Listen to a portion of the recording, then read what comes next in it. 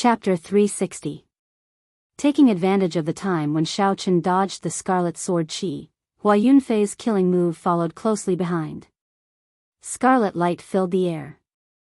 There seemed to be countless scarlet figures executing sword techniques in the arena.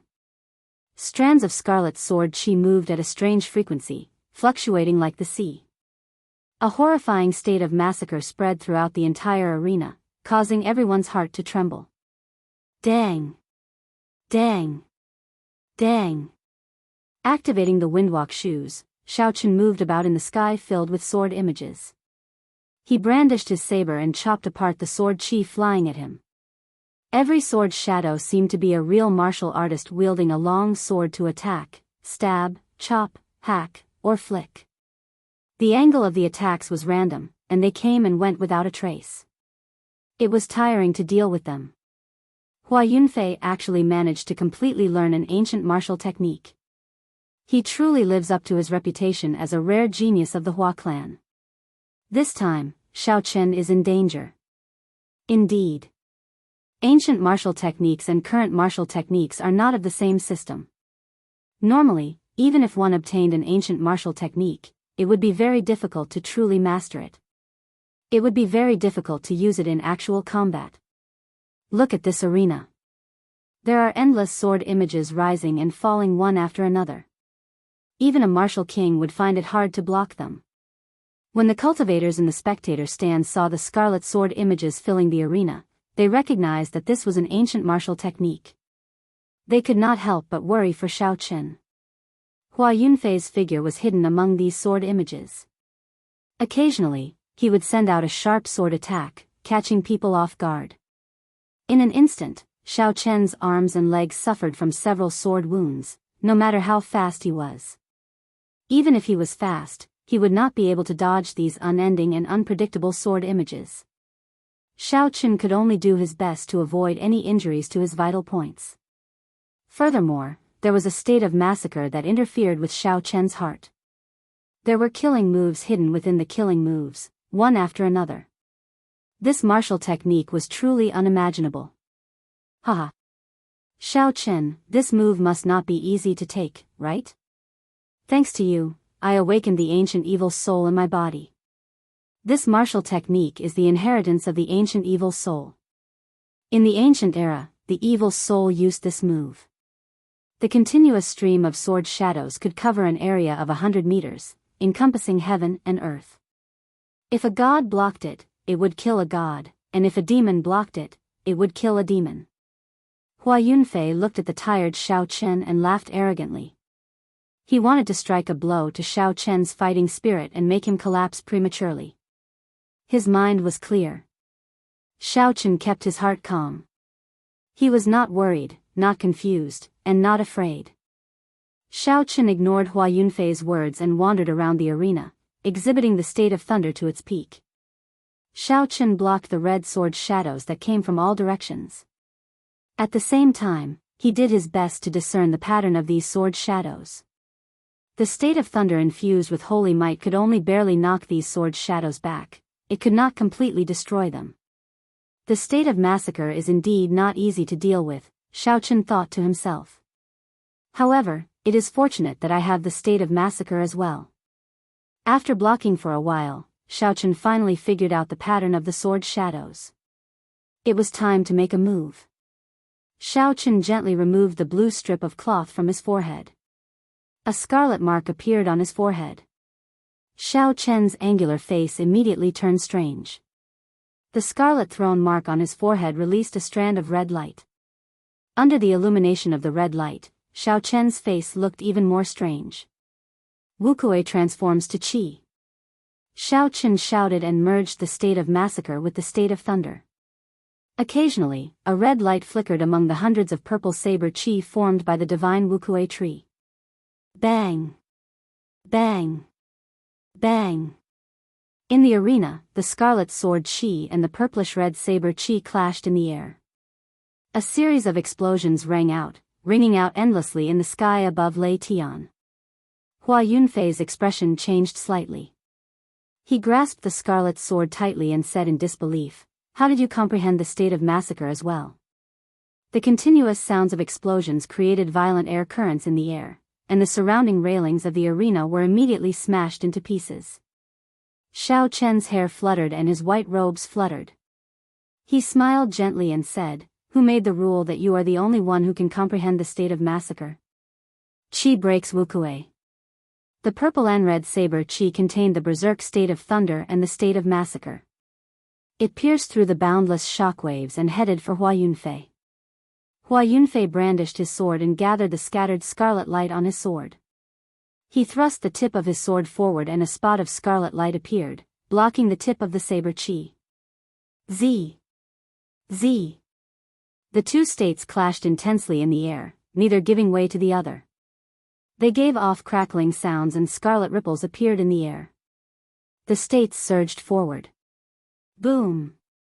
Just as the two states clashed with each other, thunder suddenly roared in the sky. An electric light suddenly shot out from the purple and red saber Qi. Hua Yunfei's state immediately broke. He quickly dodged backward.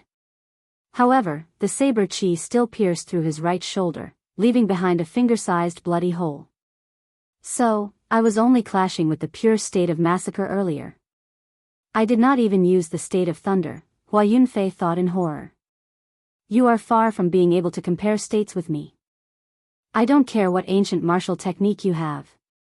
Break. Shao Chen leaped up gently and his figure flashed. He infused the state of massacre into the state of thunder and brandished his saber Qi, forcing Hua Yunfei to defend. The situation immediately reversed. Shao Chen's figure danced around. Strands of purple and red saber Qi easily destroyed all of Hua Yunfei's killing moves. Blood shadow chop. Break. Sea of blood and mountain of corpses. Break. Blood illuminating the mountains and rivers. Break. No matter how many powerful moves you have, my two states, the state of thunder and the state of massacre, will break them with one saber strike. Break. Break. Break. Hua Yunfei vomited 3 mouthfuls of blood. Shao Chen broke all 3 of his killing moves with one saber strike. The surging energy was like a tsunami, forcing Hua Yunfei to retreat. Ding! The ferocious energy surged over again.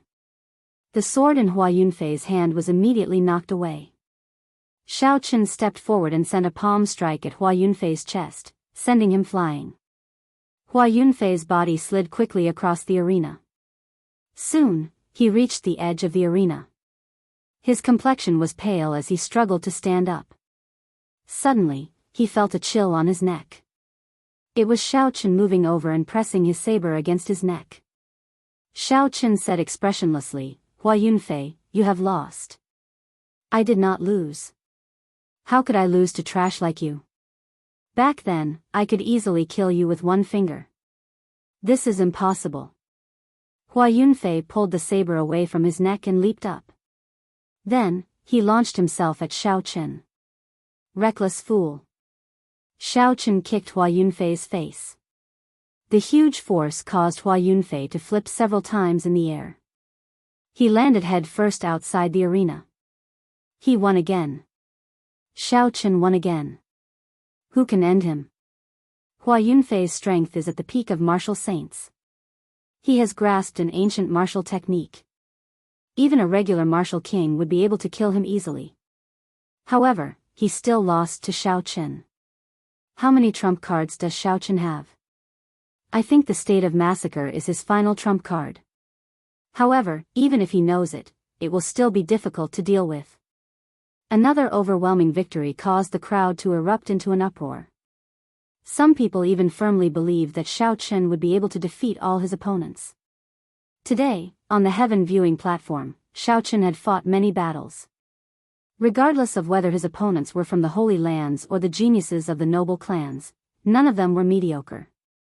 However, without exception, Shao Chen defeated his opponents in an overwhelming manner. With such strength, even if he lost the next few matches, there was no need to doubt his talent and strength.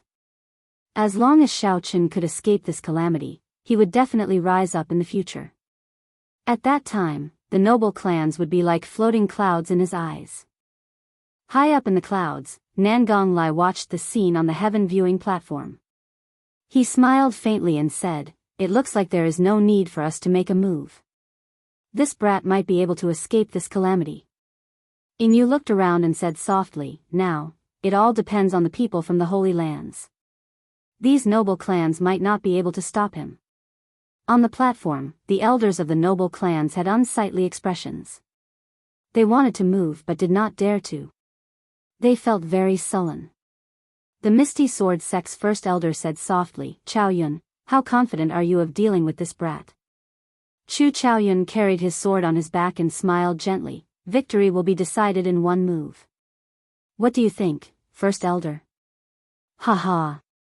In that case, I can rest assured," the Misty Sword Sect's first elder laughed happily. Up in the arena, Xiaochen looked at Duanmuking, Ji Changkong, and Mu Qingxue. He said softly, "The three of you, come at me together. Otherwise, you will not stand a chance against me." The moment Xiaochen said that, everyone's heart skipped a beat. Is this Xiaochen crazy? He actually took the initiative to ask them to attack together. Ji Changkong smiled coldly and said, "Xiaochen, if you are really seeking death, I am not afraid to grant your wish." No expression could be seen on Duanmuking's cold face. He said coldly, "Do you really think that you are qualified?" Mu Qingxue held the holy weapon, Beauty Under the Moon. He revealed a playful smile on his handsome face. He said softly, "If you only have this much strength, you are not even qualified to force me to draw my sword." The three of them were proud and arrogant people, dragons and phoenixes among men. Since they were young, they had enjoyed the limelight of everyone. They had all sorts of halos above their heads. When had they ever been looked down on like this? Boom! Boom! Boom! Three strong auras soared into the sky. A resplendent starlight and countless stars flickered. That was Ji Changkong's state of stars. A bone-chilling coldness spread in the sky. A cold light shone brightly, and a boundless cold chi spread in the air. It was Duanmu Qing's peak great perfection state of ice. A gentle and warm moonlight scattered down, moving one's heart like a cool breeze. This was Mu Qingxue's strange state of bright moon. Under the calm surface, there was an overwhelming aura. When the three auras merged, they shattered the clouds in the sky. Winds blew, clouds churned, and the sky changed color. All the cultivators in the drill grounds felt a strong pressure on their shoulders. It was like a mountain pressing down on them. Dressed in white robes, Xiaochen held a saber with a sharp saber light. He smiled faintly at the strong aura. He gently raised his right leg and stomped it down. With the dragon and tiger body sculpting art at peak great perfection, Xiaochen's pure strength could reach 50,000 kilograms of force. With his full power, he could reach 50,000 kilograms of force. When infused with essence, he could reach 100,000 kilograms of force. More importantly, this force could be freely controlled and perfectly manipulated. Chapter 361. Xiaochen merged his essence and strength with this one kick and stomped on the ground gently. The wide arena made of heavenly mountain stones and frost iron slowly sank into the ground. Bang! Bang! Bang! The ground of the drill ground could not withstand the pressure of the arena sinking into the ground. Deep cracks formed and quickly spread out. The cracks continued to spread, and the other arenas on the drill ground were torn apart and smashed into pieces. The 1,000-meter-long drill ground shook incessantly, and even the surrounding spectator stands were shaking. The shaking continued for a long time before it slowly stopped. The arena under Xiaochen's feet was now level with the ground. A surging aura surged out from Xiaochen's body. It clashed with the auras of Duanmuking's group of three, giving off a sharp aura. "Now, do I have the qualifications for the three of you to attack me together?" Xiaochen said calmly. His handsome face, which was like a scabbard, revealed its sharpness. It was like an unsheathed treasured saber. He only wanted to find someone to test how sharp this treasured saber was. Xiaochen had long wanted to test his true strength, to see how strong he was. He had not had enough in the previous few matches. This feeling was like getting more and more excited. Just as you were about to unleash your full power, the other party was already lying on the ground, leaving you with nowhere to exert your strength. This happened over and over again. Xiao Chen had had enough of it. Now, he only wanted to fight to his heart's content and fight with all his might. Suddenly, the silent Feng Shuani on the platform said, "If this fellow can win this match, then he will snatch away all the luck of these noble heirs. Who knows, he might really become a legend in the future." The strength that Xiao Chen displayed and his strong aura caused the expressions of the three to change. They were greatly startled. "Silence? In that case, I will take it as your tacit agreement," Xiao Chen said indifferently. He pushed off the ground and relied on pure force to shoot towards the three like an arrow. Ji Changkong shouted coldly, "If you are seeking death, then I can't be bothered to talk about morality with you." Astral sword technique, resplendent starlight. The sky above the arena suddenly turned pitch black. Countless stars twinkled in the sky, and the day turned into night in an instant. Countless starlight descended, and a deep starry sky appeared in Ji Changkong's eyes. He raised his sword and used the starlight to clash. Ding! At the same time, Mu Qingxue unsheathed his sacred weapon, Beauty under the moonlight. The blade of his sword reflected a golden full moon. In that moonlight, there seemed to be another world. A long and drawn out, like a woman's beautiful and pleasant voice, rang out, tugging at the heartstrings of those who heard it. Duanmuking, who had been silent for a long time, also made his move at this moment. His jet-black hair turned white, and his eyes completely lost all human emotions, becoming incomparably cold. A slender sword appeared in her hand. It carried a bone-chilling state of ice as it stabbed fiercely at Xiao Chen. At this moment, even if she was not willing to admit it, she was not a match for Xiao Chen alone. When Xiao Chen saw the three attacking at the same time, he smiled faintly. He suddenly stopped and landed firmly on the ground. Xiao Chen brandished his saber and the image of a flower bud appeared under his feet.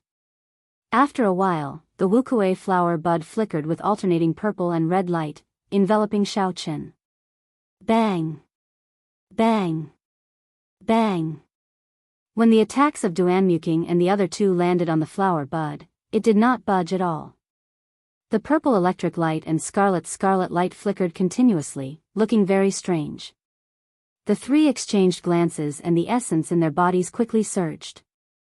Then, they launched an even more ferocious attack. The strong sword techniques infused with the states of the three struck the ground, creating deep trenches.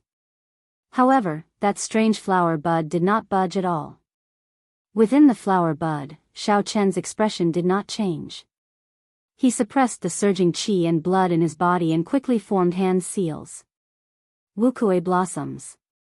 When the three of them were about to launch their third attack, the alternating purple and red flower buds suddenly blossomed. A surging shockwave spread out in all directions. The three of them were caught off guard and were swept back by the shockwave. Countless flower petals danced in the air within the shockwave. The entire sky of the drill grounds was filled with alternating purple and red flower petals. It was incomparably beautiful. Xiao Chen pushed off the ground and caught up to the slower Ji Changkong. After passing through the sky full of flower petals, Xiao Chen's speed increased explosively. In an instant, he caught up to Ji Changkong. Ji Changkong's expression turned grave. Suddenly, he grew 100 meters taller and turned around. The star that belonged to him in the boundless starry sky suddenly lit up. A resplendent pillar of light descended from the distant sky. Astral swordplay, eternal light. A majestic sword light shot out from the sword at Xiao Chen, who was behind him, at lightning speed. Boom! The sword light was like a pillar, it was resplendent and dazzling. When it struck the ground of the drill grounds, it created a deep black hole that made one's heart palpitate. This series of actions happened in the time it took for a spark to fly. It was so fast that no one could keep up with it. Did I hit him? Ji Changkong frowned slightly and took a deep breath. To be able to execute this move in such a short period of time, Ji Changkong was already doing very well. The might is pretty good. Unfortunately, I can't hit him. In the end, it is useless. Suddenly, Xiao Chen's calm voice came from behind Ji Changkong. Ji Changkong's expression immediately changed. He quickly turned around and held his sword horizontally in front of his chest. Dang! Ji Changkong chopped down with his saber and was knocked back several meters. His right hand, which was holding the sword, felt numb from the impact. He quickly switched to a two-handed grip. The petals filled the sky and there were invisible motes of light. When the motes of light landed on Xiao Chen's body, his speed increased by 30%.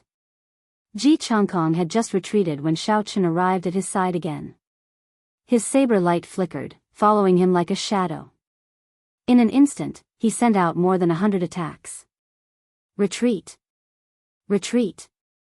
Retreat again! Ji Changkong barely managed to block Xiao Chen's attacks. He was suppressed to the point where he did not even have a chance to breathe. In one breath, he retreated several hundred meters. Hu Qi! A strand of killing qi came from behind. Xiao Chen dodged to the side. It was Mu Qingxue charging over with the beauty under the moonlight. Ji Changkong took a deep breath and retreated 100 meters. Just as Xiao Chen dodged Mu Qingxue's attack, an extremely cold aura came from above. Duanmuking was charging over as well. Xiao Chen smiled gently and swept his saber forward, knocking away Mu Qingxue's sword. After that, he quickly somersaulted and dodged the attacks of the two. Dang! Dang! Dang! The attacks of the two were relentless. They brought out the state of ice to its limits. The cold qi penetrated Xiao Chen's skin and entered his body, causing him to slow down slightly. Occasionally, a soft hum came from Mu Qingxue's sword. Everyone could not help but turn their ears to listen, disrupting Xiao Chen's state of mind. The state of massacre infused into his saber technique. Xiao Chen maintained his original state of mind. He blocked left and right, blocking the attacks of the two. She was able to block the sword, but she could not block the sword light on the sword. Her white robes were torn, and blood appeared on her fair skin. Duanmuking and Ji Changkong were not in a good state either. Xiao Chen's sword light contained two states at the same time. When it struck them, the damage they caused was even more obvious. Ha! A beam of starlight descended behind Xiao Chen. Ji Changkong had finished resting and rejoined the battle. The three of them formed a large circle, surrounding Xiao Chen. The three of them fought among the petals that filled the air. They kicked up dust, ice, starlight, moonlight, and the occasional flickering of scarlet lightning. Dust filled the air, and energy spread everywhere. Everyone in the spectator stands opened their eyes wide as they watched the battle anxiously. The intensity of the battle completely surpassed their expectations. Xiao Chen fought 1 against 3, surrounded by danger. He was like a lone boat on the sea in a violent storm. It swayed back and forth, looking like it would be swallowed by the waves at any moment. However, it stopped and did not sink. Just when everyone thought that he would be killed, he strangely dodged their killing moves and launched a sharp counterattack. His white robes had already turned red from the blood. Xiao Chen smiled bitterly to himself. I finally feel carefree this time. However, the price I paid is rather high. However, I am a cultivator. I am born in a great age where geniuses appear in large numbers. If I do not go against the heavens and face the difficulties head-on, how can I stand out from the crowd? How can I reach the peak of cultivation in the future? Xiao Chen reared his head back and laughed loudly. A heroic spirit rose in his heart. He could not help but speed up his movements, deflecting the attacks of the three. Let's see how long you can last. Again. Ji Changkong roared ferociously. Starlight flickered around him as he quickly charged forward again. Up until now, both sides were truly enraged. At this moment, it was no longer a competition of strength. It was a competition of willpower. The one who could persevere and not collapse first would be the one who had the last laugh. Duanmuking's white hair fluttered in the wind. His expression did not change at all, there were no visible fluctuations. A cold chi surged from his entire body, chilling everyone to the bone. Even Mu Qingxue and Ji Changkong were unwilling to get close. It was hard to imagine how Xiao Chen, who was the target of this cold chi, could persevere. The cold was bone-piercing.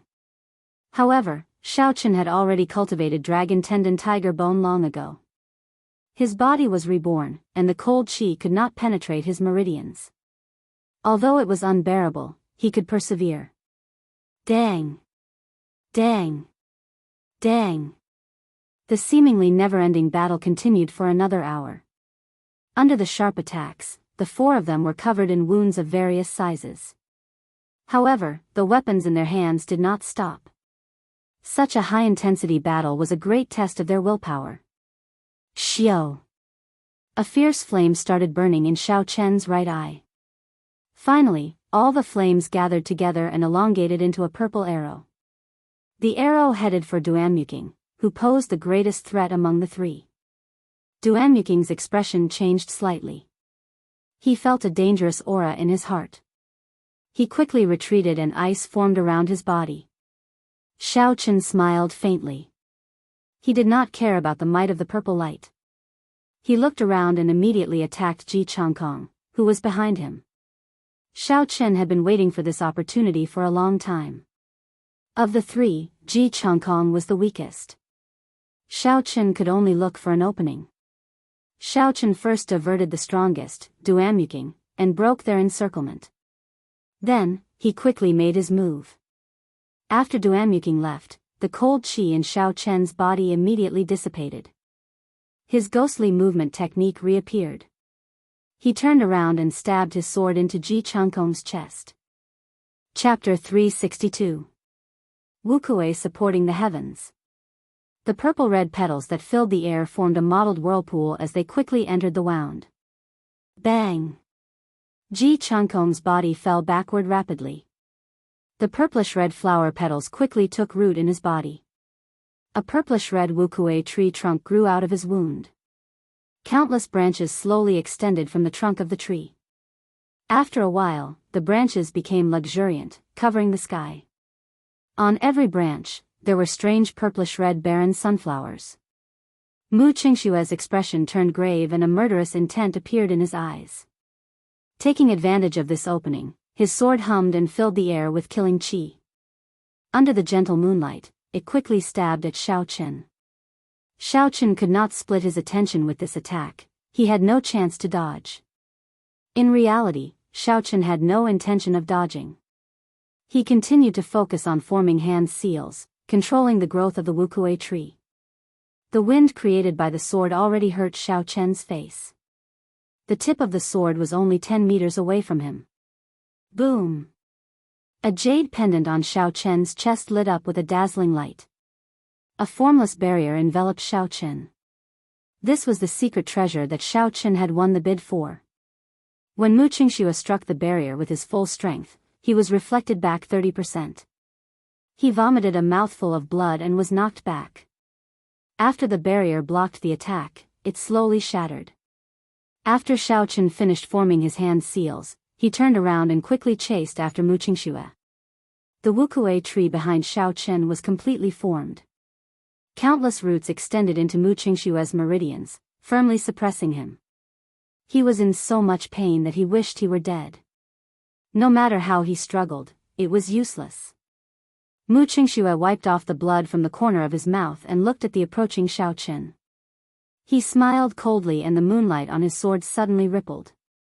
The surrounding space immediately turned blurry. As Xiao Chen flew through the air, it seemed like Mu Qingxue was always a distance away from him, he could not get close. Right now, I have used my holy weapon to change the laws to create a miniature world. It is already more than 500 kilometers wide. Let's see how you break it. You can forget about catching up to me in your lifetime. Mu Qingxue's voice reverberated throughout the space. It seemed as though it was right beside their ears, yet it also seemed as though it was far away.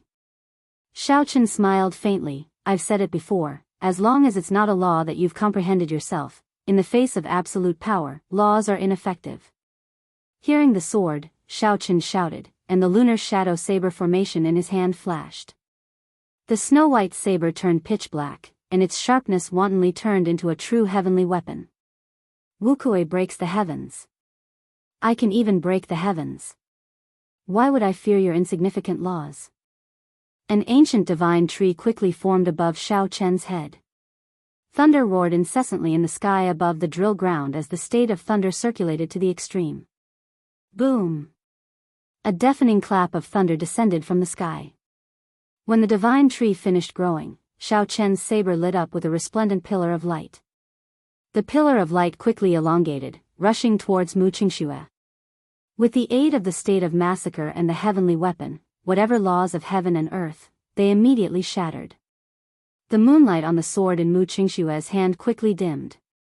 The pillar of light did not even have time to blink before it struck his chest. The crowd in the drill ground only saw a beam of light. Then, Mu Qingxue's body flew to the distant horizon, disappearing from everyone's sight. Before Xiao Chen could rest for a while, he immediately felt a cold chi spreading rapidly in the drill ground. Duanmuking had completely dodged that lightning-fast purple thunder true fire.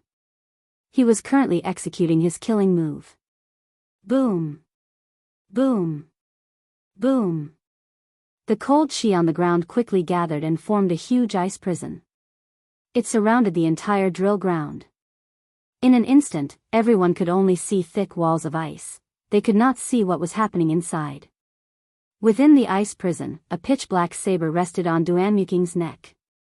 Xiao Chen wiped off the blood at the corner of his lips and said indifferently, "Give up. I still have one move of my Wukue saber technique that I have not executed. You have no chance." The instant the ice froze, Xiao Chen executed the blue dragon cloud soaring art to its limits. He executed the blue dragon tail whip. He managed to arrive just as Duanmuking was about to execute his killing move. Xiao Chen placed his saber on Duanmuking's neck. Rumble. After a moment of silence, the ferocious ice-attributed energy in Duanmuking's hand finally scattered. The ice prison immediately melted and Duanmuking's white hair turned black. There was no blood on Duanmuking's pale face. A trace of fatigue flashed in his eyes. He said softly, "Actually, you won from the very start. Duanmuking is not as skilled as you. In the future, the grudge between you and the Duanmu clan will end here." After Xiao Chen spoke, he slowly walked out of the drill ground. After a while, a figure suddenly fell from the sky and landed heavily on the ground. He bounced a few times on the ground before coming to a stop. It was Mu Qingxue, who had been blasted into the clouds by the Wukue breaking the heavens. He was already injured. Now that he fell from a height of a few thousand meters, he vomited blood on top of his injuries. He found it difficult to even speak. His vision was blurred by the blood. He was in a sorry state. The entire drill ground was deathly silent. Xiao Chen fought 1 against 3 and obtained the final victory. First, he defeated the Holy Land experts. Then, he defeated the various noble clan disciples. Along the way, Xiao Chen did not stop to rest. None of his opponents were mediocre, they were all famous outstanding talents. However, they were all defeated by this white-robed bladesman. No one was a match for him, not even 3 against 1. After this battle, Xiao Chen's name would shake the world. He would become the true leader of the younger generation of the great Qin nation. Xiao Chen was the true main character of today's grand occasion. He had completely overshadowed Leng Liusu, who became a peak inferior grade martial king at the age of 17. Many people felt excited in their hearts. Perhaps many years later, they might be the ones to witness the start of a legend. As Xiao Chen walked, the shattered ice on the drill ground gave off a loud, peng-peng sound. Every step he took made him feel dizzy. However, he had to continue moving forward. There were some things he had to say to the person lying on the ground. He had to say them personally to the person who forced him into a dead end. Mu Qingxue's vision was blurry as he coughed continuously. When he heard footsteps, he struggled to stand up. However, a scabbard ruthlessly stabbed him. "You once said that the higher you fly, the more painful it will be when you fall. Look at you now. Looking at you now, I believe this sentence even more. Thank you." I will always remember this sentence. I will not allow myself to be in danger of falling. When Mu Qingxue heard this, he coughed violently a few times. He smiled miserably in his heart. He had just fallen from the clouds. He finally understood the saying, the higher you fly, the more painful the fall will be. Perhaps I should not have made an enemy of this person. Some people are destined to soar to the sky. Even if you managed to pull them down temporarily, you would only become a stepping stone for them, allowing them to fly higher and higher. Unexpectedly, Xiaoqun defeated them all. This is too inconceivable. First, he eliminated the Holy Land experts and forced them back with 4 palm strikes. Then, he defeated the noble clan heirs. No one can withstand his sharpness. I'm afraid no one in the younger generation is a match for him. Our great Qin nation has always been the weakest among the 5 great nations. This time, we might have produced a demonic genius. After a moment of silence, the crowd in the spectator stands erupted. They were all very excited and discussions could be heard without end. On the other side, Lu Riyue and the others all had sincere smiles on their faces. They quickly headed for Xiaoqun. At this moment, only the noble clan elders on the platform had the most heavy moods. If they could not take him down in this battle, this Xiaoqun might become a shadow that would haunt them for life. Just thinking about such a talented opponent made them tremble in fear. It made it hard for them to breathe. If one had to say who was the most depressed, it would be Song Ke. At this moment, he felt incredibly depressed. Originally, he thought that he would definitely die. However, Xiaoqun managed to pull through. Furthermore, his reputation became even more famous. No, this brat's strength is already sufficient to threaten me. There is a death grudge between us. He will definitely come back to settle the score with me. Song Ke's expression was uncertain. It was like he was making a difficult decision. He was very hesitant. Forget it if I just kill him. He is currently at his weakest. This is the best opportunity. He is no longer a heavenly saber pavilion disciple. With my status as the peak master, I can definitely avoid the death penalty. Thinking of this, a murderous intent appeared in Song Ke's eyes. He looked at the defenseless Xiaoqun, who was walking towards Lu Riyue, and clenched his fist tightly. Die! Song Ke shouted and used his remaining arm as a saber. He carried a sharp killing chi and soared into the air, flying towards Xiaoqun at lightning speed. When the smiling Lu Riyue saw Song Ke, her expression immediately changed. She shouted, Xiaoqun, be careful. When Xiaoqun felt the killing chi, he wanted to circulate the blue dragon cloud soaring art to dodge. However, he discovered that the essence in his body had already dried up. There was nothing left. He was startled. Bang! Lu Riyue flew over at lightning speed and used her palm to block Song Ke's peak martial king strike for Xiaoqun. Pu Ci. There was an insurmountable difference between an inferior grade martial king and a peak martial king. Furthermore, this was a peak strike that Song Ke had stored up power for a long time. Lu Riyue vomited a large mouthful of blood. She felt an intense pain in her chest as she flew backwards. Xiaoqun's expression suddenly sank. He quickly caught Lu Riyue and placed his hand on her pulse. He sent a strand of spiritual sense into her and discovered that her heart meridians were shattered. Her life force was rapidly draining away. The sudden turn of events caused everyone present to be in a daze. They had never expected things to turn out like this. Xiaoqun, don't be rash, Lu Riyue said weakly as she lay in Xiaoqun's embrace. Her complexion was pale. It was like lightning struck Xiaoqun's mind. His eyes turned scarlet, and the scarlet throne in his sea of consciousness trembled continuously. Strands of scarlet state of massacre spread out. When Xiaoqun turned his head back, he saw that Song Ke was still unwilling to let go. He was rushing towards him, trying to kill him. Seeking death. Xiaoqun felt a chill in his heart. Killing chi filled his entire body. The blue dragon tattoo on his right arm started to move quickly. A horrifying energy accumulated continuously.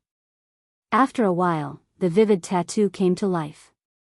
A realistic blue dragon coiled around Xiao Chen's arm. Roar! A dragon roar shook the heavens and earth. The white clouds in the sky were scattered. The holy might of an ancient holy beast spread throughout the drill grounds. Song Ke, who bore the brunt of it, had a drastic change in expression. Chapter 363. Song Ke felt an overwhelming holy might pressing down on him like a small mountain. The martial spirit in his body trembled continuously, and his essence became unstable. He could not even walk properly.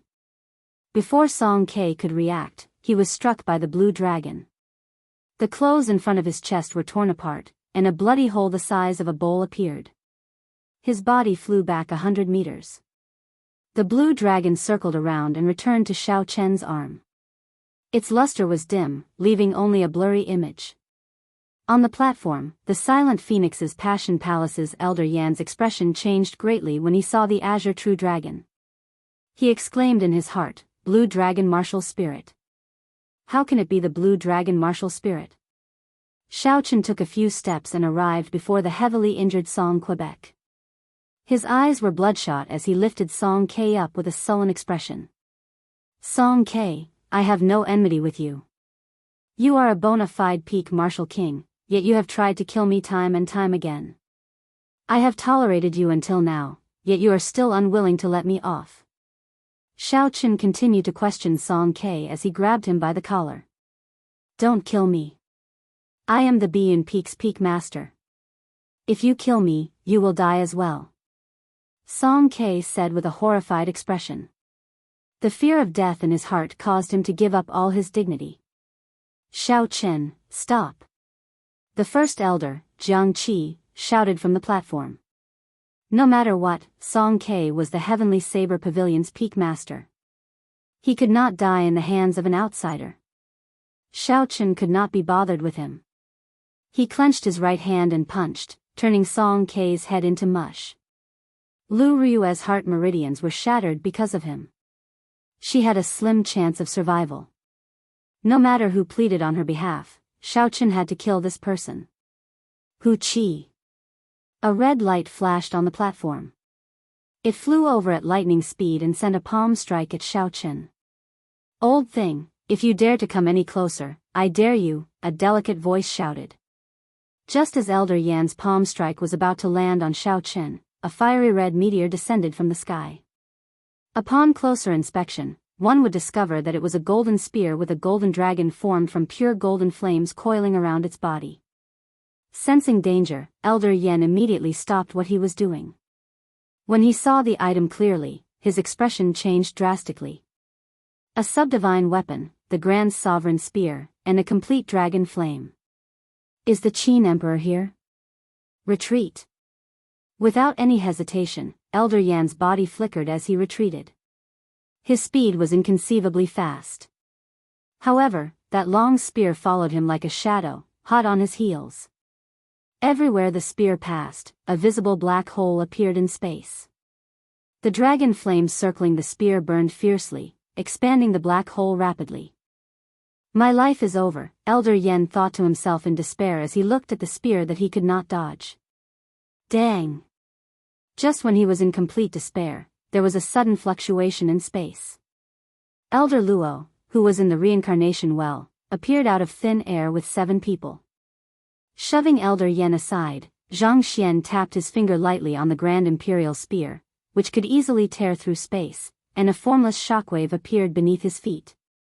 Xiao Chen diverted the boundless force of the spear into nothingness, displaying his strong control skills. Ying Yu, who had descended from the sky, stretched out her hand and retrieved the Grand Imperial Spear. "Elder Luo, that person is the inheritor of the Blue Dragon Martial Spirit," Elder Yan, who had narrowly escaped death, said as he looked at Xiao Chen. Elder Luo waved his hand and said, "I know. There is no need to say anything more. Don't bother yourself with this matter." Boom! Boom! Boom!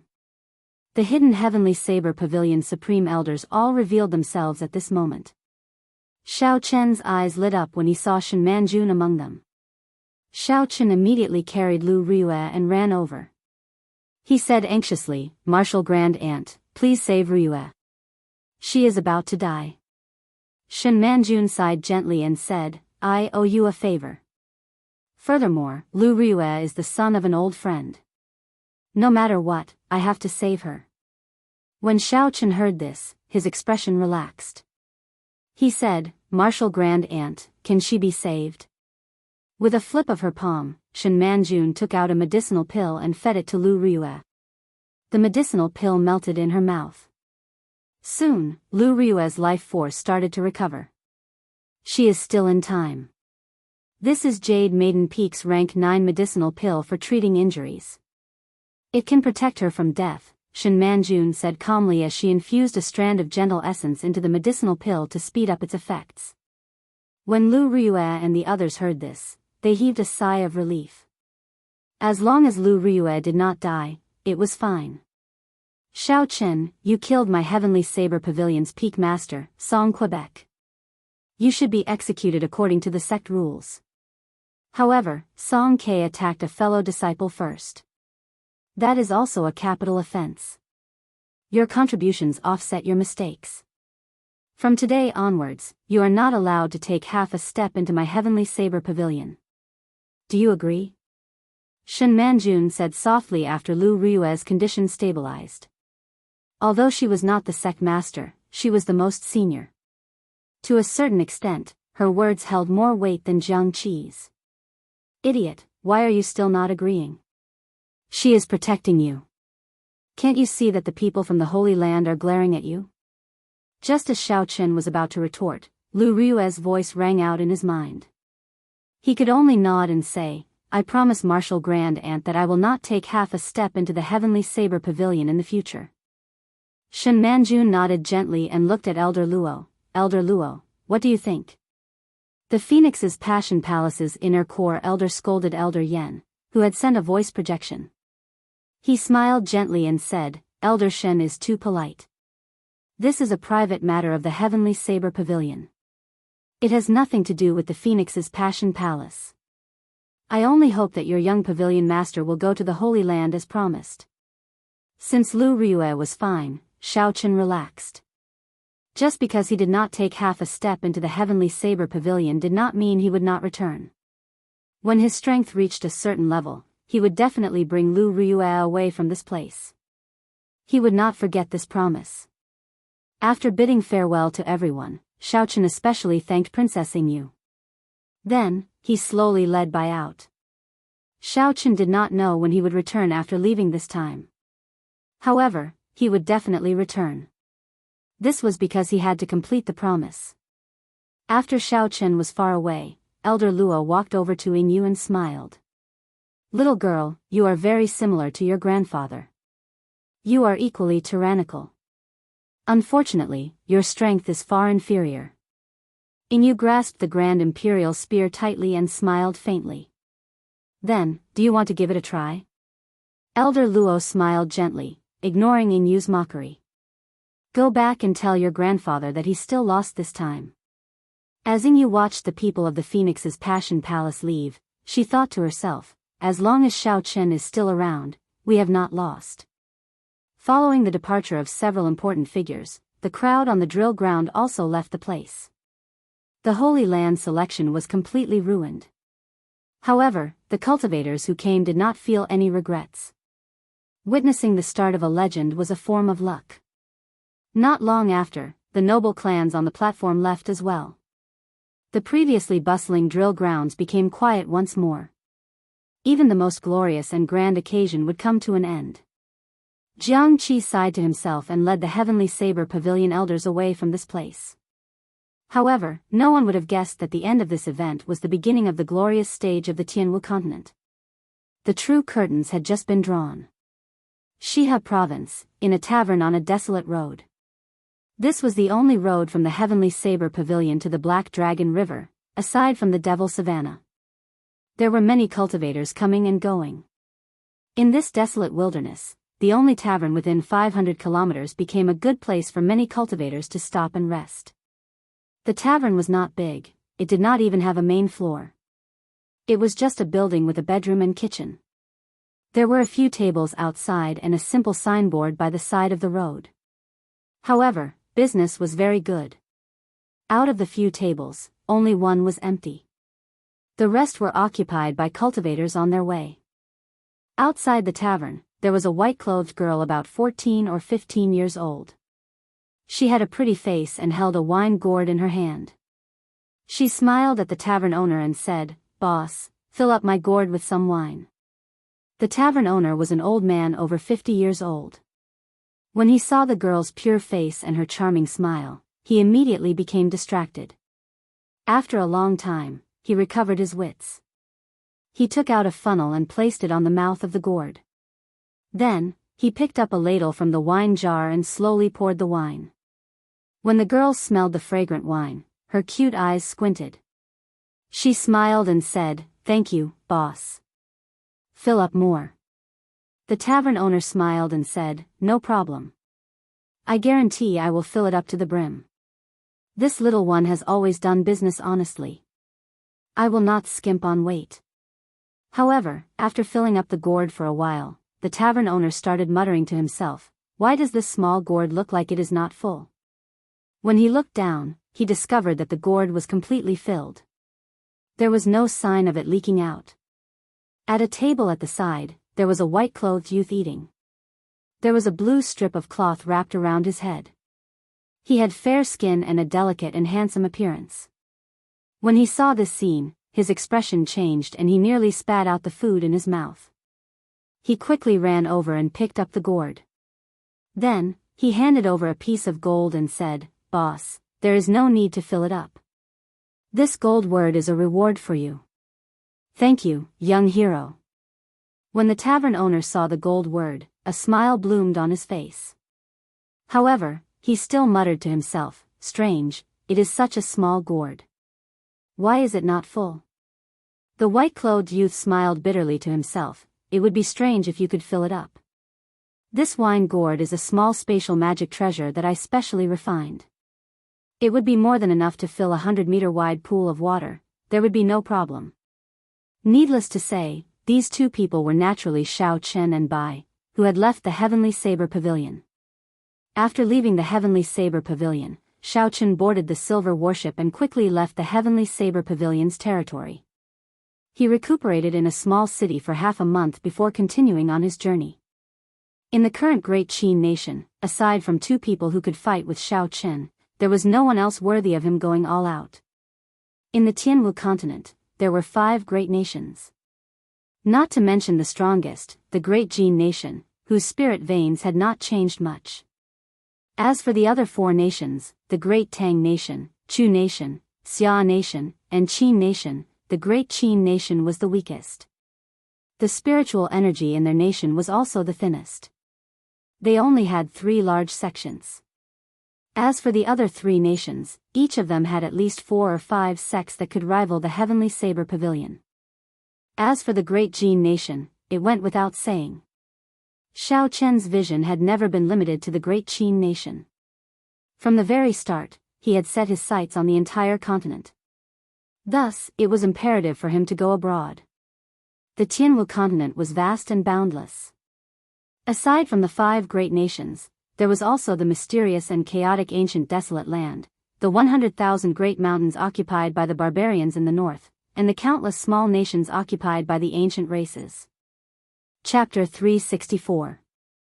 Just the continent itself was already boundless, not to mention the countless islands of various sizes in the boundless sea, the ice continent in the extreme north, and the legendary fiery abyss where the sun rose. The world was so big. Many people could not even travel half of it in their entire lives. Perhaps one was a super genius of a nation. However, when one left the nation, one might discover that one was still as insignificant as a speck of dust. Shao Chen maintained a humble and calm heart. No matter what the outside world said, no matter how talented he was or what his future prospects were, they were all empty in Shao Chen's eyes. Only the strength that he truly grasped was the most real. He could not allow the words of the outside world to affect his heart. He had to be calm, not worried, not confused, not afraid, not arrogant. "Didn't I tell you not to use this bottle gourd to buy wine? Why don't you listen? Xiao Qin said as he gently patted Bai's head. Bai lowered her head and said with some grievance, however, the other bottle gourds are really small. They are gone after I take 2 sips. Xiao Qin shook his head helplessly. There was nothing he could do about this girl who loved to drink.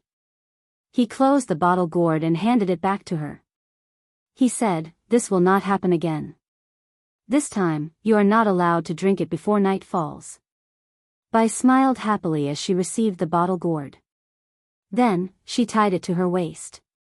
She nodded seriously and said, "Bai will not drink it. I promise I will not drink it." After leaving money for the food on the table, Xiao Qin led Bai down the main road. Not long after Xiao Qin left, one of the cultivators at another table said, "That youth earlier seems to be the recently famous white-robed bladesman Xiao Qin. Could he be going there for the treasure as well?" Another person smiled and said, "You are overthinking it. Now, wearing white robes and a blue strip of cloth on his head is already a common attire for bladesmen. I have not seen a bladesman who did not dress like that." Another person smiled and said, "Indeed. Back then, during the battle in the Heavenly Saber Pavilion, I did not see any bladesman who did not dress like this. I can only say that Xiao Qin is too famous now. There are too many people following him. Don't overthink it. Maybe I am overthinking things. Recently, I have indeed seen many white-robed bladesmen with blue strips of cloth on their heads. Let's not talk about this anymore.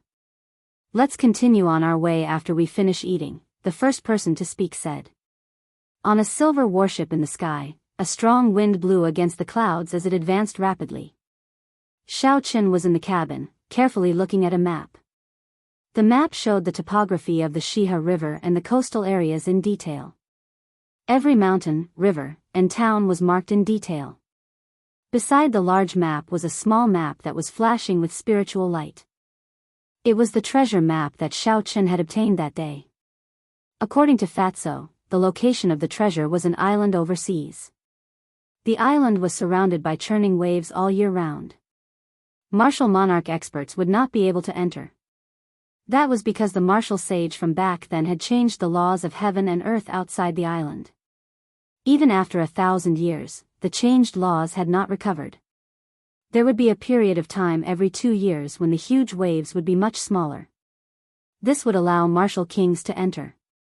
Calculating the time, this was the period of time when one could pass through the huge waves. After leaving the Heavenly Saber Pavilion, Xiao Qin did not have a clear destination. Since he had such a treasure map in his hands, he intended to give it a try and see if it was a fortuitous encounter for him. After comparing the map, Xiao Qin muttered, "It looks like the river on the treasure map is really the Black Dragon River in the Shiha province. The sea route marked on the red line should be the route to the island." Bai, who was sitting at the stern, looked at the focused Xiao Qin. Occasionally, she would sneakily remove the bottle gourd at her waist and take a sip. Her face would turn red, looking very alluring. Xiao Qin saw all this clearly with his spiritual sense. However, he could only smile helplessly. He held the treasure map in his hand and studied it for a while. Xiao Qin's hand slowly slid over the treasure map until he reached the island closest to the treasure. This island was called Green Wind Island. It was twice the size of Shiha City. It was a very famous transit island that led to the depths of the boundless sea in the west of the continent.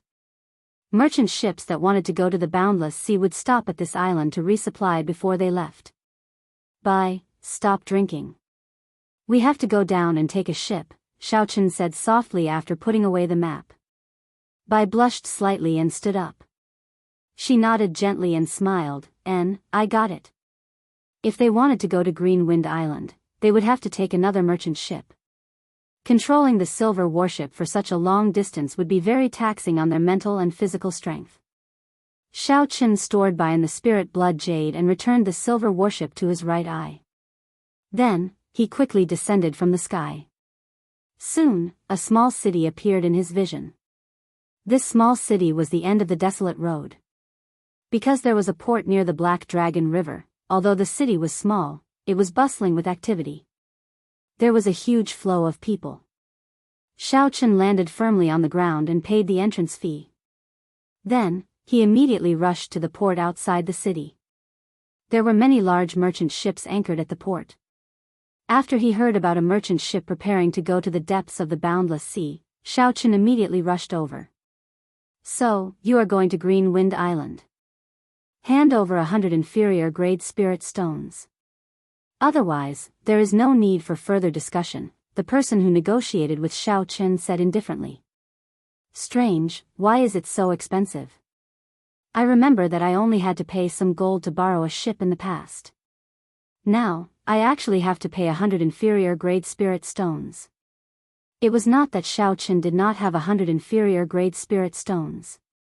However, he did not want to be a spendthrift. So, he prepared to ask another merchant ship. The waiter on the ship smiled and said, "Stop looking." The other merchant ships charged the same price. Even if you walk to the next port, it will still be the same price. There was definitely something wrong with this abnormal situation. Xiao Chen felt suspicious and stopped. He took out 150 inferior grade spirit stones and said, "The remaining 50 are for you. Tell me why the price increased collectively." When the waiter received the extra 50 inferior grade spirit stones, a smile immediately bloomed on his face. He explained, "It is because of the treasure map passed down in the Devil Savannah. I heard that a fatso obtained the treasure map in the Devil Savannah.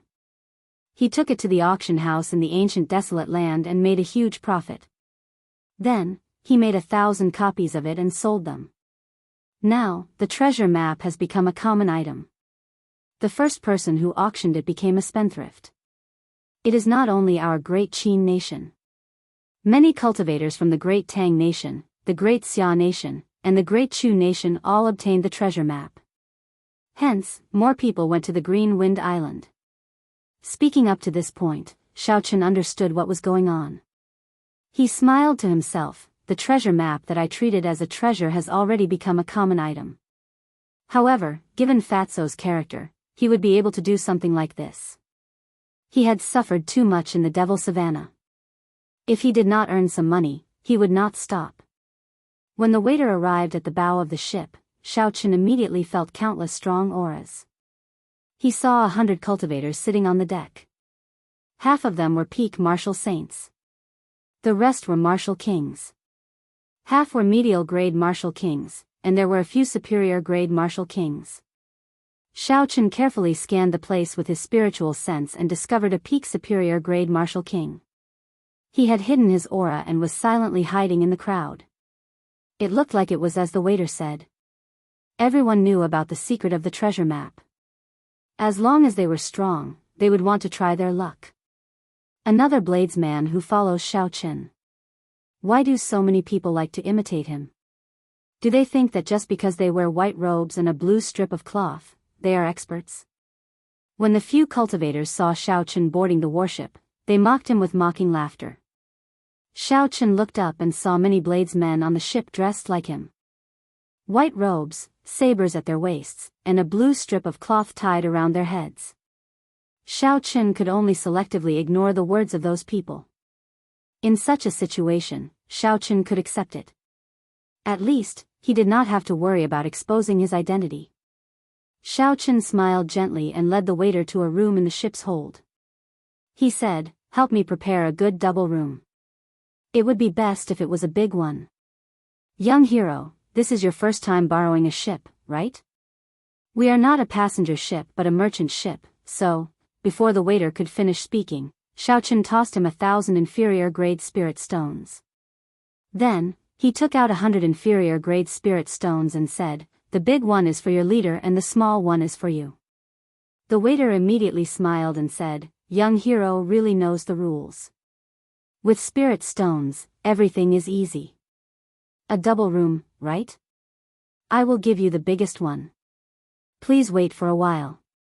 Xiao Chen was very clear on whether there were any empty rooms on the merchant ship. However, aside from doing meritorious deeds for the merchant ship, he could only use spirit stones to establish a connection. Inferior grade spirit stones were not very useful for Xiao Chen's cultivation. He could only use them to recover his spiritual energy. Even if he spent them, it would not be a waste. Not long later, the waiter ran back and led Xiao Chen to the second floor of the ship. He found a large guest room for him. "Young hero, if there is anything you need, feel free to instruct me. This little one will be waiting for you." This waiter already treated Xiao Chen as the young master of a big clan. He was still thinking of getting more benefits. Xiao Chen smiled faintly. He knew what the waiter was thinking. He handed over 10 inferior grade spirit stones and said, "You can withdraw first. I will call you if there is anything. Don't disturb me without my instructions." The shop assistant took the spirit stones and left in a joyful mood. After he closed the wooden door, Xiao Chen immediately let out Bai, who had been confined for a long time. The guest room was very big. It was more than enough for 2 people. After Xiao Chen reminded Bai not to run around, he took out a medial grade spirit stone and entered a state of cultivation, preparing to break through to superior grade martial saint at any time. After the consecutive battles at the Heavenly Saber Pavilion, the purple essence liquid in the Qi whirlpool in Xiao Chen's dantian had been stirring restlessly. This was the prelude to a breakthrough. Furthermore, after cultivating for the past few days, the distance between Xiao Chen and superior grade martial king had been shrinking. Once the time was right, he would be able to smoothly advance to superior grade martial saint. The many battles had given Xiao Chen a very clear understanding of his own strength. Xiao Chen's current combat prowess should be between peak medial grade martial king and superior grade martial king. He could defeat medial grade martial kings and hold his own against superior grade martial kings. However, he would not be a match for a peak superior grade martial king. If he ran into a peak superior grade martial king, it would be best to retreat early. Chapter 365. As for those within the martial saint realm, Xiao Chen could be said to be unrivaled. Xiao Chen was even confident of defeating a Holy Land core disciple. This port was in the middle reaches of the Black Dragon River. There was still a long way to go before it reached the estuary. Furthermore, merchant ships could not travel at full speed in the river. Hence, they were not very fast. Xiao Chen did not go out. Every day, aside from eating, he spent all his time cultivating. The spiritual energy in the world below the mountain was very thin. Every 2 days, he would have to expend a medial grade spirit stone. Xiao Chen did not lack medial grade spirit stones. He used more than 30,000 contribution points to exchange for more than 1,000 medial grade spirit stones. In addition to the spirit stones he obtained from selling the demonic cores, he now had more than 9,000 medial grade spirit stones. As long as he could increase his cultivation speed, he would not feel any heartache. 2 months later, the purple Qi whirlpool in Xiao Chen's body suddenly spun quickly. The spiritual energy in the medial grade spirit stone in his hand flowed into his body like a river. Dee-da. Dee-da. The purple essence liquid dripped continuously from the Qi whirlpool. Soon, it filled the interior of the Qi whirlpool. All of Xiao Chen's pores, flesh, and bones felt swollen. After a while, the Qi whirlpool exploded and his dantian turned chaotic. Streams of air gushed out from Xiao Chen's body. Instantly, the air in the entire room surged, forming small tornadoes. An extremely comfortable feeling spread throughout Xiao Chen's body. The essence circulating in his meridians was denser and purer than before. Did I break through? With a thought, Xiao Chen sent his consciousness into his dantian. He saw that the purple Qi whirlpool was twice as large as before. Previously, it could have been filled with purple liquid. Now, it barely filled half of it. Xiao Chen successfully broke through. After more than 4 months, Xiao Chen finally advanced from peak medial grade martial saint to superior grade martial saint. Revealing a faint smile, Xiao Chen circulated the purple thunder divine incantation. The purple essence immediately circulated a small cycle through the 9 major meridians. Then, it started to circulate in the minor meridians around the major meridians. With this advancement, he had opened several dozen new minor meridians. One of them was for cultivating the purple thunder divine incantation's 6th layer. The more minor meridians there were, the more essence would circulate in the purple thunder divine incantation's 6th layer. An hour later, the purple essence chi finally began to circulate through all the meridians. The essence chi in the 9 main meridians gathered into tiny streams that gathered in the purple chi whirlpool. The chi whirlpool slowly stopped after it was mostly filled. All it needed was a great cycle and it would be. However, Xiaochen did not continue to circulate his energy. He opened his eyes, and 2 beams of purple light flashed in them, radiating sharpness. Elder brother Xiaochen. You have as Qi. Chen Xiaochen spirit. Xiaochen waved his hand and sucked in all the flowing purple energy into his body. He stood up and smiled faintly, I have not gone out for a month. You must be feeling stifled. After passing through the corridor, the 2 of them arrived at the bow of the ship. At this moment, the sun had just risen. The faint light of the sun cast a golden shadow on the surface of the river. The sky had just brightened. The many cultivators on the deck were walking around the side of the ship. They gathered in groups of 2 or 3 and chatted with each other. After not coming out for more than a month, Xiaochen felt the breeze from the river. His mind relaxed, and his mind felt much better. Xiaochen had not come out for more than a month. When he felt the breeze from the river, his mind relaxed, and his mind felt much better. After traveling for more than a month, a huge tributary suddenly appeared on the river in front. Many merchant ships turned around and sailed into the tributary. After traveling for half a day, a huge tributary suddenly appeared in front of them. Many merchant ships turned around and sailed into the tributary. Xiaochen had seen the map before. He knew that this tributary led to the most chaotic place in the continent, the ancient desolate land. The ancient desolate land was very large. It was about half the size of the Great Qin nation. If one included some desolate and uninhabited places, it would be about the same size as the Great Qin nation. The center of the ancient desolate land was the capital of the Tianwu dynasty. It was once the most glorious city in the continent. Unfortunately, after the dynasty was destroyed, the dragon vein that the Tianwu emperor had laid dormant for 10,000 years was split into 9. The ancient desolate land became an extremely dangerous place. As a result, the spiritual energy of the ancient desolate land was extremely dense. However, no empire moved their capital there. Xiaochen collected his thoughts. Since they were already here, it would not be long before they set sail. Soon, the merchant ship would leave the Tianwu continent and reach the coastal waters.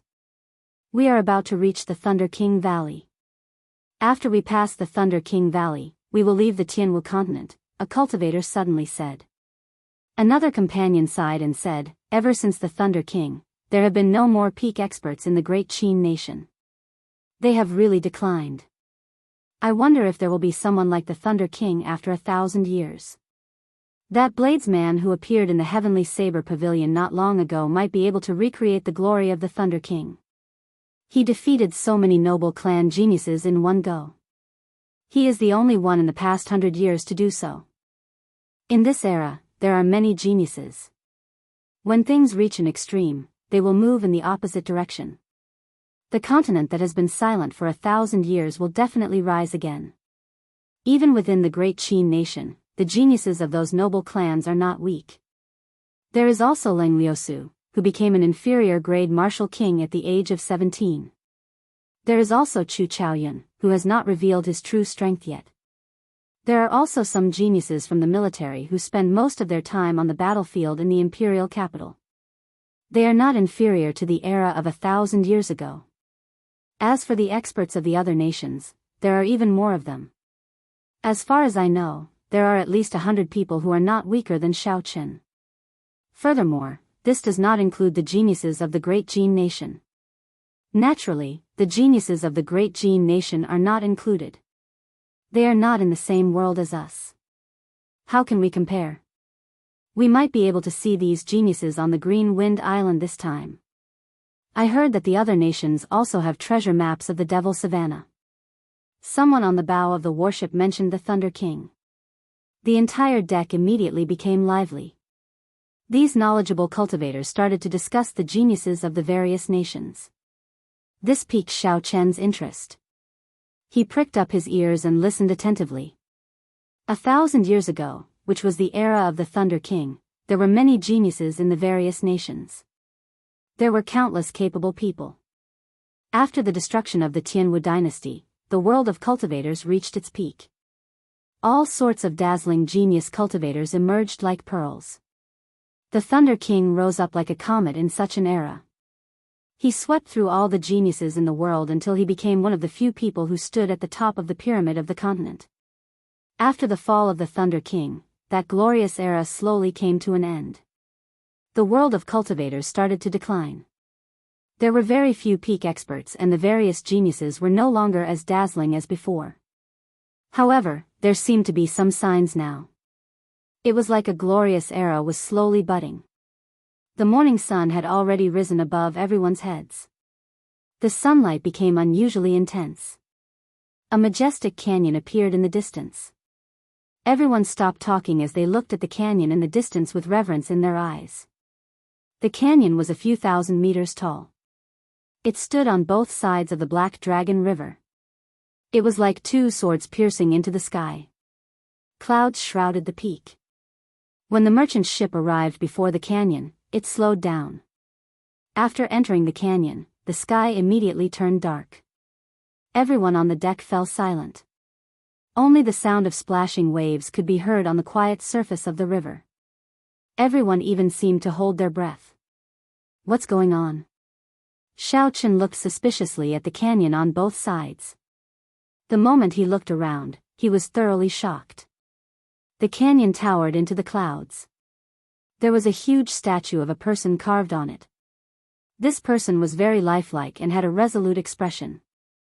He wore tight robes and had a sword at his waist. He looked at the distant sea. The statue was carved in the canyon's vein. It was a kilometer long and looked like it would soar into the sky. It gave off a majestic aura that could swallow the mountains and rivers.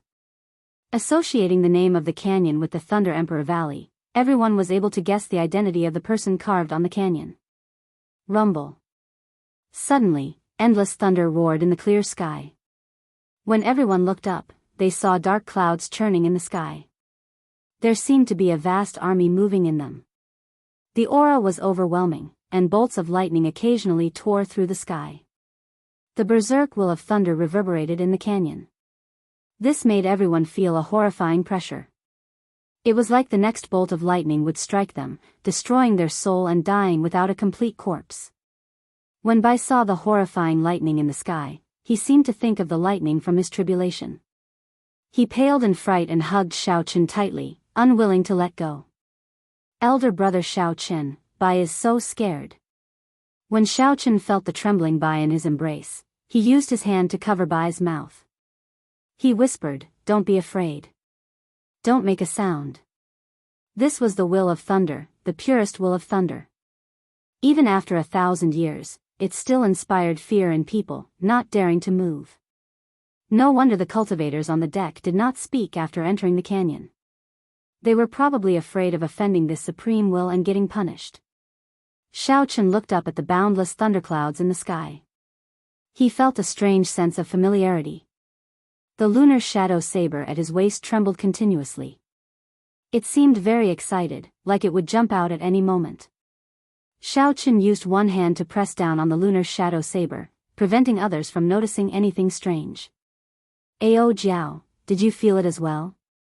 Xiao Chen thought somewhat sadly. Under this supreme will of thunder, he felt an insurmountable gap between him and the Thunder King.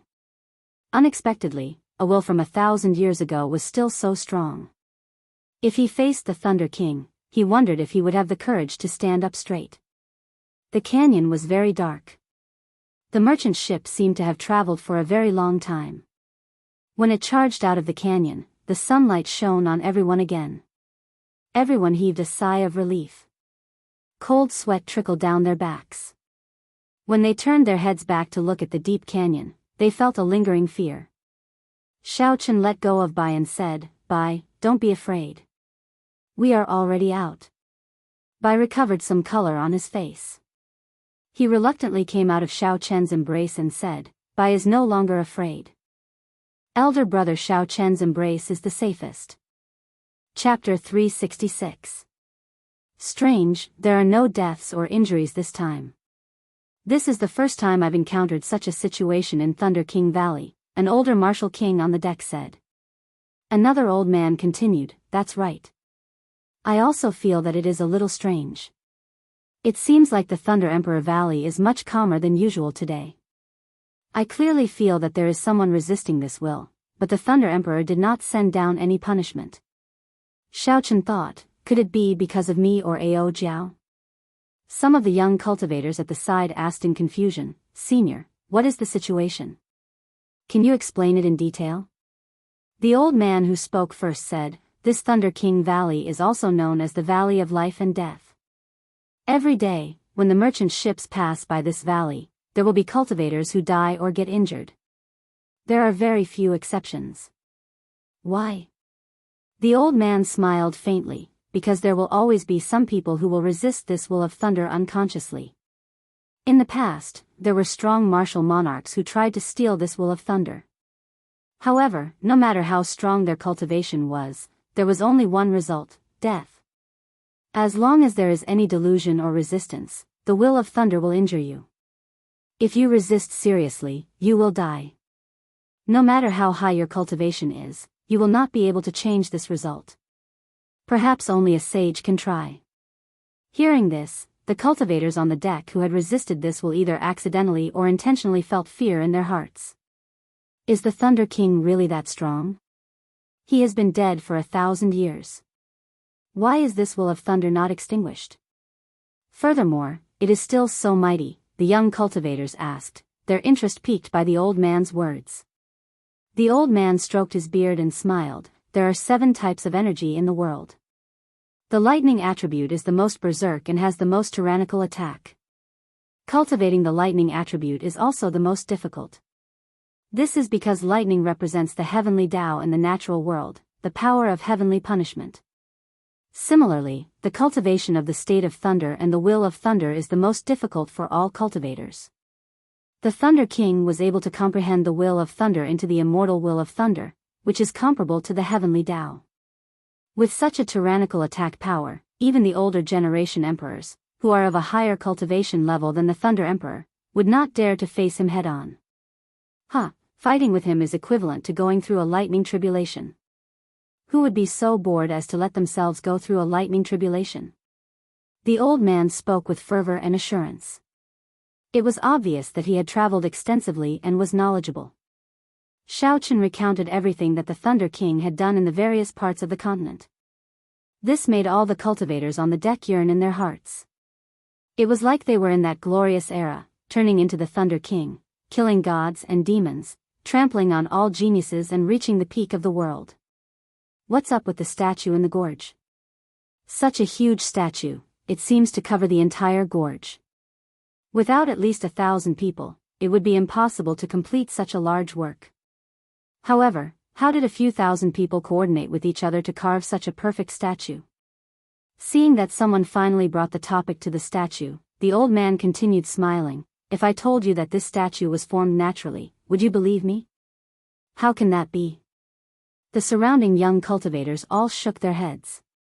When the old man heard this, he laughed loudly. You youngsters have pretty good talent. You are already peak superior grade martial saints at the age of 24 or 25. However, you are still too inexperienced to think about going to the treasure trove. Another old man at the side was a superior grade martial king. He said indifferently, in the future, if you have the opportunity to go to the ancient desolate land and see the statue of the first Tianwu emperor, you will know that these words are true. Indeed, in the end, the youngsters are still too inexperienced. On this trip to the treasure trove, you will definitely meet with experts from other nations. At that time, you might not even be able to keep your lives, another old martial king said. Furthermore, don't think that just because you are dressed up, you are a white-robed bladesman. How childish, someone brought up the same topic again. When the bladesmen in white robes with blue strips of cloth on their heads heard this, they all felt somewhat embarrassed. They did not know how to answer. The topic slowly returned to reality, to the destination of the group. The older generation cultivators all spoke up to discourage these youngsters. Actually, These old men were just reminding the crowd that if they met with experts from other nations, they would not even know how they died if they could not calm down. These old men had good intentions. As for how many of these youngsters would calm down, they did not need to worry. The topics of these old men broadened Xiao Chen's horizons. This was especially so for the Thunder King's deeds. This allowed him to gain a better understanding of this legendary man. However, half of Xiao Chen's attention was on the deck, on the peak superior grade martial king who had hidden his aura. Many cultivators sat on the deck at the bow, quietly comprehending the will of thunder from earlier. These were all lightning attributed cultivators. The immortal will of thunder that the Thunder King left behind had a strong effect on lightning attributed cultivators. More or less, it would be of some help. Perhaps it would allow one's state to advance further, or it would allow one to comprehend the state of thunder. Among the cultivators sitting on the deck, there was an old man in gray robes. He looked very ordinary. He was a typical, ordinary old man. This old man's aura was that of a superior grade martial king. There were many such old men on the bow. It was not strange for someone to be a superior grade martial king at such a young age. However, Xiao Chen could clearly sense that this person was a peak superior grade martial king. He was only one step shy of becoming a half-step martial monarch. He was extremely strong. This person was not a man of few words on the bow, nor did he brag about his past experiences. When he came across a topic that he was interested in, he would make some insipid comments, not attracting the attention of others. If it were not for Xiao Chen's spiritual sense being very sharp, he would not have discovered that this person was a peak martial king expert. This person is extremely dangerous. Xiao Chen kept an eye on him. The dog that bites is never the one that barks the loudest. At this moment, the merchant ship had already left the Tianwu continent. The Thunder King Valley slowly disappeared from everyone's sight. The continent also moved further away from the crowd. At the entrance of the valley, there were still many merchant ships slowly sailing out to sea. Xiao Chen withdrew his gaze and ignored the people on the ship, who were still discussing. He walked straight to the bow and looked out at the sea. All he could see was boundless seawater. The seawater was calm without any ripples. It was a deep blue. Occasionally, a flock of seabirds flew by. At this moment, the sea was very gentle. Before the calm, unruffled sea, one's field of vision was very wide. It broadened one's mind. The huge merchant ship broke through the waves and moved quickly on the sea. Now that they were on the sea, the merchant ship no longer had to worry about anything. It could move at full speed. Xiao Chen muttered, "Is this the boundless sea? It is indeed endless. I'm afraid that even if I spent my entire life, I would not be able to reach the end of this sea. Haha, this is not the boundless sea. This is just the coastal waters of the Tianwu continent. After we pass the Green Wind Island, we will truly reach the edge of the boundless sea. However, that is only the shallow sea. The true deep sea is even further." Suddenly, a drawn-out voice resounded in Xiao Chen's ears. He turned his head and saw the peak martial king that he had been paying attention to. He did not know when he had arrived.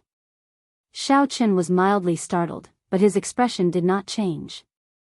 He smiled faintly and said, "Old senior, it looks like you are very knowledgeable. You seem to understand the boundless sea very well. Can you tell this junior about it?" The old man smiled gently and said, "I do not dare to address myself as senior. In the world of cultivators, the strong are respected, not by age. This old man is called Wu Shengxuan. If little brother does not mind, you can call me Old Wu." "Old Wu, please explain it to this junior," Xiao Chen said softly. He also wanted to know what the situation of the boundless sea was like. So he did not mind chatting a little more. Wu Shengxuan looked at the boundless sea and said sullenly, "The boundless sea has a total of 4 directions, the eastern sea, the western sea, the southern sea, and the northern sea. The merchant ship we are on is heading to the western sea. The true boundless sea is divided into the deep sea and the shallow sea. Currently, humans only have control over the shallow sea. As for the deep sea, it is too mysterious. This old man does not know much about it. There are countless islands in each direction of the shallow seas, and there are also countless powerful sections. Apart from the East Sea, the other three directions of the shallow seas all have a dominant sect, which is relatively stable. Xiaochen thought for a while and asked, how strong are the sects in the boundless sea compared to the sects in my great Qin nation? If compared to the western shallow sea, they can barely be considered a second-rate power. The Heavenly Saber Pavilion could be considered a first-rate power in the past. However, now, it can only be considered a second-rate power. If we include the Heavenly Craft Manor, it might be better. Xiaochen was somewhat surprised. Could it be that the Heavenly Craft Manor is stronger than the Heavenly Saber Pavilion? What do you mean? Ha. If you go out more, you will discover that many of the spirit weapons of the cultivators in the continent are made by the Heavenly Craft Manor. Even in the Great Jin Nation, this is very obvious. In terms of fame, the three great sects are not as famous as the Heavenly Craft Manor. Think about it carefully. If such a profitable sect does not have a certain level of strength, why did the royal court and the other sects not dare to swallow it up? Xiaochen had not thought of this unless he had a strong backer. If not, there was only one reason: the Heavenly Craft Manor had its own hidden power. When Wu Shangxuan spoke up to this point, he suddenly paused. He said, "White-robed bladesman, for you to be so interested in the Boundless Sea's powers, aside from going to the Green Wind Island, are you planning to go to the Boundless Sea as well?" Xiaochen was slightly stunned. He smiled and said, "Old Wu must be joking. How am I the white-robed bladesman? I only wear white robes. Stop denying it. You are observing me, but I am observing you as well," Wu Shangxuan said calmly as he looked into the distance. Xiaochen's heart sank. It looked like this person might have discovered his identity. Otherwise, he would not have come over to talk to him for no reason. Wu Shangxuan continued, "There is no need to be nervous. This old man is actually looking for you to discuss the matter of the Savannah King's treasure. I have been to that island twice before. This is my third time." Chapter 367. Wu Shangxuan had actually gone there twice already. This surprised Xiaochen greatly. For him to be able to escape unscathed twice, this person's strength was probably higher than Xiaochen had imagined. The first time, this old man obtained 3,000 medial-grade spirit stones, 2 secret treasures, and 2 bottles of rank 7 medicinal pills. The second time, I obtained 5,000 medial-grade spirit stones, 3 secret treasures, and a bottle of rank 8 medicinal pills. That is how I obtained my current cultivation. Xiaochen smiled faintly and said, "In that case, it looks like old Wu has made ample preparations this time. You should be able to reap a great harvest." Difficult. Wu Shangxuan sighed softly, "I wonder which damned fatso spread the treasure map." Now, aside from the cultivators of the Great Jin Nation, the cultivators of the other 4 nations are all rushing over here. Fortuitous encounters were hard to come by. The Savannah King's treasures were undoubtedly a great fortuitous encounter. This was clear from Wu Shangxuan's 2 harvests. Who would not be tempted by such a fortuitous encounter? It would not be strange no matter how many people came. Most or all of the cultivators on the merchant ships behind Xiaochen were probably here for the Savannah King's treasures. However, looking at Wu Shangxuan's expression, it seemed like there was more to his words. Xiaochen muttered to himself for a while before saying, "Senior, if you have something to say, just say it." When Wu Shangxuan heard this, he laughed loudly, "You youngsters are really direct. This old man said so much because I want to work together with you to explore the Savannah King's treasures." Working together with Wu Shangxuan would be of great help to Xiaochen. Wu Shangxuan had been to the island with the treasures twice. He would definitely be more familiar with the island situation than others. That way, Xiaochen could save a lot of trouble. However, if Xiaochen were to work together with a stranger of unknown origins, especially when the other party was stronger than him, the other party would definitely be the leader. If the other party killed him to snatch the treasures, he would be helpless. "Sorry, I am used to being alone. I'm afraid I cannot accept Senior's kind intentions."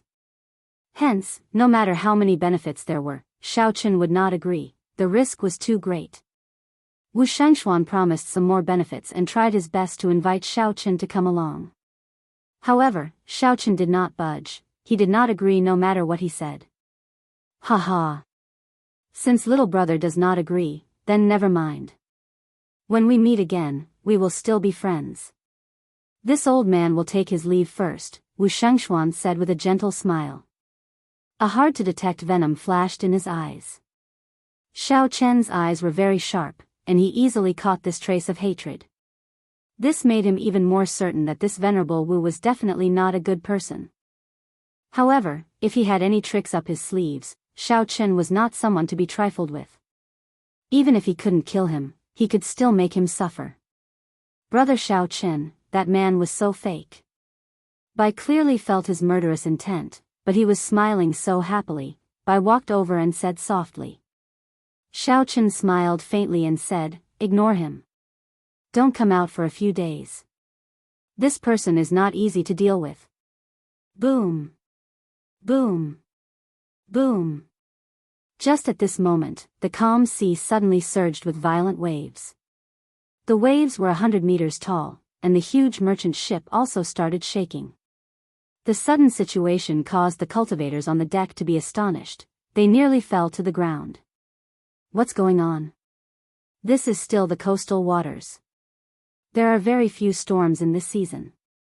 Why are there such large waves? A few cultivators who travel to the coastal waters all year round asked suspiciously. The ship was still shaking non-stop.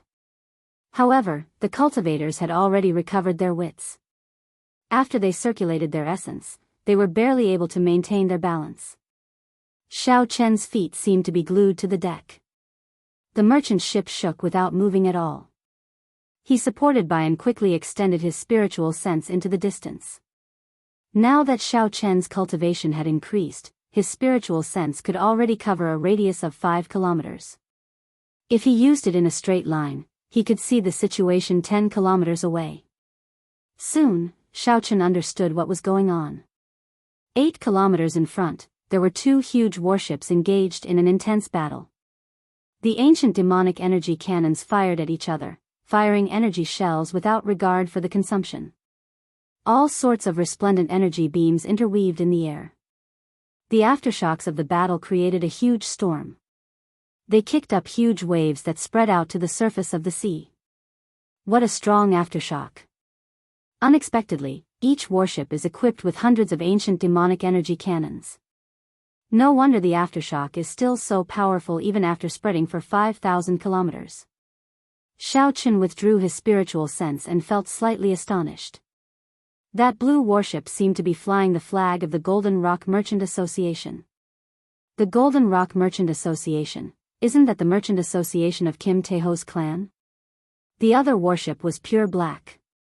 There was a black flag on the bow of the ship.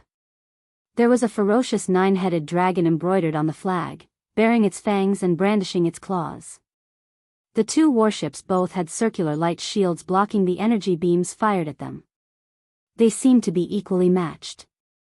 If this continued, the 2 warships might sink at the same time. Dong! Dong! Dong! A group of people came out of the ship's hold. They were the captain and the guards of the ship. Clearly, they were startled by the abnormal waves on the sea. The captain of the merchant ship was a middle-aged man. He was tall and had an imposing appearance. He wore yellow robes threaded with golden threads and exuded a vigorous aura. Unexpectedly, he was a superior-grade martial king. There were 8 guards beside the captain. They were all martial kings and were no more than 40 years old. This was the period when one's chi and blood were at their peak. Such a martial king's sharpness was much stronger than the old martial kings on the deck. If they really fought, their essence might not be as dense as the other parties. However, because their chi and blood were abundant, their sharpness was still present. Their chances of victory were higher. The captain looked at the horrifying waves in the distance and frowned slightly. He said to the person beside him, "Lu Sheng, your perception is as strong as a half-step martial monarch. Help me take a look at what's going on." The cultivator called Lu Sheng nodded and walked to the bow of the ship. He closed his eyes and blue ripples of light shot out from his body. The ripples merged into the water and headed into the distance. This person's martial spirit is rather special. Furthermore, he probably comprehended the state of water. That's why his perception is as strong as a half-step martial monarch's, Xiaochen thought to himself. Replying to Captain, it is the Black Dragon Group's 9-headed dragon warship. It is fighting with the Golden Rock Merchant Association's Underworld Wolf warship, Lu Xing said softly as he opened his eyes. This is the coastal waters.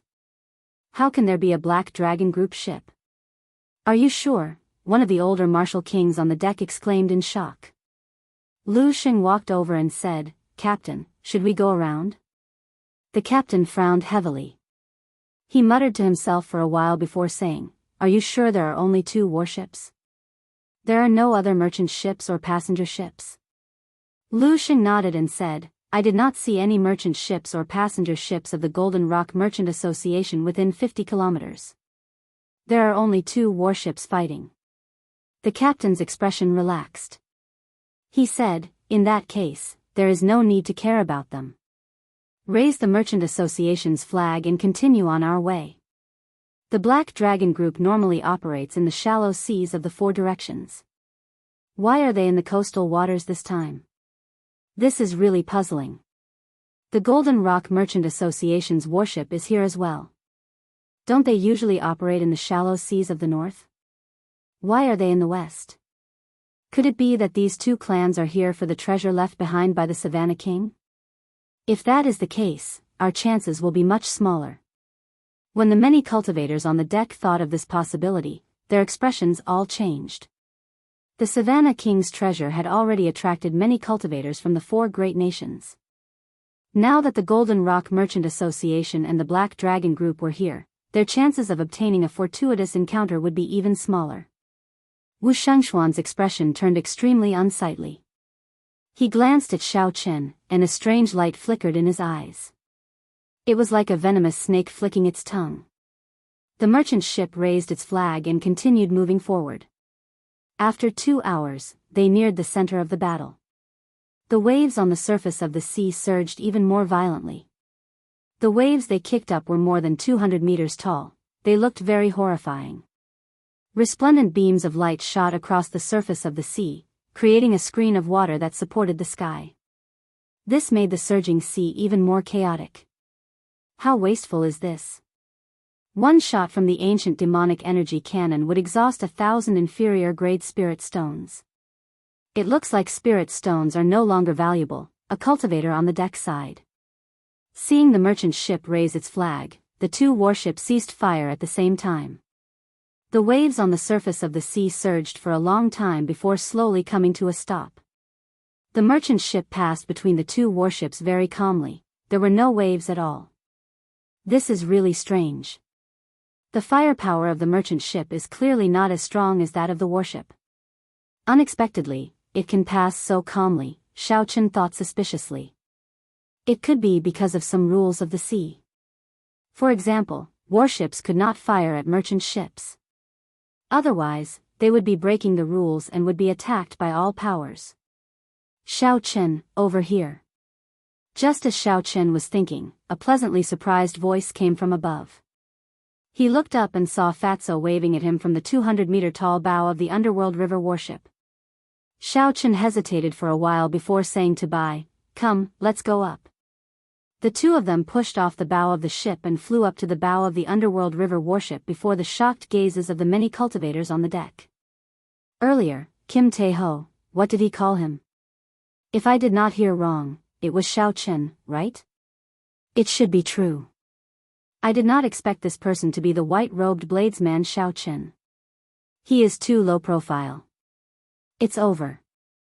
I actually mocked him earlier for pretending to be the white-robed bladesman.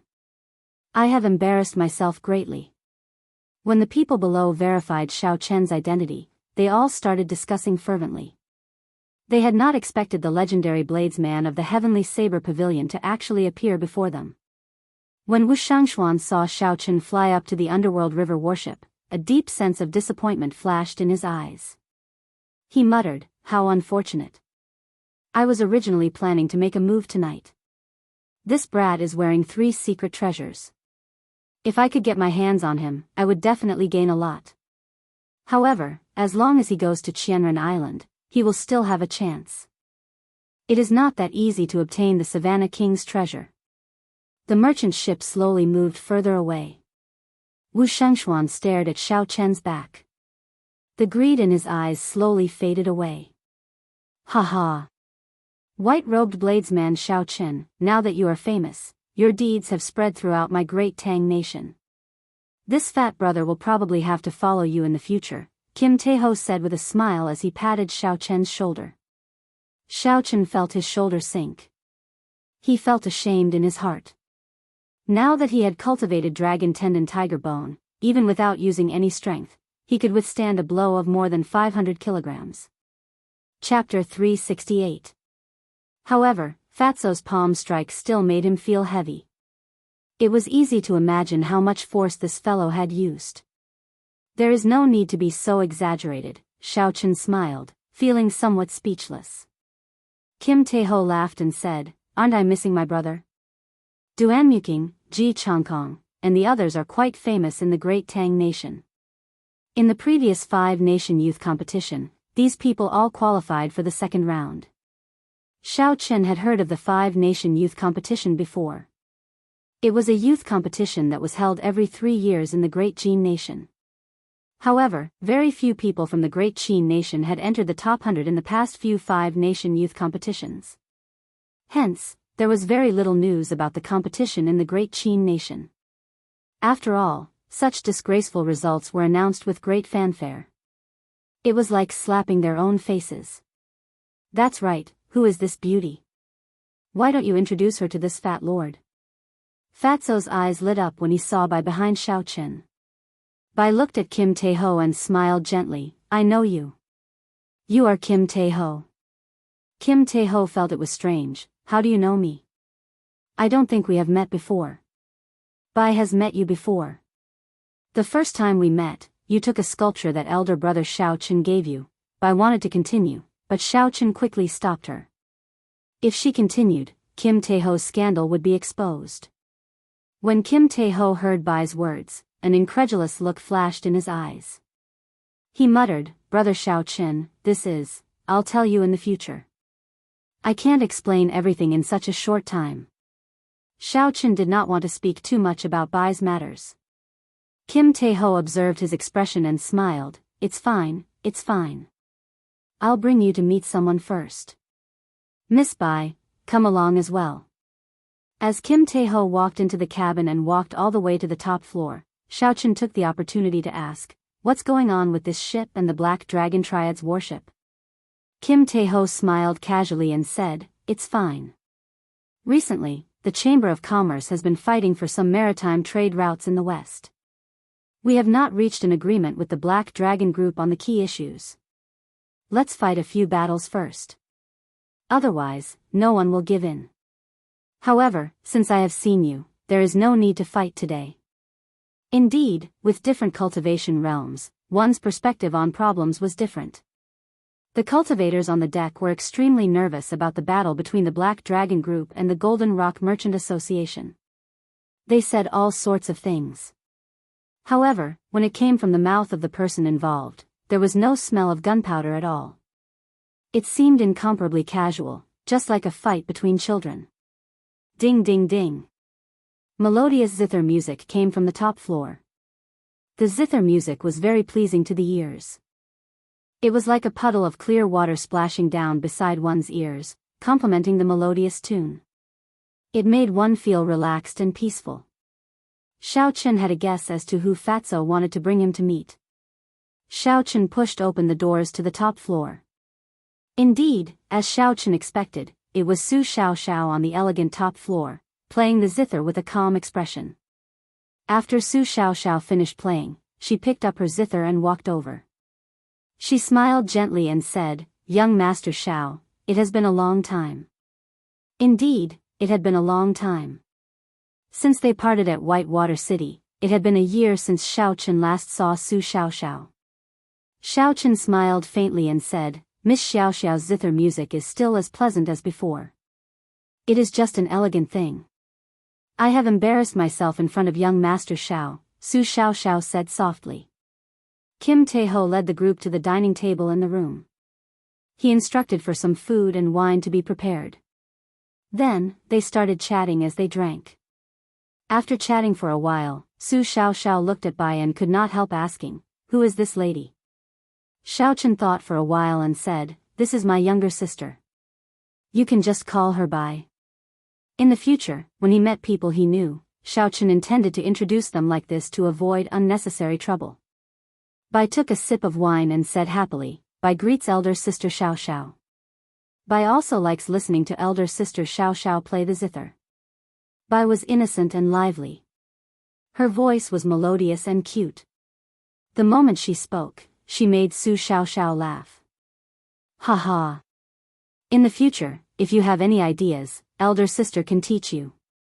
Su Xiao smiled gently as she looked at Bai. Bai said excitedly, "Thank you, elder sister." The group casually talked about their encounters. After that, Su Xiao asked, "Young Master Xiao, you probably came to the Green Wind Island for the Savannah King's treasure, right?" Xiaochen nodded and said, "Yes, I am just trying my luck. I want to see if I have any fortuitous encounters." "What about after that?"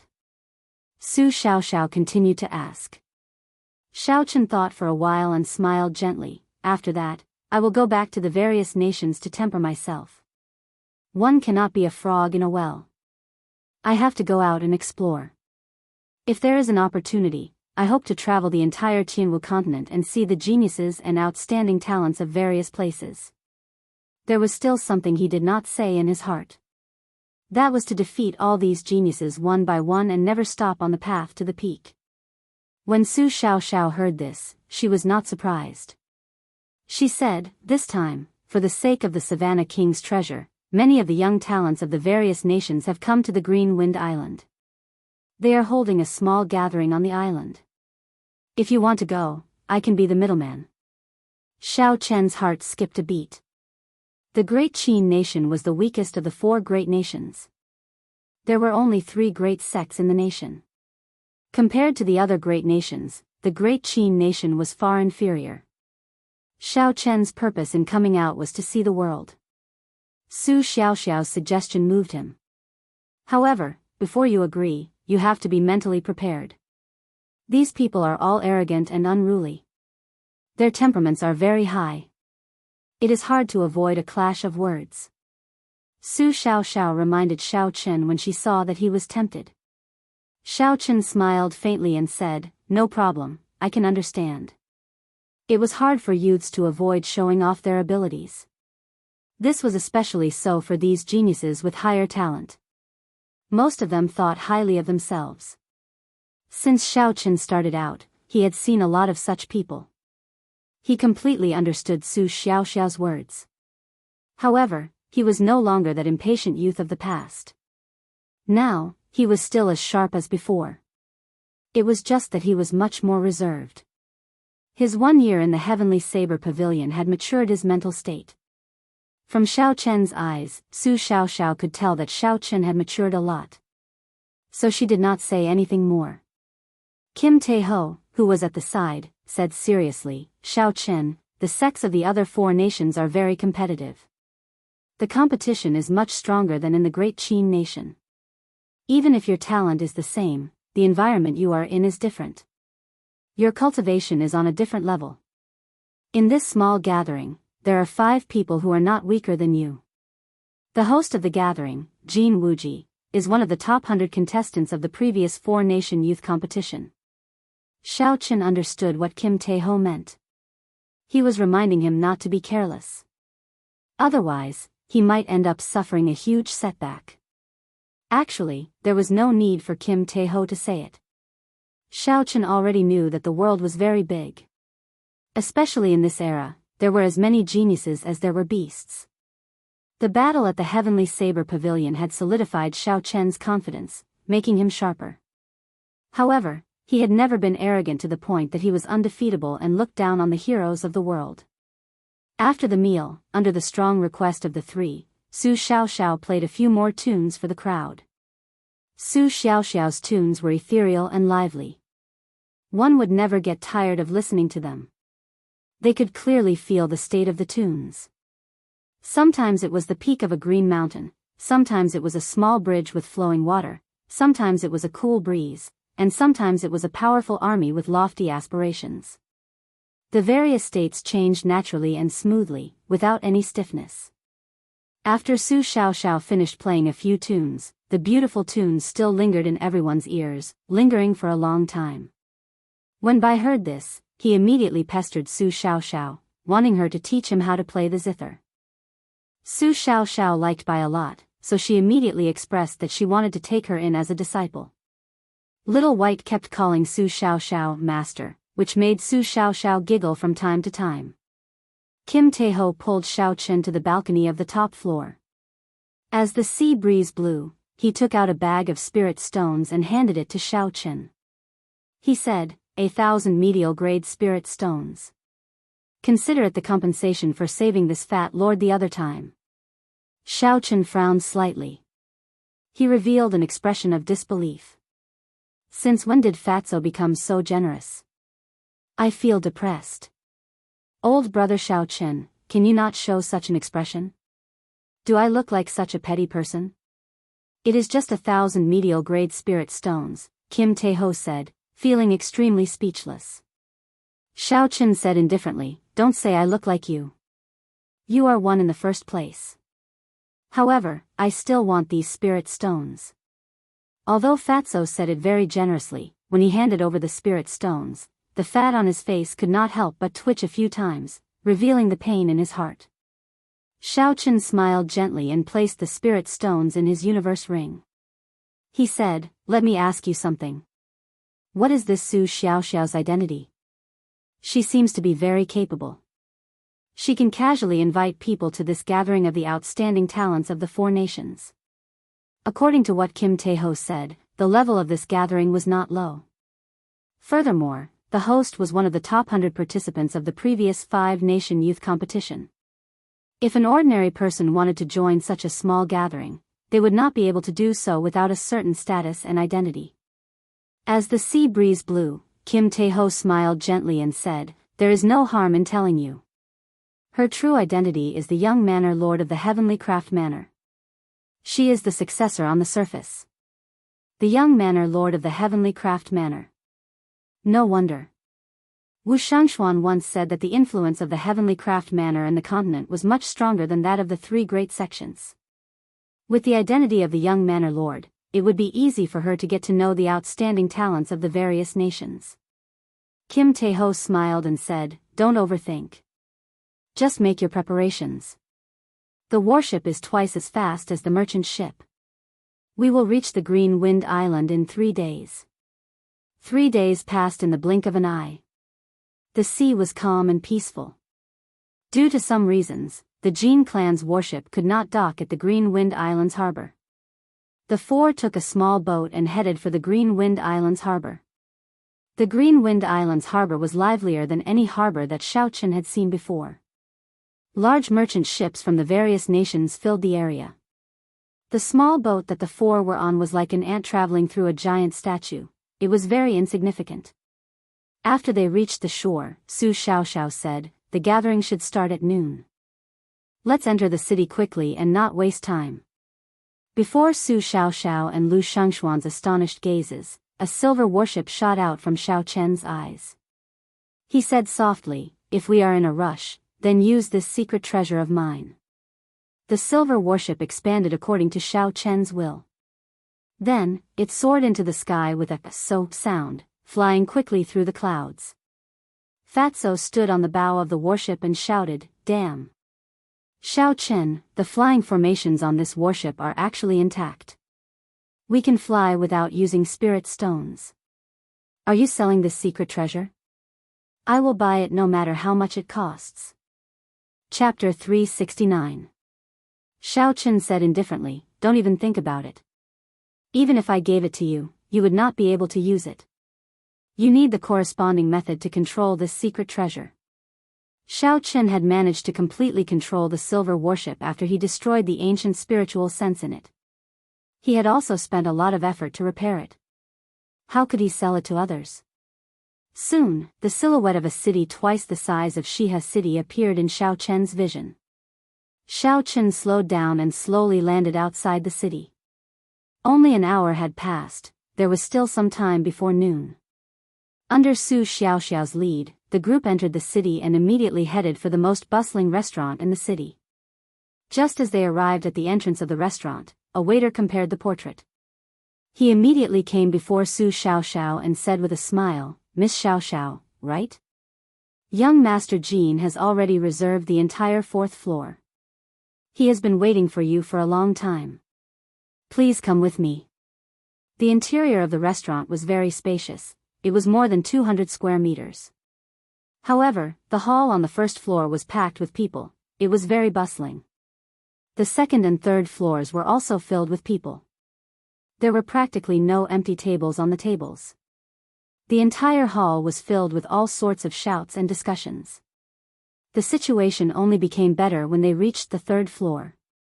The 3rd floor was filled with private rooms and pavilions. Those who could come up here were not ordinary people.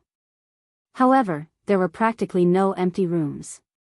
The Savannah King's treasure actually attracted so many cultivators. This is rather surprising. The person who started all this, Fatso, laughed shamelessly. The waiter leading the way laughed as well. Indeed, it is all thanks to that damned Fatso, who publicized the treasure map. This Fatso is now hated by everyone. However, our restaurant has to thank him. Since last month, our business has been booming. Hearing this, Xiao Chen and Su Xiaoxiao both laughed gently. Fatso's expression immediately became conflicted, his smile completely froze. Seeing that Jean de Bao's expression wasn't right, the waiter hurriedly said, "Sir, I'm not talking about you, I'm talking about that damned fatty who sold the treasure map. You can't be called fat, you're completely noble and dignified. That damned fatty can't compare to you." When she heard this, even the reserved Su Xiaoxiao could not help but laugh out loud. "You can go down first. We will go up ourselves." Afraid that the fat man would not be able to suppress his anger, Su Xiaoxiao quickly sent the waiter, who was about to say something else, away. Kim Tae-ho felt very depressed. However, the waiter had already gone far away. Furthermore, the waiter had only said something nice. Even if he wanted to get angry, he could not find a reason. This kind of conflicted and depressed expression, every time one looked at it, one could not help but laugh. The few of them went up to the 4th floor. Compared to the 3rd floor, this floor was very quiet. There was no noise at all. The tables in the middle of the large space were all cleared out, creating a large empty space. There were many tables placed against the walls of the restaurant. Cultivators of various nations sat at the tables, discussing matters of martial cultivation. Xiao Chen looked around and saw about 100 people. Most of them were inferior grade martial kings. Although a few of them had not become martial kings, their auras were very strong. However, Xiao Chen's aura was extremely strong. Clearly, he had been stuck at peak superior grade martial saint for a long time. Now, he was only a step shy of advancing to martial king. These people were all over the age of 20. Compared to Lang Liusu, they were much weaker. However, to be able to become martial kings before the age of 25, they were worthy of being called geniuses. This was especially so for the youth sitting in the middle. He was handsome and had a deep gaze. His aura was like a ferocious tiger or wolf. Just by sitting there quietly, he gave off a faint pressure. This youth was already a peak inferior grade martial king. He was also the only one among the 100 people to do so. The increase in strength of a martial king by a grade was even more obvious than that of a martial saint. Without a high-ranked martial technique or a strong state, it would be very difficult to challenge an opponent of a higher cultivation realm. If Xiao Chen guessed correctly, this person should be the one that Kim Tae-ho mentioned. He was one of the top 100 contestants of the previous 5-nation youth competition, Jin Wuji.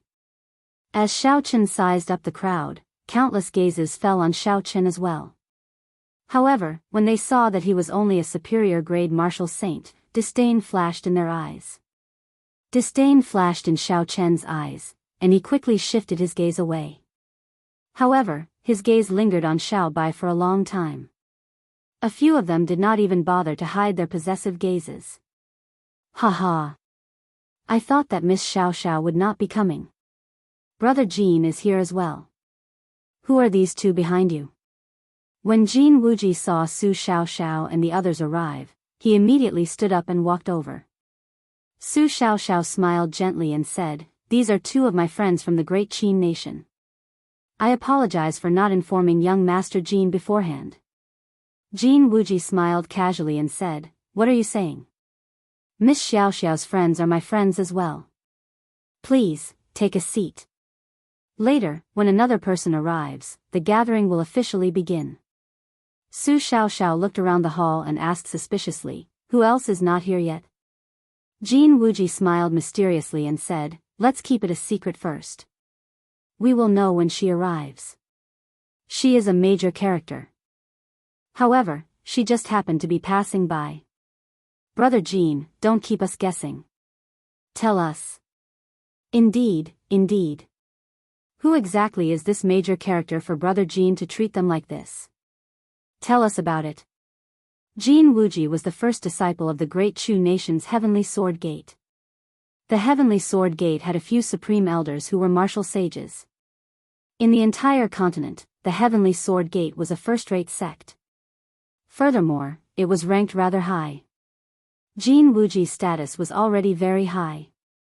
Otherwise, he would not have such prestige, able to gather so many geniuses of the various nations. Even Jin Wuji had to show some respect to this person. It was easy to imagine what kind of person this person was. This person was definitely a major character. This piqued everyone's curiosity. Just at this moment, a strong aura suddenly surged in the direction of the restaurant. Everyone was startled and looked out the window. Jin Wuji's face lit up in joy. He said softly, "She is here." "Who?" A nimble figure floated in from a window on the 4th floor. It was a pretty woman with a curvaceous figure and a smile like the morning sun. She was wearing a green robe and flew in from the window. After the azure-robed girl landed, she withdrew her strong aura. She had an apologetic smile on her face.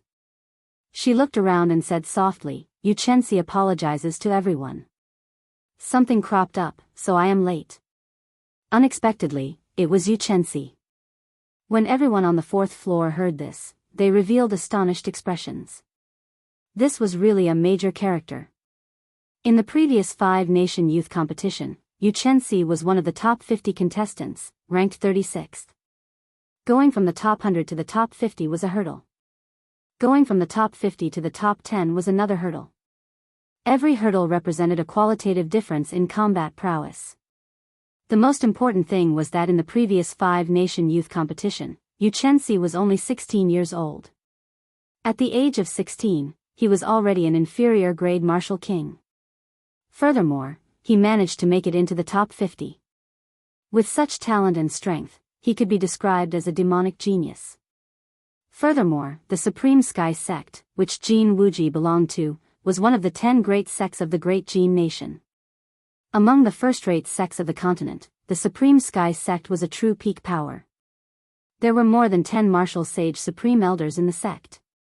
With such horrifying talent, the nurturing of a first-rate sect, and the rich spiritual energy of the great Jin nation, Yu Chenxi's future was foreseeable. She was like a rising star. When Jin Wuji saw Yu Chenxi arrive, he heaved a sigh of relief. He had thought that she would not be coming. He smiled and said, "Miss Yu, it is not noon yet. You are not late. We are just early." "Indeed, Miss Yu, there is no need to mind. We have not been here for long." When Yu Chenxi arrived, she immediately became the focus of everyone's attention. No one cared that she was late. Jin Wuji invited Yu Chenxi to a table in the center. After Yu Chenxi was seated, he stood up and said softly, "I believe everyone came to the Green Wind Island this time for the treasures left behind by the Savannah King. I am indebted to everyone's generosity for attending this gathering. There are 2 purposes for this gathering. One is to avoid a life-or-death situation during the fight for the treasures. This is to let everyone familiarize themselves with each other first. When the time comes, everyone will obtain what they need based on their own abilities. We will make a gentleman's agreement that we will absolutely not do despicable things like sneak attacks or sneak attacks. Normally, everyone is from different sects of different nations.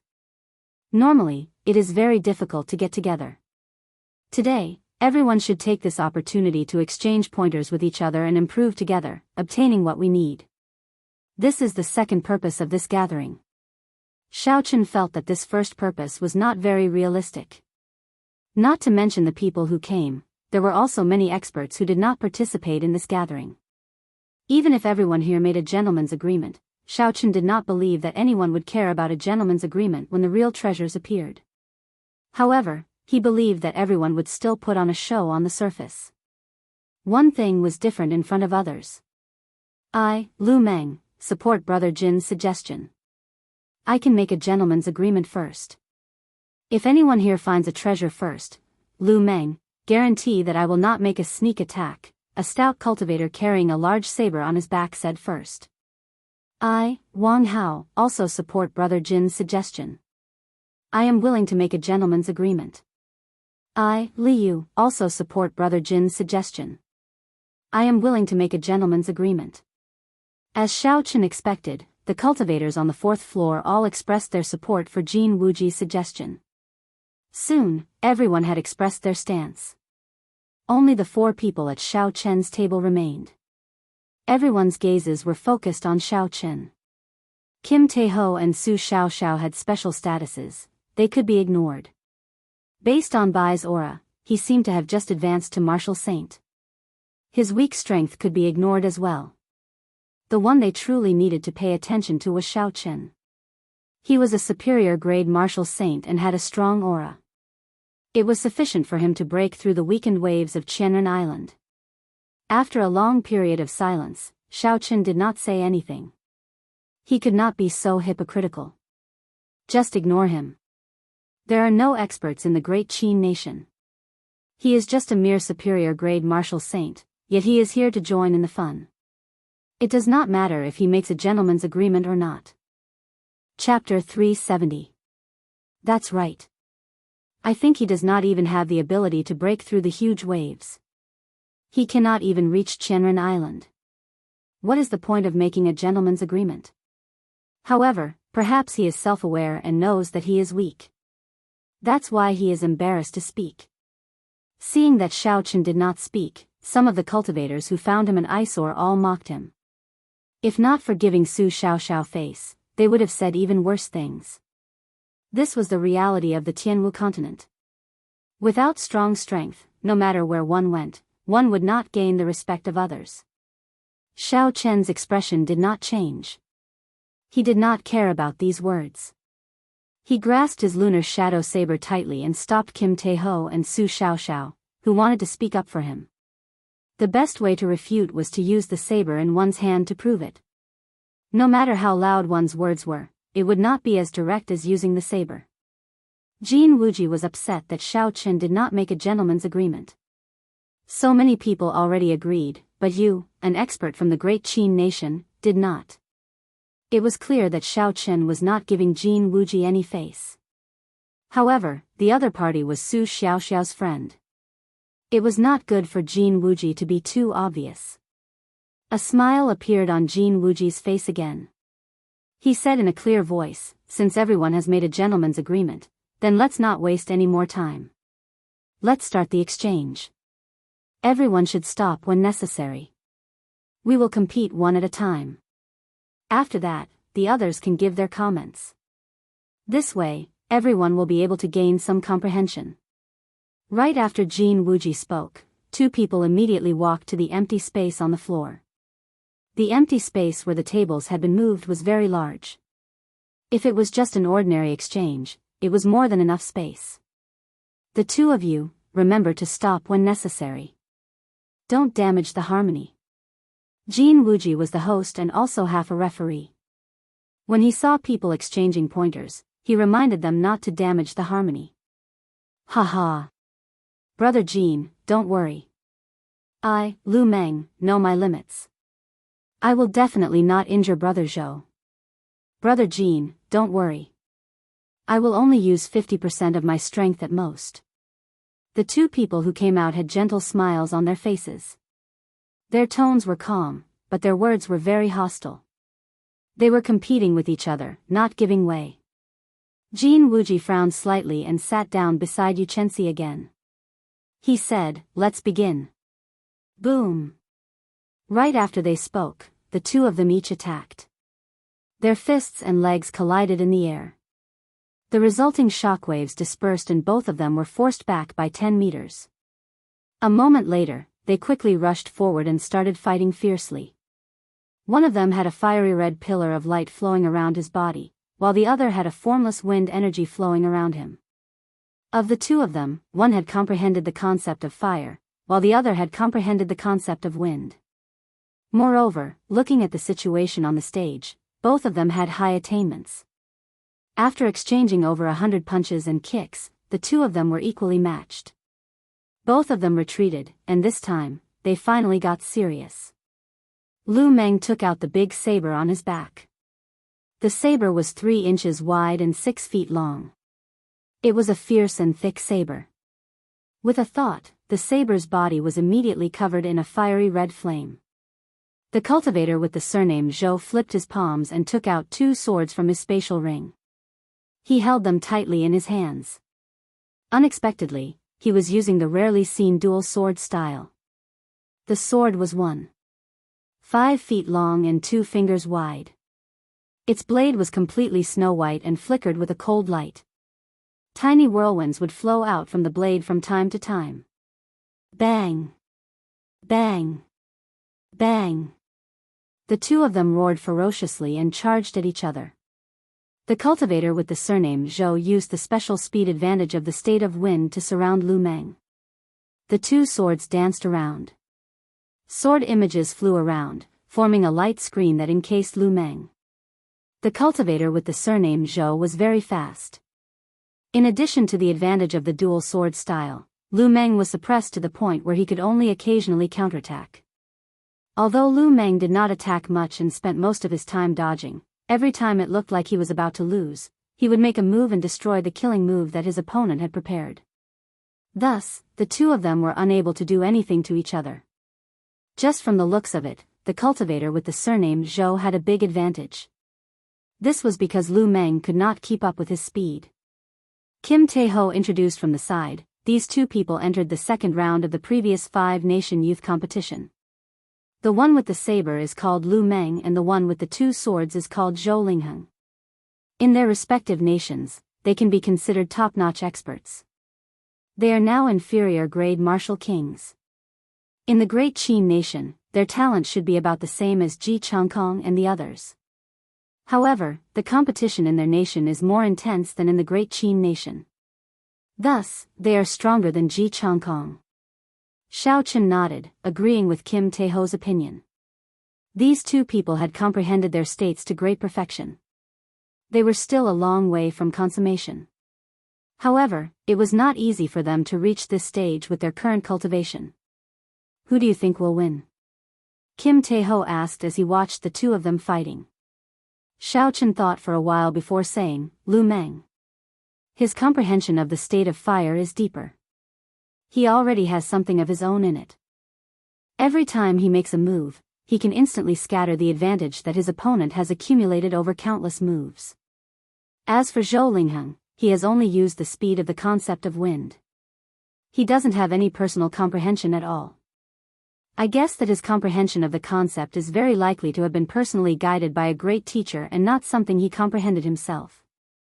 The state of wind was not only about speed. Back then, when Xiao Chen fought with Murong Chong, he understood this.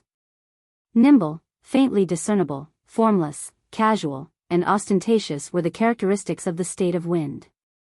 When Yuchensi, who was beside Jin Wuji, heard this, a strange look flashed in his eyes. He looked suspiciously at Xiao Chen.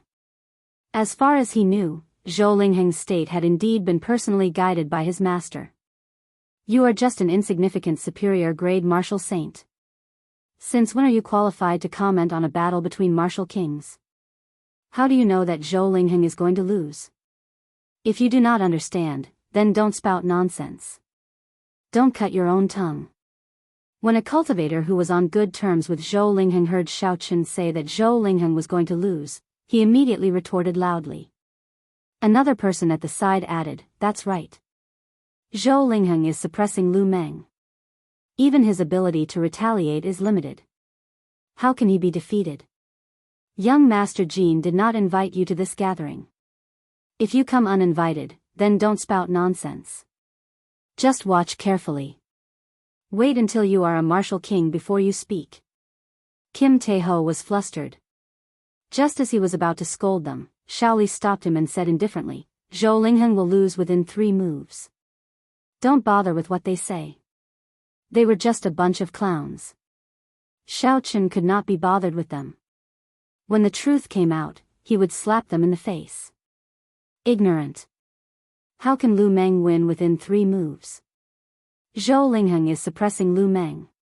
It is difficult for him to retaliate. How can he be defeated?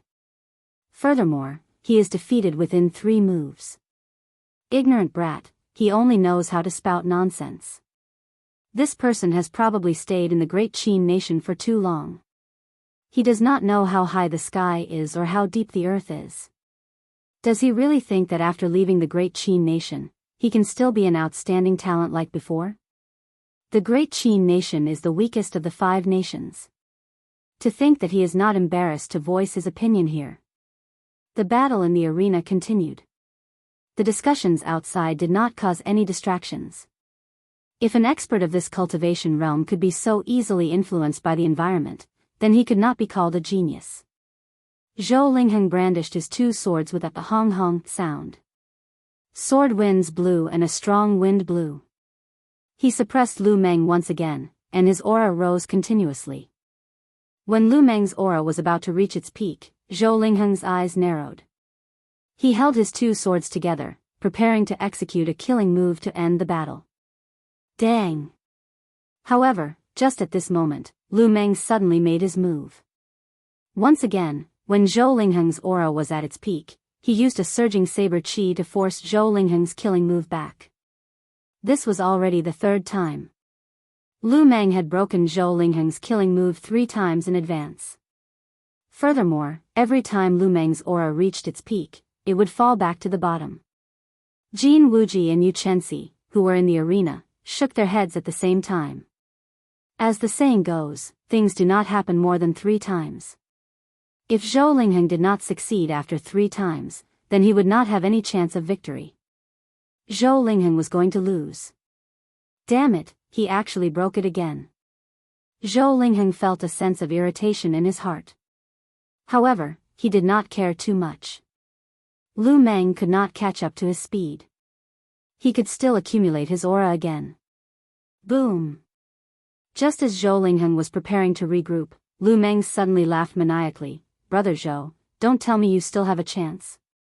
Rise!" The aura that Lu Meng had been suppressing suddenly exploded out. A strand of fire soared up from under his feet. A ferocious beast appeared above his head, brandishing its claws and roaring. When the ferocious beast roared, Lu Meng's state of fire was raised to its peak.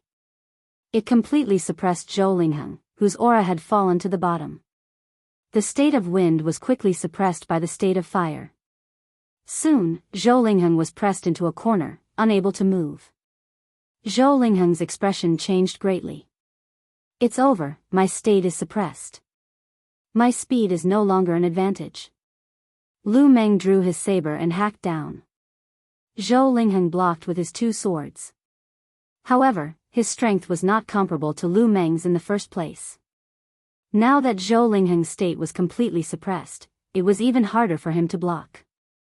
Sweat dripped down from his forehead as he bitterly held on. Defeat!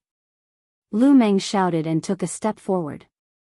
The entire 4th floor shook a few times and a huge force was transmitted. Zhou Lingheng was immediately sent flying and fell heavily on the ground. Zhou Lingheng had been defeated within 3 moves. Furthermore, it was really within 3 moves. It was exactly as Xiao Chen had said. The people who mocked Xiao Chen earlier felt ashamed in their hearts. How did this brat get it right? He is indeed only a superior grade martial saint. He must have guessed blindly. He must have guessed blindly. If we could not tell, how could he? The few of them felt very sullen and depressed. They could only lie to themselves. Right, he must have guessed blindly. However, even so, I do not like him. He is too arrogant. If Miss Xiao Xiao was not here, I would not have been able to endure it. I would have made a move to teach this brat a lesson. It seems like someone can no longer endure it. Bai Shuiheng has already gone up. A man dressed in white with a sword at his waist walked over to Xiao Chen with heavy steps. He said indifferently, Bai Shuiheng, I heard your evaluation earlier. You seem to be quite strong. I would like to seek some advice from you. I wonder if that is possible. Fatso said softly, this fellow is Zhou Lingheng's good friend. He is here to help him take revenge. You better be careful. Jin Wuji, who was in the middle, frowned slightly and said, Bai Shuiheng, you are only a step away from becoming a peak inferior grade martial king. It is not appropriate for you to exchange pointers with a superior grade martial saint. Chapter 371. Earlier, Xiao Chen had embarrassed him. In his heart, he hoped that Bai Shuiheng would teach Xiao Chen a lesson. However, firstly, Bai Shuiheng was Su Xiaoxiao's friend. Secondly, Yu Chenxi happened to be beside him. At this moment, he might as well appear more open and aboveboard. Otherwise, he might attract the other party's attention. However, who knew, Xiao Chen completely ignored his suggestion. When he saw the indistinct purple electricity around the other party, he immediately became interested. The other party was actually a swordsman who comprehended the state of thunder. Xiao Chen stood up and looked at Bai Shuiheng. He said softly, I accept your challenge. Of all the states, the state of thunder was the most difficult to comprehend. It was also the state with the strongest attack power compared to the other states. Compared to the other states, it did not have many tricks to it. It only had a pure berserk offensive power. It was also the purest attack of the natural heavenly Tao. Since Xiao Chen comprehended the state of thunder, he had never fought with another cultivator who comprehended the state of thunder. Hence, the moment this Bai Shuiheng made a move, he became interested. Bai Shuiheng said indifferently, you speak so extravagantly. I want to see how strong you are. Don't worry. Don't say that I am using my cultivation to bully you. I will only use 50% of my strength to fight you. Xiao Chen held the lunar shadow saber in his hand and slowly walked to the empty space. He said indifferently, there is no need to go through so much trouble. Make your move. Very good. Let's see what qualifications you have to be arrogant. Boom. Electric light flickered as Bai Shuiheng drew his sword at lightning speed. A crack of thunder resounded in the vast floor, numbing everyone's eardrums. The instant Bai Shuiheng drew his sword, it was like a surging bolt of lightning, giving off an incomparably dazzling purple light. With the force of his kick, he covered the distance of more than 100 meters in an instant. The dazzling electric sword flew towards Xiao Chen's face. This sword contained the speed and berserk of lightning. Before the sword arrived, it kicked up a strong wind. The hair of the people behind Xiao Chen fluttered in the wind. They could not help but squint. What a powerful sword strike. After not seeing Bai Shuiheng for a few years, his strength had actually increased again. This person was much stronger than Zhou Lingheng. When everyone saw this sword move that was as fast as a gust of wind and had an earth-shattering momentum, they all exclaimed in surprise. Xiao Chen's expression did not change.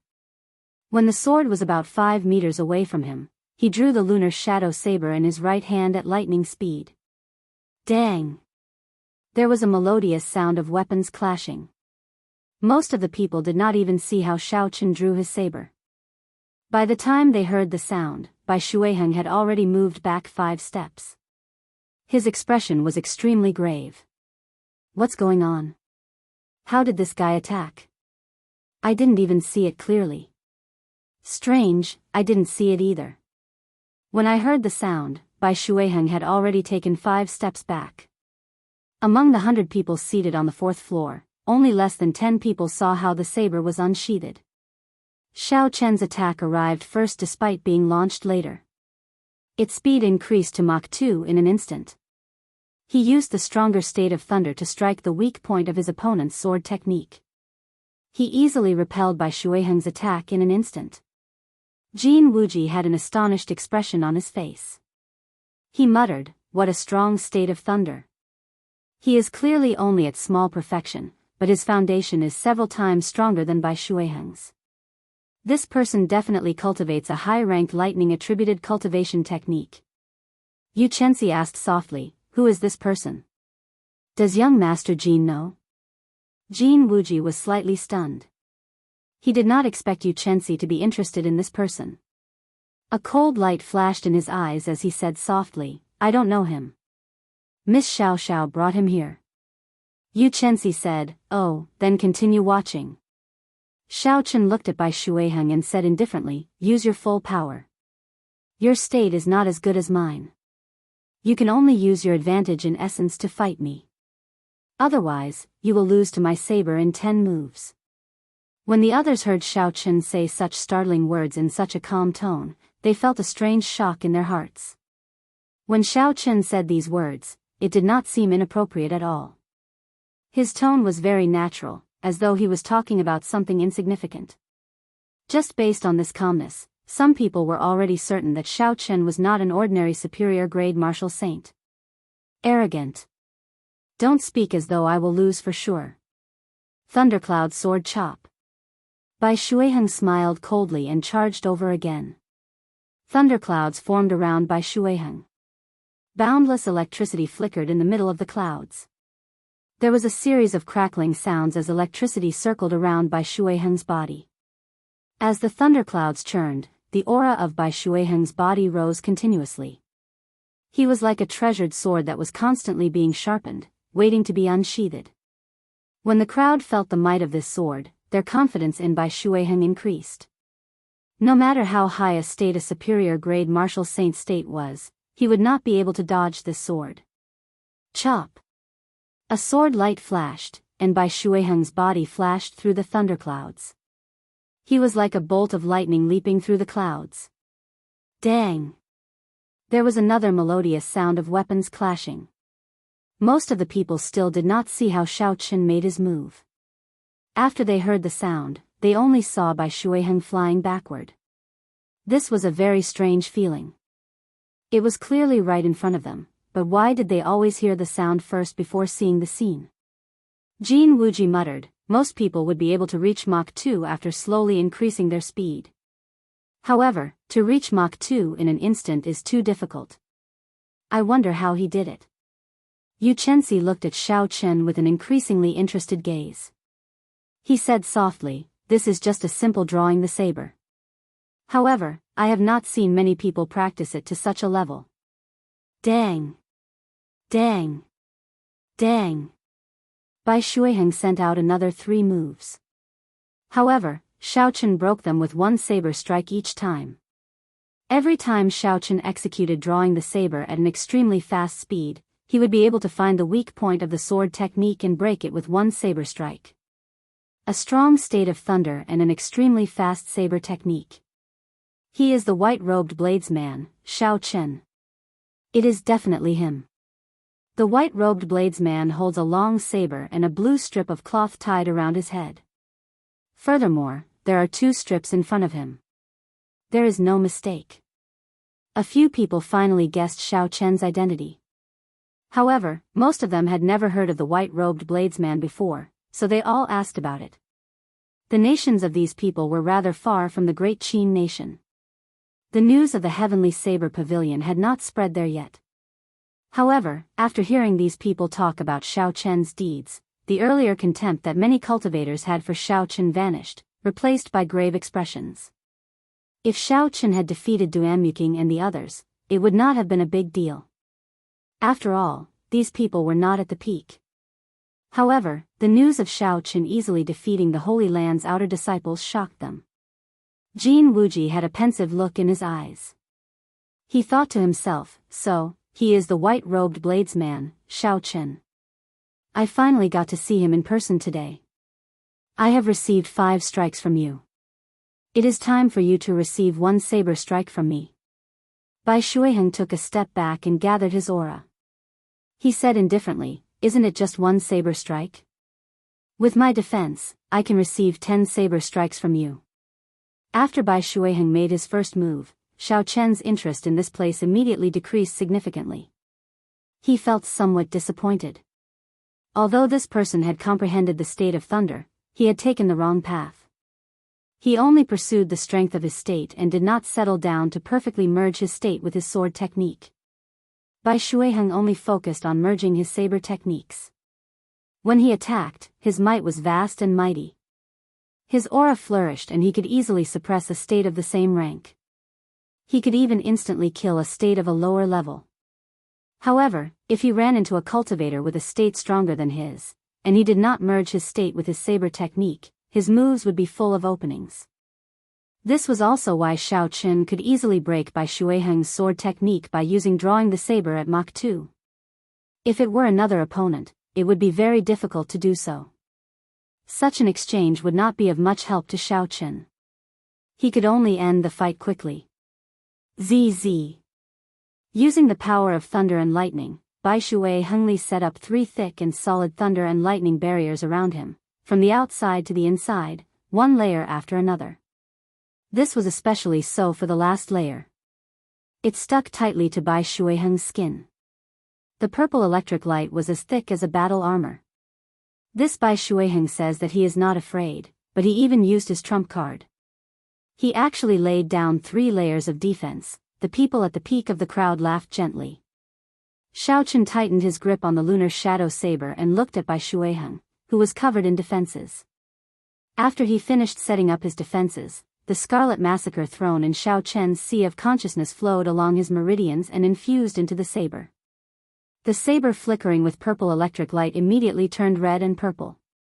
Xiao Chen pushed off the ground and executed the blue dragon cloud soaring art, stabbing out with his saber. Bang! Bang! Bang! The 3 barriers made of electricity only lasted for a moment before being easily broken by Xiao Chen's saber technique infused with the states of massacre and thunder. The surging force of the saber immediately knocked Bai Shuiheng back, causing him to fall heavily to the ground. Unexpectedly, he defeated Bai Shuiheng with 1 saber strike. The white-robed bladesman truly lives up to his reputation. Among the 100 of us, he can rank within the top 10. It is hard to imagine that he actually comes from a sect in the great Qin nation. Bai Shuiheng's defenses are useless before him. The sharpness of this saber strike is really shocking. Bai Shuiheng is too arrogant. After defeating Bai Shuiheng with 1 saber strike, the people who mocked Xiao Chen earlier immediately shut up, no longer daring to underestimate him. The crowd all commented on the fight between the two, giving an objective evaluation of Xiao Chen's strength. Indeed, it was as Xiao Chen expected. If he wanted to gain the respect of others, he could only use the saber in his hand. That was the most direct way and also the most persuasive. Xiao Chen performed a cupped fist salute to Bai Shuiheng, who stood up. Thank you for letting me win. Xiao Chen had held back with his saber strike. The state had not penetrated Bai Shuiheng's body. Hence, Bai Shuiheng had only suffered some external injuries. Bai Shuiheng felt somewhat ashamed. Originally, he had wanted to stand up for his good friend. He had not expected Xiao Chen to deal with him in 1 move. He did not say anything and returned to his seat. Unexpectedly, he grasped the state of massacre. No wonder he could challenge someone of higher cultivation so easily. Seeing Xiao Chen return to his seat, Yu Chenxi felt enlightened. However, Xiao Chen's cultivation was still too low. His state of massacre was not as complete as his state of thunder. Xiao Chen was weaker than expected. However, his future potential was immeasurable. Chapter 372. As the sparring continued, the atmosphere became livelier and livelier. After every sparring session, someone would comment on it. Among them, there were 5 or 6 people who attracted Xiao Chen's attention. These people had comprehended their states to great perfection. More importantly, they had formed their own unique characteristics.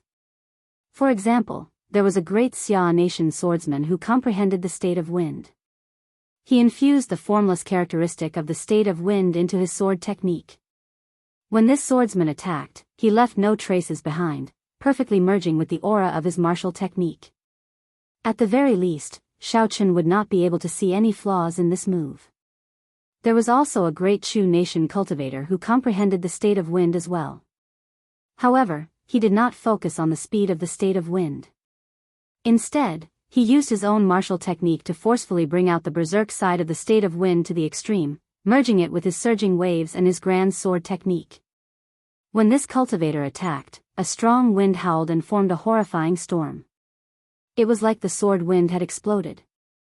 There was also an expert who comprehended the state of water. He infused the unique characteristics of flowing water into his momentum.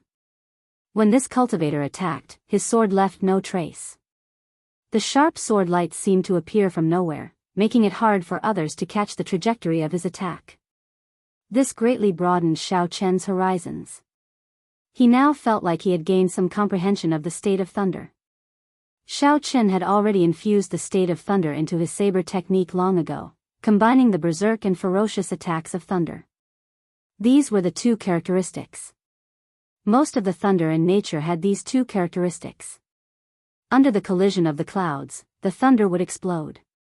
When the clouds collided, it accumulated its aura continuously before striking out, displaying its berserk and ferocious attacks. Compared to the other states, the offensive and destructive power of the state of thunder was greater. However, its weakness was that it was difficult to maintain it continuously. With such a high destructive power, every strike exhausted a large amount of essence. Furthermore, one had to continuously accumulate aura. Hence, compared to the other states, it lacked flexibility and flexibility. Xiaochen thought to himself, I can only see the simple aspects of the state of thunder. Berserk and speed are also brought out to their limits. However, looking at the martial artists here, every state has its own unique characteristics. Clearly, the state of thunder has its own unique characteristics as well. As far as I am concerned, I only need to merge these two characteristics of the state of thunder with my own martial technique to perfection for now. However, in the future, if I want to turn my state into a will, I will definitely need to have a comprehensive understanding of the state of thunder. Thus, from now on, I have to prepare for a rainy day and understand the state of thunder better. The exchange of pointers continued. Jin Wuji also left the stage.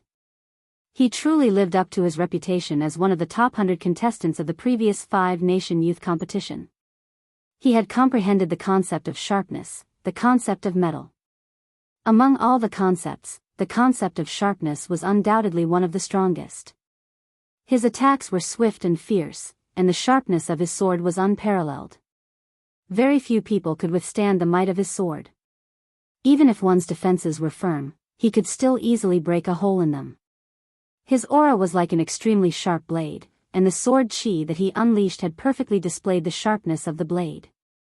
That swordsman, who had merged the berserk characteristic of the state of wind with his sword technique, only managed to last 15 moves against Jin Wuji.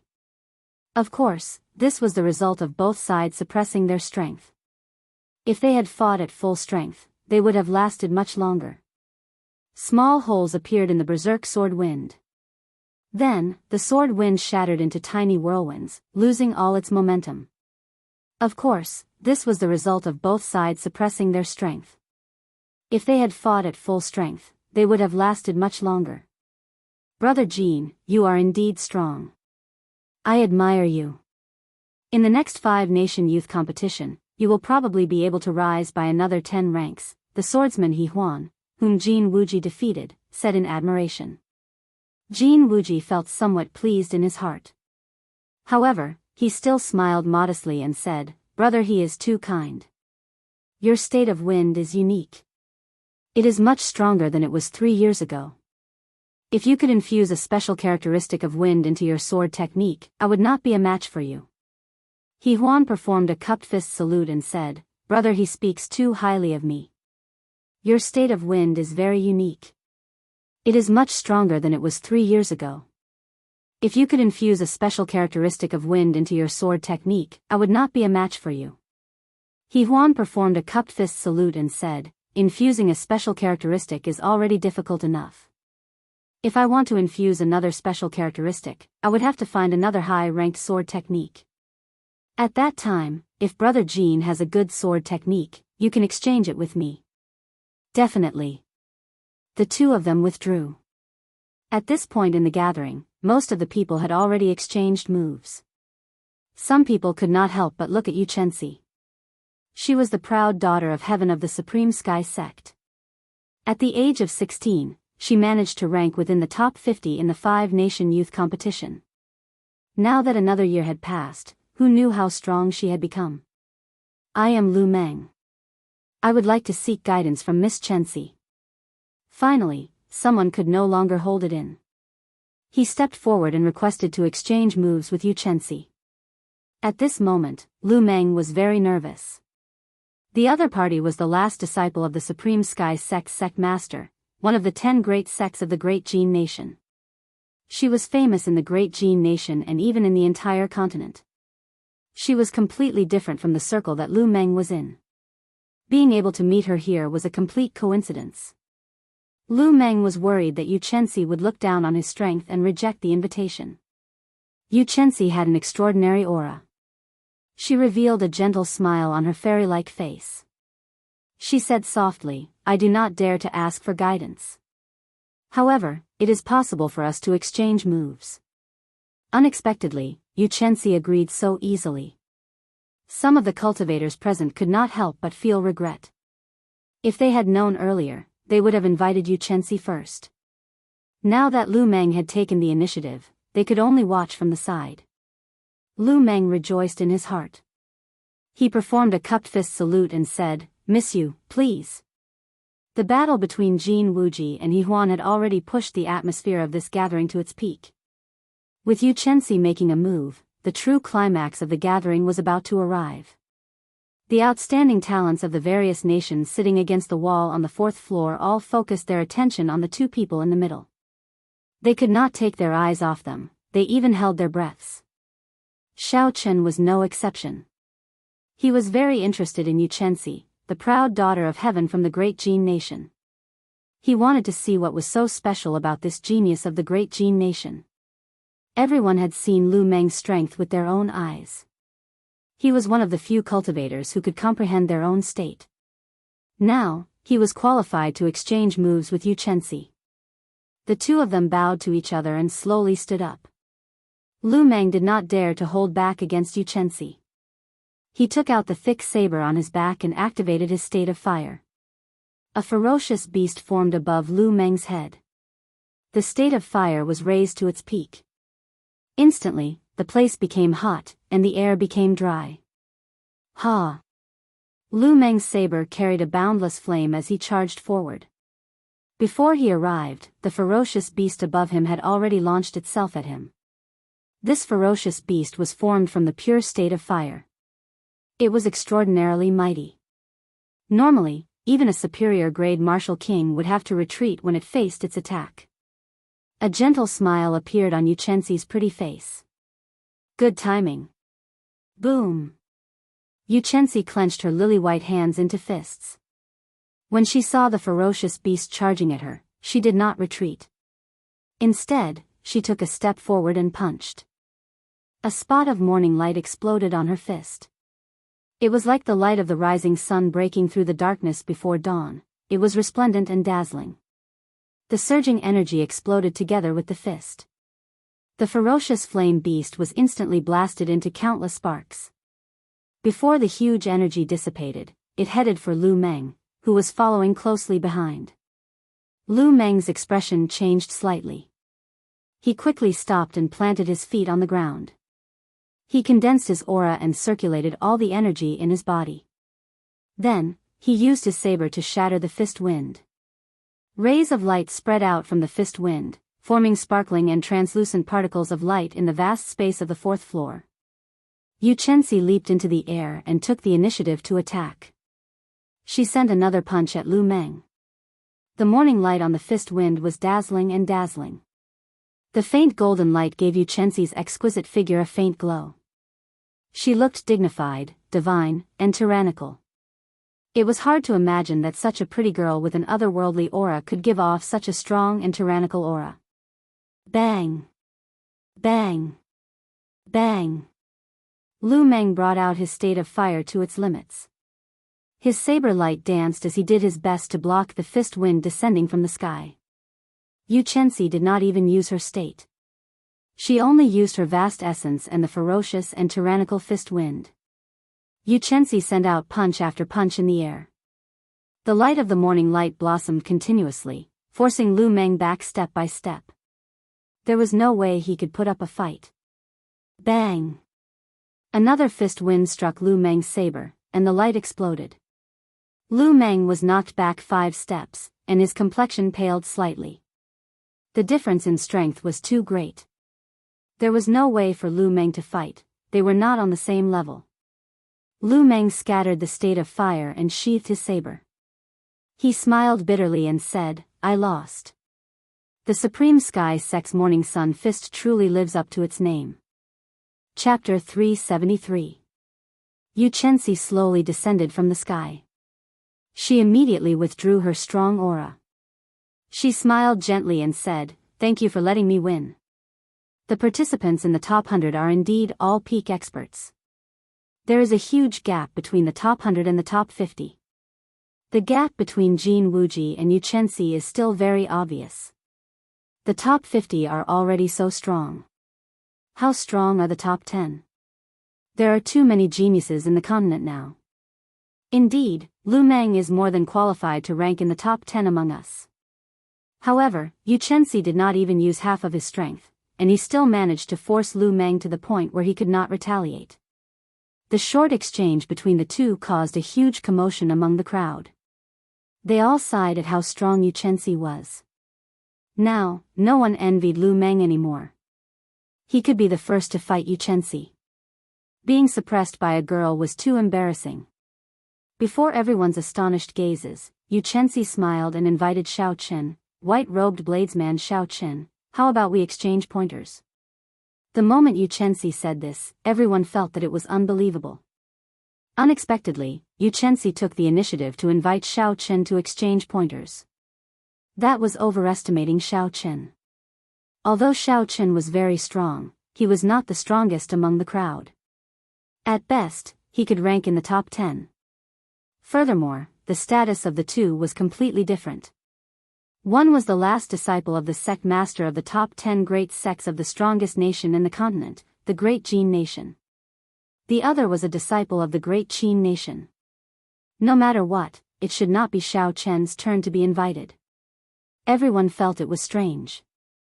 Their astonishment also contained a trace of jealousy. This was especially so for Jin Wuji.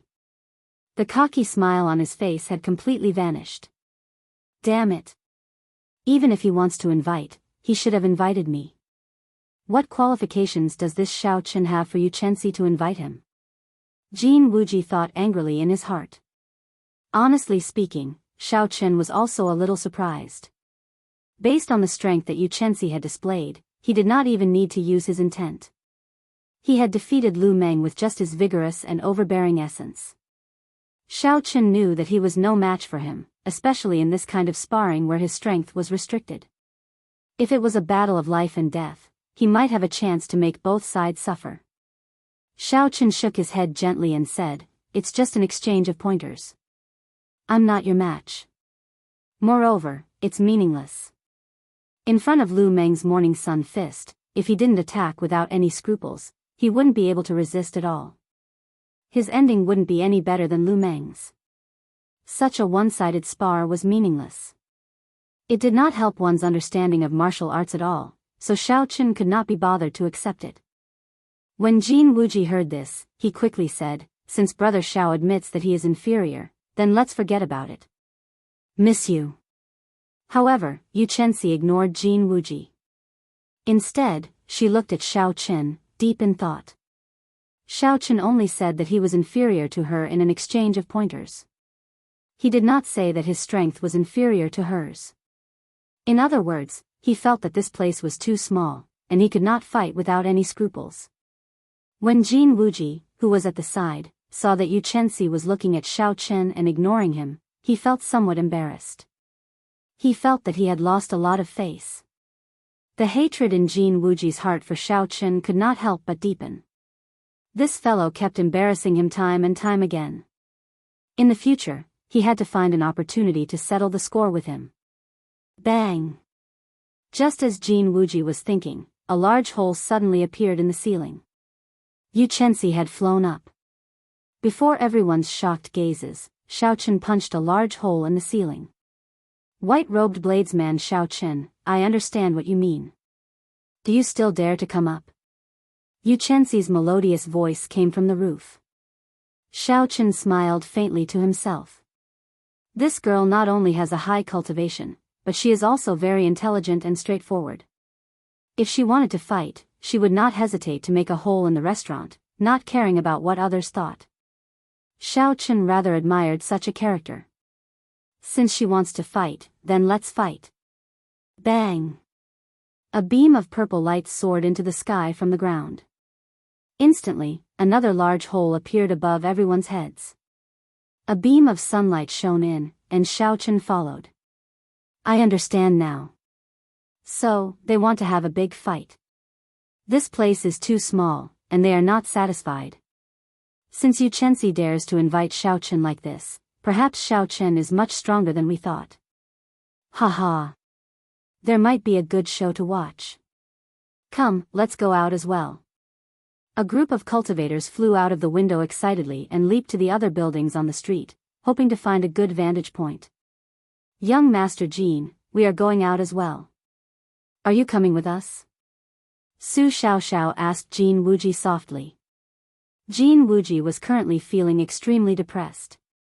However, he did not dare to show it in front of Su Xiaoxiao. After all, the other party was someone that even his master did not dare to go overboard with. In that case, Miss Xiaoxiao, you go first. I will catch up soon, Jin Wuji smiled embarrassedly. Soon, only Jin Wuji remained in the huge fourth floor, sitting alone at a table in the middle. Jin Wuji originally wanted to increase his influence in this gathering. This was especially so since he had invited Yu Chenxi. In the future, his reputation would only grow even greater. However, things had developed to this point, completely out of his control as the main character. Instead, he had made a dowry for someone else, making Xiao Chen the center of attention. Jin Wuji ended up being forgotten. Bang! Jin Wuji smashed the chair beside him with his palm. A sinister light flashed in his eyes as he thought to himself, I will go out and take a look. I hope that Yu Chenxi will not show any mercy and embarrass Xiao Chen in front of everyone, so that I can vent my anger.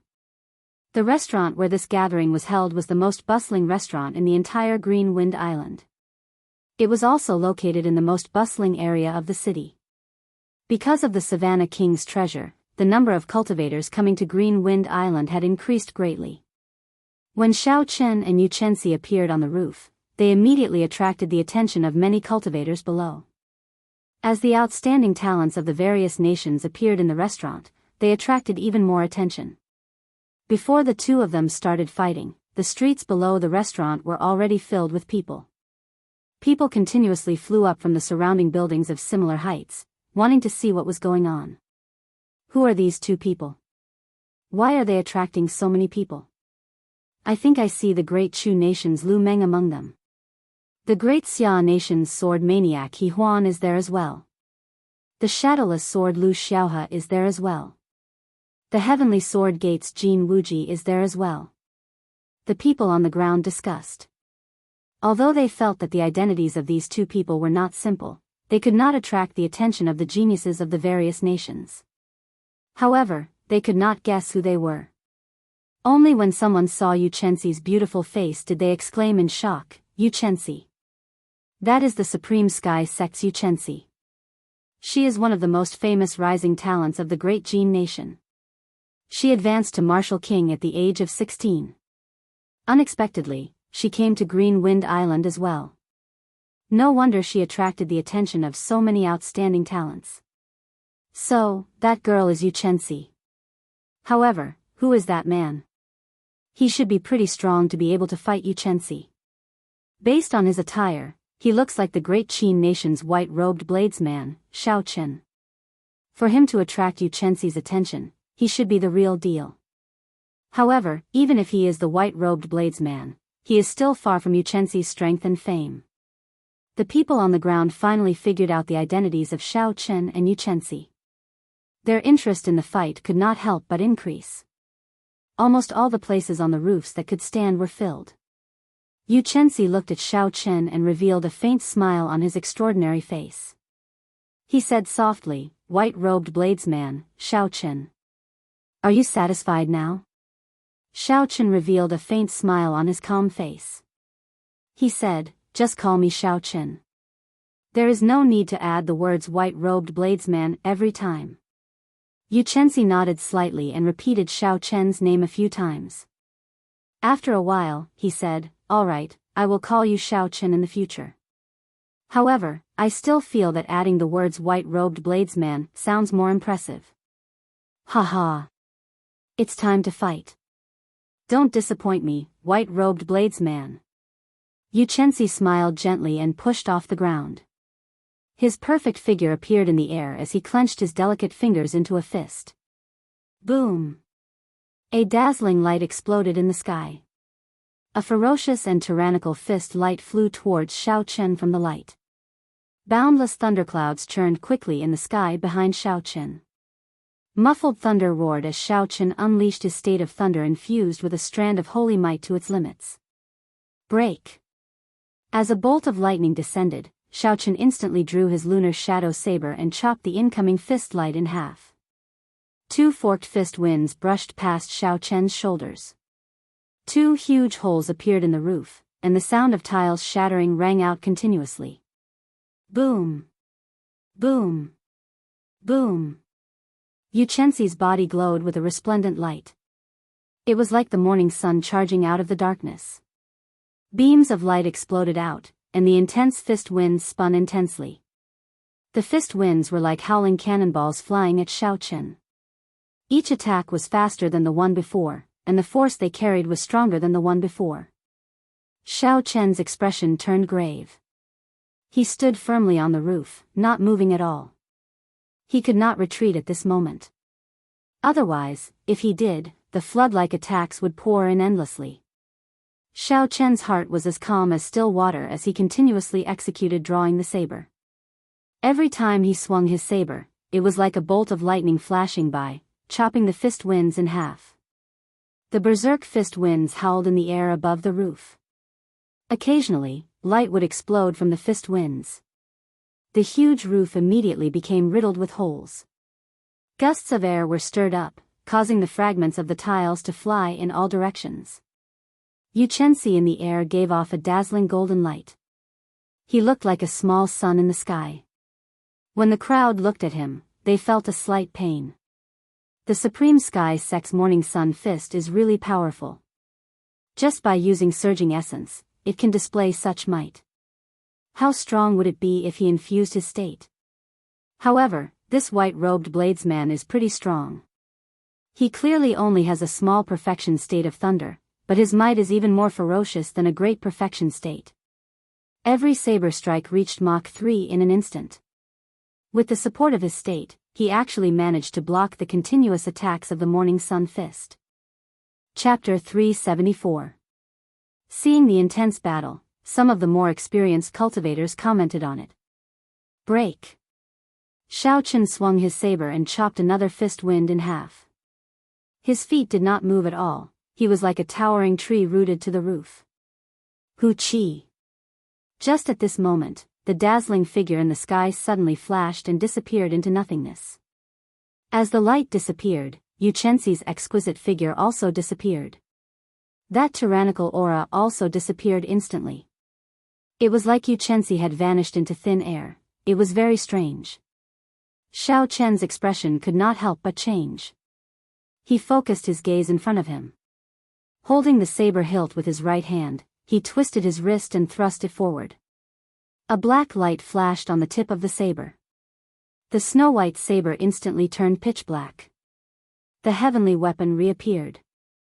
With a thought from Xiaochen, all the essence in his body flowed into the saber. A 6-meter-long saber light instantly formed. Shao Chen shouted and thrust the lunar shadow saber forward, as though he wanted to pierce through space. Very good, you guessed my direction correctly. Now, let's see if you can block it or not. A melodious voice came from the space in front of him. Boom! Suddenly, a resplendent light appeared in the space in front of Shao Chen. A fist wind exploded in the light, carrying a dense essence as it headed for the tip of the lunar shadow saber. Bang! Bang! Bang! Two extremely powerful forces exploded, causing the entire roof of the restaurant to be blown away. Countless tiles and wood shavings were sent flying into the sky. Shao Chen felt a huge and pure force coming from the saber. This force did not have any attribute, it only had an extremely tyrannical aura. It rampaged through the meridians in his arm. Even though Shao Chen cultivated dragon tendon tiger bone, it still pierced his meridians, causing them to feel pain. Shao Chen clenched his teeth and with a thought, the purple qi whirlpool in his dantian spun rapidly. The purple essence liquid in the qi whirlpool turned into streams and flowed from the meridians in his body to his right arm. Puqi. After breaking through to superior grade martial saint, the purity and storage of Shao Chen's essence had doubled. With a thought, he could instantly gather a large amount of essence. Countless purple streams converged together and devoured the primal qi that Yu Chenzi had sent into his right arm like it was nothing. The surging essence did not slow down as it surged into the heavenly weapon lunar shadow once again. The originally dim saber light on the pitch-black saber lit up once again.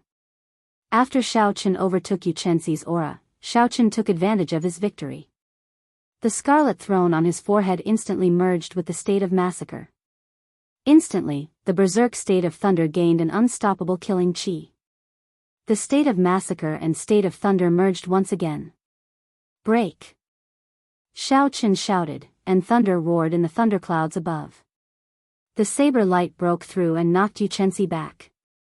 Yu Chenzi revealed a mildly astonished expression on her pretty face. However, there was more surprise than surprise.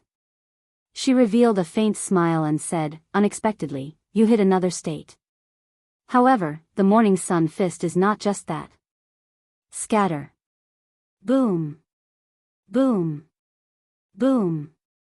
As Yu Chenzi retreated, a hazy morning glow appeared behind him. He punched 3 times in the morning glow. These 3 punches gave off a bright light and were very tyrannical. Under the baptism of the morning glow, their auras surged forward. Shao Chen's fusion of 2 states and the unparalleled might of the heaven-ranked spirit weapon saber qi crumbled under these 3 punches. Morning sun, this should be the might of the morning sun. What a tyrannical fist technique. Shao Chen thought to herself. Then, he pushed off a floating tile and kicked out. Shao Chen chased after Yu Chenzi. Fist winds were ferocious, he could only stand a chance in close combat. In the hazy morning glow, Shao Chen and Yu Chenzi's figures flashed continuously. Loud shouts came from the morning glow. Occasionally, light exploded and lightning flashed. The two moved increasingly faster, exchanging punches and saber strikes. In the blink of an eye, they had exchanged 100 moves. Amid the intense fist winds, Shao Chen maintained his undefeated state. The saber qi infused with the state of massacre could even tear apart the other party's net of punches, posing some threat. The scene that Jin Wuji anticipated, of Shao Chen being humiliated by Yu Chenzi, did not appear. Instead, the two were evenly matched, unable to determine a victor. The white-robed bladesman is indeed strong. To be able to compete with the famous Yu Chenzi to this extent, he is quite incredible. Indeed, the morning sun fist is a rare supreme tyrannical fist among fist techniques. It is already very close to a heaven-ranked fist technique. It is pretty good for Yu Chenzi to use the power of the morning glow. In the next 5-nation youth competition, this white-robed bladesman might make it into the top 100. When Jin Wuji heard the people praising Shao Chen, he felt even angrier. All this should have happened to him.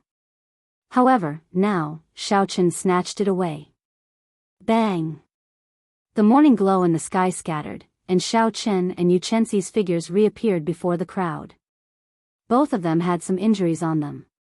However, they were all superficial wounds. Clearly, both of them had held back. It was just an exchange of pointers. There was no need to fight to the death. Yuchensi stood in the air, revealing a satisfied smile on her pretty face. She said softly, "Let's consider it a draw. White-robed bladesman, if you have time in the future, you can come to the Supreme Sky Sect to exchange pointers with me." Xiaochen smiled faintly and said, "I will make you use your full power next time. I will take my leave first." From the looks of it, the two were indeed at a draw. However, Xiaochen knew that his opponent had not used his state yet. Even though he had used both states, he still did not have an absolute advantage. Saying it was a draw would be taking advantage of Yuchensi. Xiaochen felt somewhat embarrassed, so he quickly left. As Yuchensi watched Xiaochen leave, she muttered to herself, "First Martial Uncle told me to pay attention to the geniuses of the various nations when I came out. This Xiaochen should meet the requirements. Miss you, are you alright? If you are, I will discuss the news of the Daybreak Flower with you in detail later." Laughter came from Xiaochen's side. It was Jin Wuji flying over with a smile on his face. Yuchensi withdrew her gaze and smiled gently. She replied, "Many thanks for young Master Jin's concern. It is just a small injury, it is not a big deal." Yuchensi's tone was very simple, but the smile on her face did not diminish. Her tone was very polite and courteous. However, Jin Wuji felt a distance between the two of them. Jin Wuji wanted to break this distance. However, every time Yuchensi spoke politely, the distance slowly returned to square one. Jin Wuji's attempts to get closer were all for naught. The two descended from the sky and returned to the restaurant. Jin Wuji generously paid for all the restaurant's losses. The cultivators who attended this gathering also landed. After saying some polite words, they took their leave. Jin Wuji was upset that he had made a wedding dress for someone else. Fortunately, Yuchensi had not left yet. If he could build a relationship with Yuchensi, all that had happened would be nothing. Thinking of this, Jin Wuji struck while the iron was hot. He said, "Miss you, there is a private room downstairs. Let's go and talk about it now." Yuchensi frowned slightly. A look of disgust flashed on her elegant face. She said indifferently, "Let's talk about it at night. I am a little tired now." In another restaurant in the city, Xiaochen's group of 4 managed to arrange for 3 heaven-class rooms in a situation where it was difficult to find an empty room in the entire city, thanks to Kim Taeho's connections. The group sat down at a tea table and Kim Taeho took a sip of tea. He smiled and said, "Little brother Xiaochen, you are in the limelight again. You fought to a draw with Yuchensi. That fellow even gave you such a high evaluation. It would be hard for you not to be famous now." Xiaochen felt somewhat suspicious. He said, "Is this Yuchensi really that famous?" Kim Taeho smiled and said, "More famous than you think." In the previous 5-nation youth competition, she was one of the few female participants who entered the top 50. Furthermore, she was the youngest female participant. She has a peak talent, an extraordinary temperament, and looks. It would not be an exaggeration to say that her name shook the entire continent. If the news of you fighting to a draw with her spread out, I guarantee that if you go to the Great Jin Nation, the number of people challenging you will be 5 kilometers long.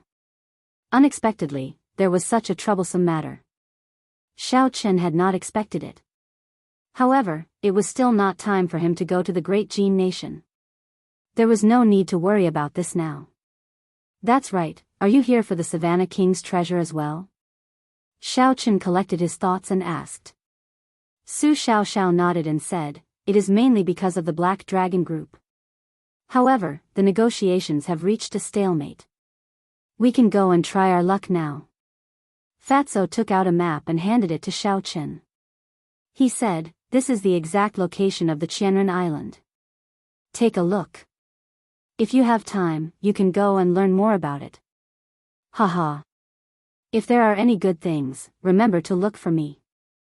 The group chatted for a while more before Kim Taeho and Su Xiaoxiao took their leave. In the middle of the night, Xiao Chen stopped cultivating and looked carefully at the map that Kim Tae-ho handed him. Then, he compared it to the treasure map. This was a sea map. The somewhat blurry routes on the treasure map were all clearly drawn out, allowing one to understand them with one glance. After a while, Xiao Chen put away the map and said softly, "Let's go and take a look tomorrow. Let's see what that huge wave looks like." Unexpectedly, even a martial monarch expert cannot break it. Early the next morning, Xiao Chen left Bai in Su Xiaoxiao's care. Then, he quickly flew to the east of the Green Wind Island. The Green Wind Island was already very close to the edge of the boundless sea. The surface of the sea was no longer as calm as the coastal waters. Occasionally, strong winds kicked up huge waves. The waves surged violently. Xiao Chen used the gravity spell and flew high in the sky. He quickly flew forward. Occasionally, he would take out the map and compare directions before continuing on his way. Along the way, Xiao Chen met many cultivators. Most of these cultivators were inferior grade martial kings. Occasionally, he would run into a peak martial king. After 1 hour, Xiao Chen finally arrived at his destination. There were already many cultivators gathered there. They were all here to check on the situation. Xiao Chen looked ahead and could not help but take a deep breath. He saw a huge wave surging up on the surface of the sea in front. The wave was many meters tall as it soared into the sky. The surrounding sweat was all pulled by the huge wave, forming ferocious undercurrents on the surface of the water. From time to time, huge whirlpools would appear. Chương 286, chỉ sợ đến lúc đó em lại luyến tiếc. Khi đám lợn sơn còn nhỏ anh từng chăm sóc, những chuyện này hoàn toàn không thành vấn đề. Lợn xuyên giặt sạch đệm lót mới thay, rửa sạch tay xong vỗ lưng con trai mình để đứa bé tiếp tục ngủ. Nhưng mà tên nhóc thối này không chịu, cho dù thế nào cũng phải ăn một chút mới ngủ tiếp. Tô Tô không có cách nào ngồi dậy ôm đứa bé nói, sau này tên nhóc này không hiếu thuận em sẽ ấn thằng bé trên đất đánh.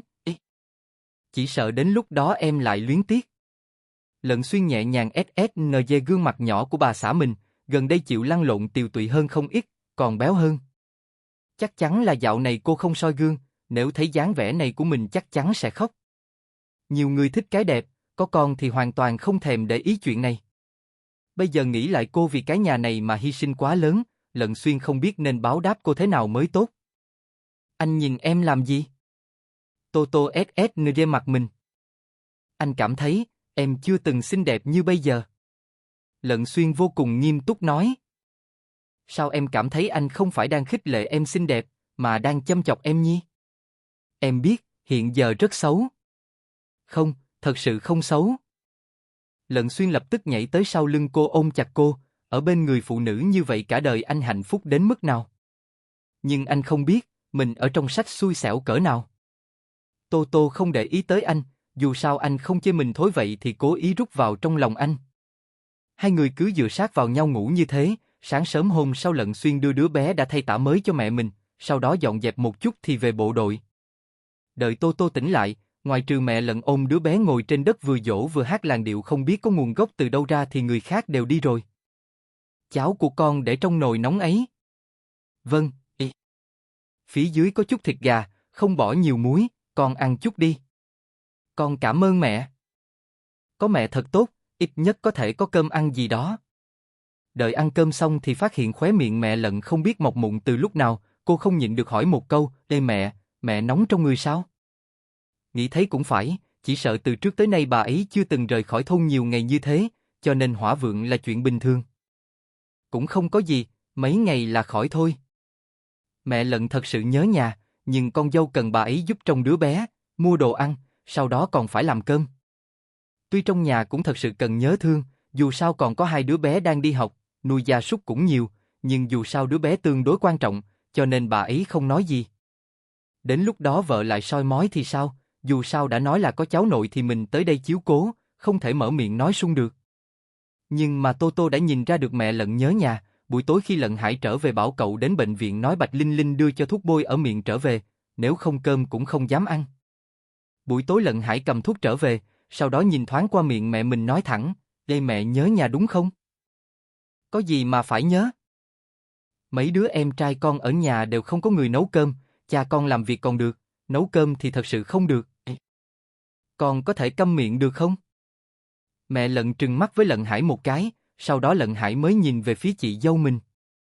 Cậu cười ha ha, nói, chị dâu chị đừng vội, mẹ hiếm lạ cháu nội của mình sẽ luyến tiếc trở về. Tô Tô không thèm để ý nói, ê mẹ, con biết mẹ không thể ở nơi này suốt được, thật ra con đã tìm được bảo mẫu rồi, dù sao khi đứa bé đầy tháng thì con phải đi dạy.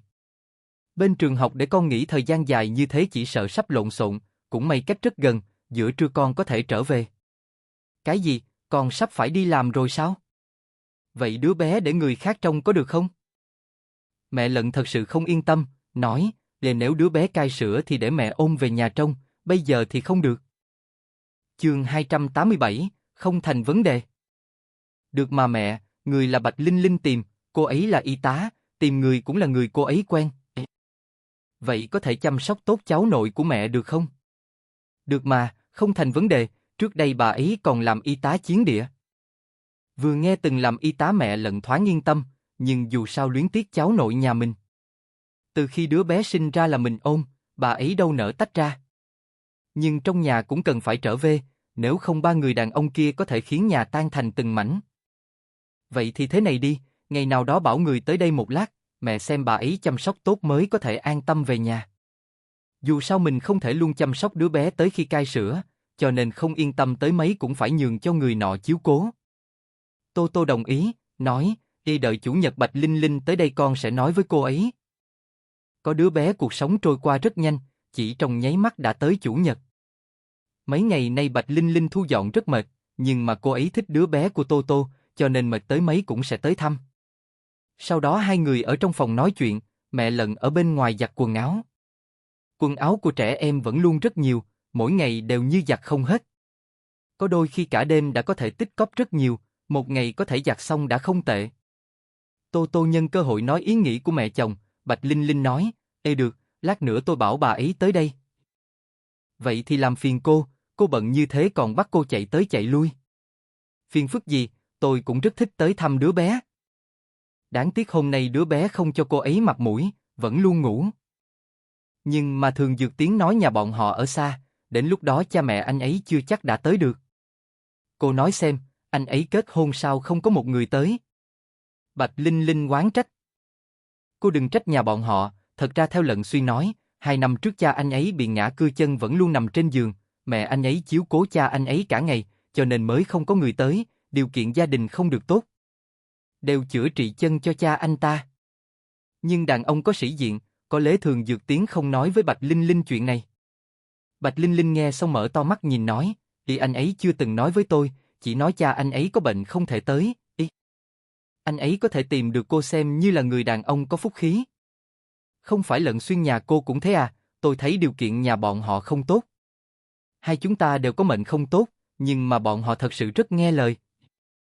Cô đừng cho rằng là cô bỏ ra nhiều người ta mới có thể nghe lời cô, thật ra đàn ông tham gia quân ngũ rất quật cường còn chết vì sĩ diện, sợ nhất người khác nói như thế. Hơn nữa, bọn họ cũng không yêu cầu chúng ta làm gì không phải sao? Đúng vậy, lời cô nói đều đúng, tôi nghe còn không được sao? Nhưng mà, thật sự rất quật cường. Tô Tô nở nụ cười, nhỏ giọng nói, ê đau lòng cũng là đau thật lòng. Đau lòng cái bíp, cô chưa từng thấy anh ấy ôm người ta đâu, quả thực có thể ôm chết người. Chuyện này cô đừng nói ra ngoài. Ôm cô à? Anh ấy ôm cô? Đúng vậy, khi thu dọn nhà mới, anh ấy đột nhiên không biết trúng tà gì ôm lấy tôi từ phía sau, tôi cảm thấy eo mình suýt nữa bị anh ấy ôm đứt. Bạch Linh Linh đỏ mặt nói. Ồ, chỉ ôm thôi à? Tôi còn tưởng hai người đã làm rồi. Tô Tô mới nói xong đã bị Bạch Linh Linh đánh, cô ấy đỏ mặt nói, cô nói linh tinh gì thế, chúng tôi còn chưa kết hôn đâu. Ồ, chưa kết hôn cũng có thể mà. Cô tránh ra. Tô Tô thấy cô ấy lúng túng thì nở nụ cười, người thời đại này đúng là đơn thuần, đều không nhịn được trêu chọc. Dù sao hiện giờ cô không còn là cô gái gì đó, nói chút lời THTC hoàn toàn không có gì, chỉ sợ da mặt Bạch Linh Linh mỏng không chịu nổi. Hai người nói chuyện một lát, sau đó Bạch Linh Linh đi hỏi xem bảo mẫu kia có muốn tới đây hay không. Không ngờ tới trưa hôm đó dì Diệp kia đã tới, bà ấy thật sự không nhiều tuổi, chân đúng là hơi thọt. Tướng mạo bình thường, nhưng mà toàn thân trên dưới lộ ra vẻ nghiêm túc. Chương 288, không vấn đề gì. Sau khi tiến vào tự giới thiệu một lát xong, nói, tôi từng chăm hai đứa bé, một đứa là của tôi, một đứa khác là nhà em trai tôi. Hiện giờ chúng nó đều vào đại học, sống ở trường. Chồng tôi đi làm ở bộ phận liên quan chủ nhật trở về, đến lúc đó các cô có thể tự mình chăm sóc đứa bé không? Trừ chuyện này ra tôi cũng không còn chuyện gì làm, cho nên có thể ở nơi này lâu dài cũng không có vấn đề. Hai đứa nhỏ đều vào đại học, vậy bà đúng là lợi hại. Tô Tô rất bội phục người phụ nữ kiên cường như thế. Mẹ Lận thích nhất người có văn hóa, nghe nói người ta chiếu cố hai đứa bé tới đại học thì vô cùng hài lòng, nhân lúc đối phương không chú ý thì gật đầu với Tô Tô.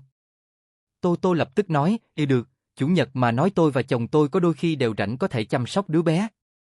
2 ngày nữa mẹ chồng tôi sẽ phải trở về, đến lúc đó bà có thể tới. Chúng tôi có làm giường đất ở tầng 1, sợ mùa đông lạnh đứa bé, đến lúc đó bà và đứa bé ở dưới lầu được không? Được, không có vấn đề gì. Vậy không còn chuyện gì khác ngoài chuyện này, làm phiền bà tới đây thêm một chuyến. Tô Tô là người dễ nói chuyện, cô biểu hiện lễ phép như thế khiến dì Diệp cũng rất hài lòng, bà ấy cũng là người thích có giáo dưỡng. Cứ thế hai bên đạt thành nhận thức chung, mẹ Lận đi mua đồ ăn. Trong khoảng thời gian này bà ấy đã quen thuộc với chợ bán thức ăn ở xung quanh, nhưng mà bà ấy rất cẩn thận, mỗi ngày đi mua đồ ăn đều là đồ ăn thừa người khác không cần. Dù sao Tô Tô không ăn, buổi tối chỉ có bà ấy và Lận Hải ăn những thứ này. Tô Tô nói mấy lần bà ấy không nghe cô cũng không có cách nào, cũng may đồ ăn nấu ra cũng như bình thường, Lận Hải không soi mói.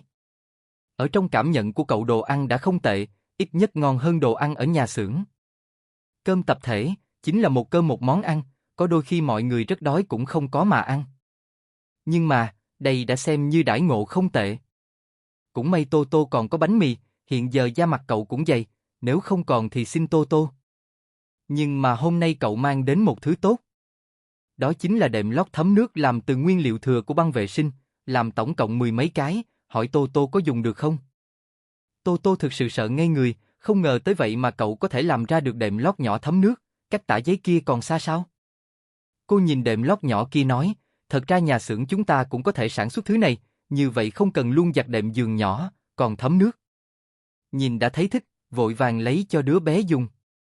Sau đó cô nói, em có thể nghĩ cách làm thứ này thành như QNLT được không? Đó chính là tả giấy.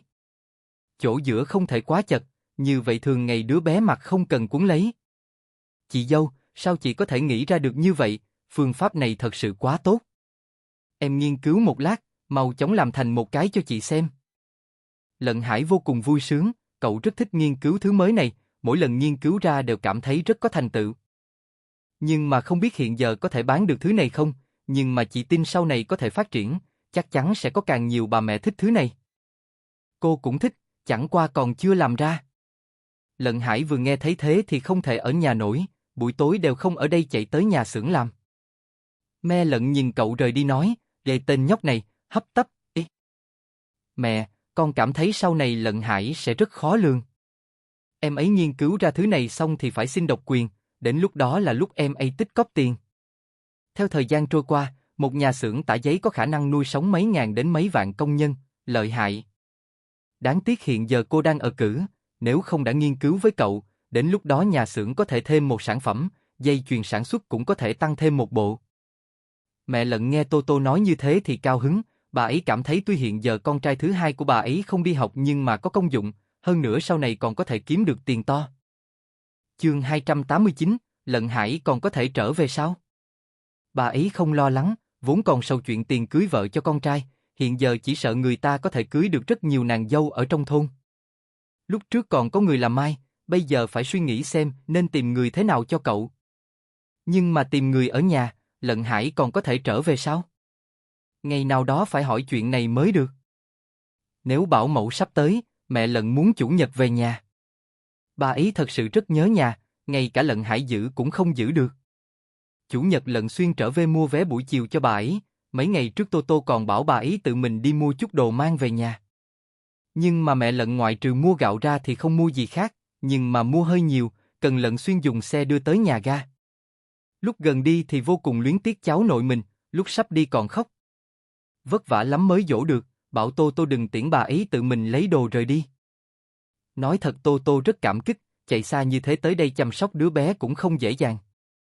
Dù sao mẹ Lận lớn tuổi như thế chưa từng rời khỏi công xã của bọn họ, đây cũng coi như là lần đi xa nhất. Lận Xuyên đưa người đi xong thì gọi điện thoại cho Bạch Linh Linh, ý là ngày mai bảo dì Diệp tới đây, nếu không một mình Tô Tô sợ không chăm sóc được đứa bé. Dù sao cô vẫn còn đang trong ở cữ, công việc như ôm củi từ ngoài vào cô không làm được, mình lại không ở nhà. Hôm nay anh còn có thể giúp đỡ, vì cải thiện đồ ăn cho vợ mình, anh mua chút thịt gì đó về nấu, sau đó chỉ có thể chấm chút nước tương ăn. Cho dù như thế, Tô Tô vẫn rất thỏa mãn. Ăn cơm xong, hôm nay Lận Hải không tới, cho nên Tô Tô có chút buông thả, lấy 4 cái bao cao su lúc trước tích góp ra cho Lận Xuyên thử. Đương nhiên là Lận Xuyên hỏi cô lấy từ đâu ra, Tô Tô nói là bạn học ở nước ngoài mang đến. Lận Xuyên vẫn luôn không ở nhà nên không biết được cô lấy thứ này ở đâu ra, cũng không dám hỏi, chỉ cầm vật phẩm không rõ kia nhìn tới phát ngốc, cuối cùng nói, phía trên viết gì thế? Tô Tô nhìn thoáng qua, nói, siêu mỏng, bạn đáng giá có được. Vành tai của Lan Xuyên nờ dây đỏ, nhưng mà anh không cầm đi, rất rối rắm nhìn Tô Tô. Vẻ mặt Tô Tô mờ mịt, nói, đây làm sao vậy? Vợ à, hay là... Anh cúi đầu dán sát bên tai Tô Tô nói một câu, gương mặt Tô Tô lập tức đỏ bừng. Nhưng cuối cùng, nhìn thấy biểu cảm tràn ngập chờ mong của Lận Xuyên và động tác không cho cô từ chối, cô đành phải tự mình ra tay. Sự thật chứng minh, đồ vật trong ba lô mang tới cho dù là ngoài ý muốn hay gì đó đều áp dụng với thế giới này, giống như là chú định chuẩn bị cho Lận Xuyên, đeo rất vừa vặn. Ngoài ra, cô cảm thấy bạn học nữ nói giỡn với cô sao lại biết chọn như thế, biết người ta dùng cỡ to. Thử dùng loại siêu mỏng này xong tỉnh thần diện mạo của anh đều trở nên khác biệt, ôm củi thu đon sân khỏi phải nói cần mẫn cỡ nào. Đâu biết khi đang làm việc rất thuận tay có người gõ cửa, anh đi tới mở ra nhìn thì phát hiện là một đôi nam nữ trung niên không quen biết, bọn họ ăn mặc khá đẹp, nhìn qua có vẻ là người thành phố. Không biết vì sao, nhìn bọn họ có chút quen mắt. Hai người là... Xuyên tử có phải không, bọn chú là chú Tân và thím Tần của cháu, mấy năm trước chúng ta đã từng gặp mặt. Người đàn ông kia cười nói. Lận Xuyên lập tức nhíu mày, không có ý hoan nghênh bọn họ tiến vào nói, đây có chuyện gì? Hay, bọn chú là tới thăm cháu. Cháu nói xem, chuyện giữa cháu và Duyệt Duyệt đang tốt đẹp, vậy mà cuối cùng không ở bên nhau thật sự khiến người ta đáng tiếc. Ngày hôm qua bọn chú nghe Duyệt Duyệt nói cháu mua nhà to, cho nên tới đây nhìn một cái đạo bất đồng. Lận Xuyên nói, đi vợ của tôi còn đang ở cữ không tiện tiếp đón hai người ai gia, thím tới thăm đứa bé. Mẹ Tần nói. Không cần. Lận Xuyên chặn kín ở cửa, người ở cữ sợ nhất tức giận, cha mẹ Tần Duyệt Duyệt nhìn kiểu gì cũng không phải người tốt đẹp gì. Đứa nhỏ này, nhất định phải thăm đứa bé, dù sao hai nhà chúng ta cũng là thân thích. Chương 290, có nghe thấy không? Không phải, hai nhà chúng ta không có thân thích gì. Hiện giờ không có, sau này cũng không có, cứ thế đi, tạm biệt. Sau khi nói xong Lận Xuyên đóng sầm cửa lại, còn thuận tay khóa trái cửa. Sau khi trở lại trong phòng Tô Tô hỏi anh là ai, Lận Xuyên nói, là cha mẹ Tần Duyệt Duyệt, sau này dì Diệp tới em bảo dì ấy đừng để hai người kia vào, bọn họ không có lợi thì không dậy sớm. Anh nói mấy câu nói rõ ràng hết mọi chuyện, đừng để đến lúc đó cho người vào chọc giận không đâu. Đâu biết Tô Tô còn biết nhiều hơn anh một chút, dù sao trong sách đoạn hậu kỳ đã nói rất rõ ràng về đôi vợ chồng này. Bọn họ thực sự coi Tần Duyệt Duyệt thành cây rụng tiền, chỉ cần chiếm được tiện nghi thì tuyệt đối không buông tha. Nhưng mà Tần Duyệt Duyệt được bọn họ tẩy não từ khi còn nhỏ, nếu rời xa nhà mẹ để phụ nữ căn bản không có khả năng dừng chân ở xã hội này, không có người thì cô ta vĩnh viễn không có chỗ dựa, chỉ có nhà mẹ đẻ mới được. Sau đó đời này Tần Duyệt Duyệt vẫn luôn bị người nhà mẹ đẻ lợi dụng, mãi đến khi cô ta suýt phá nát sự nghiệp của Lận Đông Hà, bị nhà chồng tập thể đuổi ra ngoài mới biết được nhà mẹ đẻ căn bản không để ý tới sống chết của cô ta, bọn họ chỉ cần tiền mà thôi. Nhưng hiện giờ cô ta còn chưa phá hủy sự nghiệp của Lận Đông Hà, bởi vì Tô Tô bảo Lận Hải trông chừng, chỉ cần cô ta muốn đến công ty sai khiến gì đó thì đuổi người đi. Hơn nữa Lận Đông Hà cũng rất cẩn thận, lần trước suýt chút nữa tan vỡ, Nam Chính Cánh còn chưa chứng không có khả năng buông tay nhường nhà xưởng kia cho người khác. Em biết rồi, dì Diệp tới sẽ nói với dì ấy. Tô Tô gật đầu, hôm nay ba bọn họ ngủ trên giường đất ở tầng 1, Lận Xuyên đốt củi còn rất ấm áp. Sau đó ngồi trên giường đất, anh còn ngồi khoanh chân chơi đùa với con trai mình một lát. Đừng nhìn Chiến Chiến còn chưa đầy tháng, nhưng mà giỏi cười, hơn nữa là nụ cười tươi vô cùng sáng lạng, kèm theo âm thanh khanh khách. Sau đó thả lỏng tay chân đá loạn, không thành thật một giây nào. Lận Xuyên càng trở nên ấu trĩ, còn nói, tên nhóc thối mỗi ngày chỉ biết bắt nạt mẹ con, đợi con lớn thêm chút nữa cha sẽ đánh con, có nghe thấy không? Đối phương nghe thấy, nhưng rõ ràng không hiểu, còn không ngừng cười. Tên nhóc ngốc, sao ngốc như thế? Lận Xuyên cười nói. Tô Tô nhìn bọn họ đùa giỡn với nhau thì vươn tay sờ đầu Lận Xuyên, sau đó sờ đầu con trai, phát hiện bọn họ đều nhìn mình thì mới nói, một đôi ngốc nghếch. Kết quả bị Lận Xuyên giơ tay búng trán, cồ đầu tới mức kêu thành tiếng, vừa xoa vừa trừng chồng mình. Nhưng mà không ngờ tới Chiến Chiến nằm ở một bên, đột nhiên qua một tiếng khóc ra. Trong đầu Tô Tô suy nghĩ, đây là con trai nhìn thấy mình bị bắt nạt cho nên không vui sao, không khỏi ôm con trai nói, thì vẫn là con trai đứng về phía mẹ, nào, đừng khóc, không phải là cha con muốn đánh mẹ, chỉ đang đùa giỡn với mẹ mà thôi. Đứa bé không hiểu chuyện, nhưng mà biết nhìn sắc mặt, thấy Tô Tô cười rộ lên cậu bé cũng không khóc nữa. Sau đó Tô Tô khoe khoang với Lận Xuyên như ra oai, nói, ê anh nhìn xem, con trai của em đứng về phía em, anh đứng sang một bên đi. Vân vân, nhưng mà hai người đều là của Lận Xuyên anh. Anh kiêu ngạo nói. Nghĩ hay quá nhỉ? Tô Tô trừng anh một cái, nhưng vẫn cảm thấy trước mắt rất hạnh phúc. Nhưng mà bọn họ không biết, sau khi vợ chồng nhà họ Tần trở về thì mắng Lận Xuyên một trận, nói anh chưa làm quan đã bất nghĩa, không tôn kính trưởng bối. Thậm chí còn mắng cả nhà họ Lận, khiến Lận Đông Hà ngồi bên cạnh sắc mặt đã bắt đầu âm trầm. Anh ta đã không còn là thanh niên nông thôn tới cửa cầu hôn như lúc trước, đã là một lãnh đạo quản lý một nhà xưởng. Cho nên vô cùng chướng mắt tính cách không phóng khoáng của cha Tần mẹ Tần, nói, ê cha mẹ, mong hai người đừng kéo nhà họ Lận vào, nhà họ Lận không nợ hai người cái gì. Chương 291, khuyên nhủ. Tần Duyệt Duyệt cũng nói, ê đừng nói những chuyện không vui này nữa, chúng ta ăn cơm đi. Sau khi nói xong thì bưng đồ ăn lên. Mẹ nói này Đông Hà, không phải bọn mẹ nói không dễ nghe. Con nhìn xem các con cùng mở nhà xưởng, vì sao bọn họ mua được nhà to như thế, còn là nhà Tần, nhưng mà nhà các con mẹ thấy chỉ ở được mấy năm, nếu không thì xây lại đi, làm to một chút. Đợi mẹ và cha con già rồi còn có thể hưởng phúc mấy ngày. Tuy nhà mẹ Tần cũng ở thành phố, nhưng chỉ có chồng bà ta có công việc, cho nên điều kiện trong nhà không được tốt lắm. Nhà bọn họ ngay cả nhà đều là nhà thuê, hiện giờ lại chạy tới nhà con gái vung tay múa chân. Nói thật Lận Đông Hà không vừa mắt điểm ấy, nhưng chỉ nói, hiện giờ chúng con không có tiền dư, nếu có tiền đều cho hết vào nhà xưởng, đến lúc đó mới có thể sử dụng máy móc càng ngày càng tốt hơn. Vậy cũng được, vậy cũng được. Nhưng mà con nhìn xem, các con đều ở nhà của mình, nhưng mà nhà cha mẹ còn chưa có đâu. Hay là con bỏ ra chút tiền mua một ngôi nhà cho hai em trai con, đến lúc đó bọn họ dùng để kết hôn. Cha Tần từ nhỏ đã chỉ điểm cho con gái không cảm thấy thẹn với lòng, trực tiếp nói điều kiện. Tần Duyệt Duyệt lập tức nhìn thoáng qua Lận Đông Hà, nhìn thấy sắc mặt anh ta không tốt lắm, không khỏi nói, hiện giờ Đông Hà còn đang phát triển sự nghiệp, con cảm thấy thêm 2 năm nữa cũng được. Dù sao mấy em trai còn nhỏ. Cha Tần trừng mắt nói, như vậy sao được, có tiền phải chuẩn bị trước, nhỡ đâu 2 năm sau giá nhà tăng lên thì làm sao? Con có nhà sao không quan tâm tới cha mẹ, phí công nuôi dưỡng con nhiều năm như thế. Con về nhà xưởng. Lận Đông Hà không nghe nổi nữa, đứng dậy muốn về nhà xưởng. Đông Hà, con cũng đừng có ý kiến, dù sao mấy đứa em trai cũng cần con chiếu cố. Mẹ Tần nói. Ngay cả em trai con còn chưa có nhà ở con lại phải mua nhà cho em vợ, chuyện này có thể nói được sao? Lận Đông Hà cười mỉa nói. Em trai nhà con cần mua nhà sao, người ta có tiền như thế. Nói không chừng, còn chướng mắt nhà con mua ấy chứ. Cha Tần biểu môi nói. Con nói không phải nhà họ Quan mà là nhà họ Lận. Lận Đông Hà nói. Nhà họ Lận? Con còn liên lạc với nhà bên đó ư? Không phải chứ mẹ nói này, người ở nơi nhỏ bé đó có gì phải để ý, cũng đừng khiến trái tim người nhà họ Quan rét lạnh, sau này con ít tiếp xúc với bọn họ đi, tốt nhất là cắt đứt quan hệ. Mẹ Tần nói. Bọn họ tự thấy lời nói của mình có đạo lý, người không có tác dụng để ý làm gì.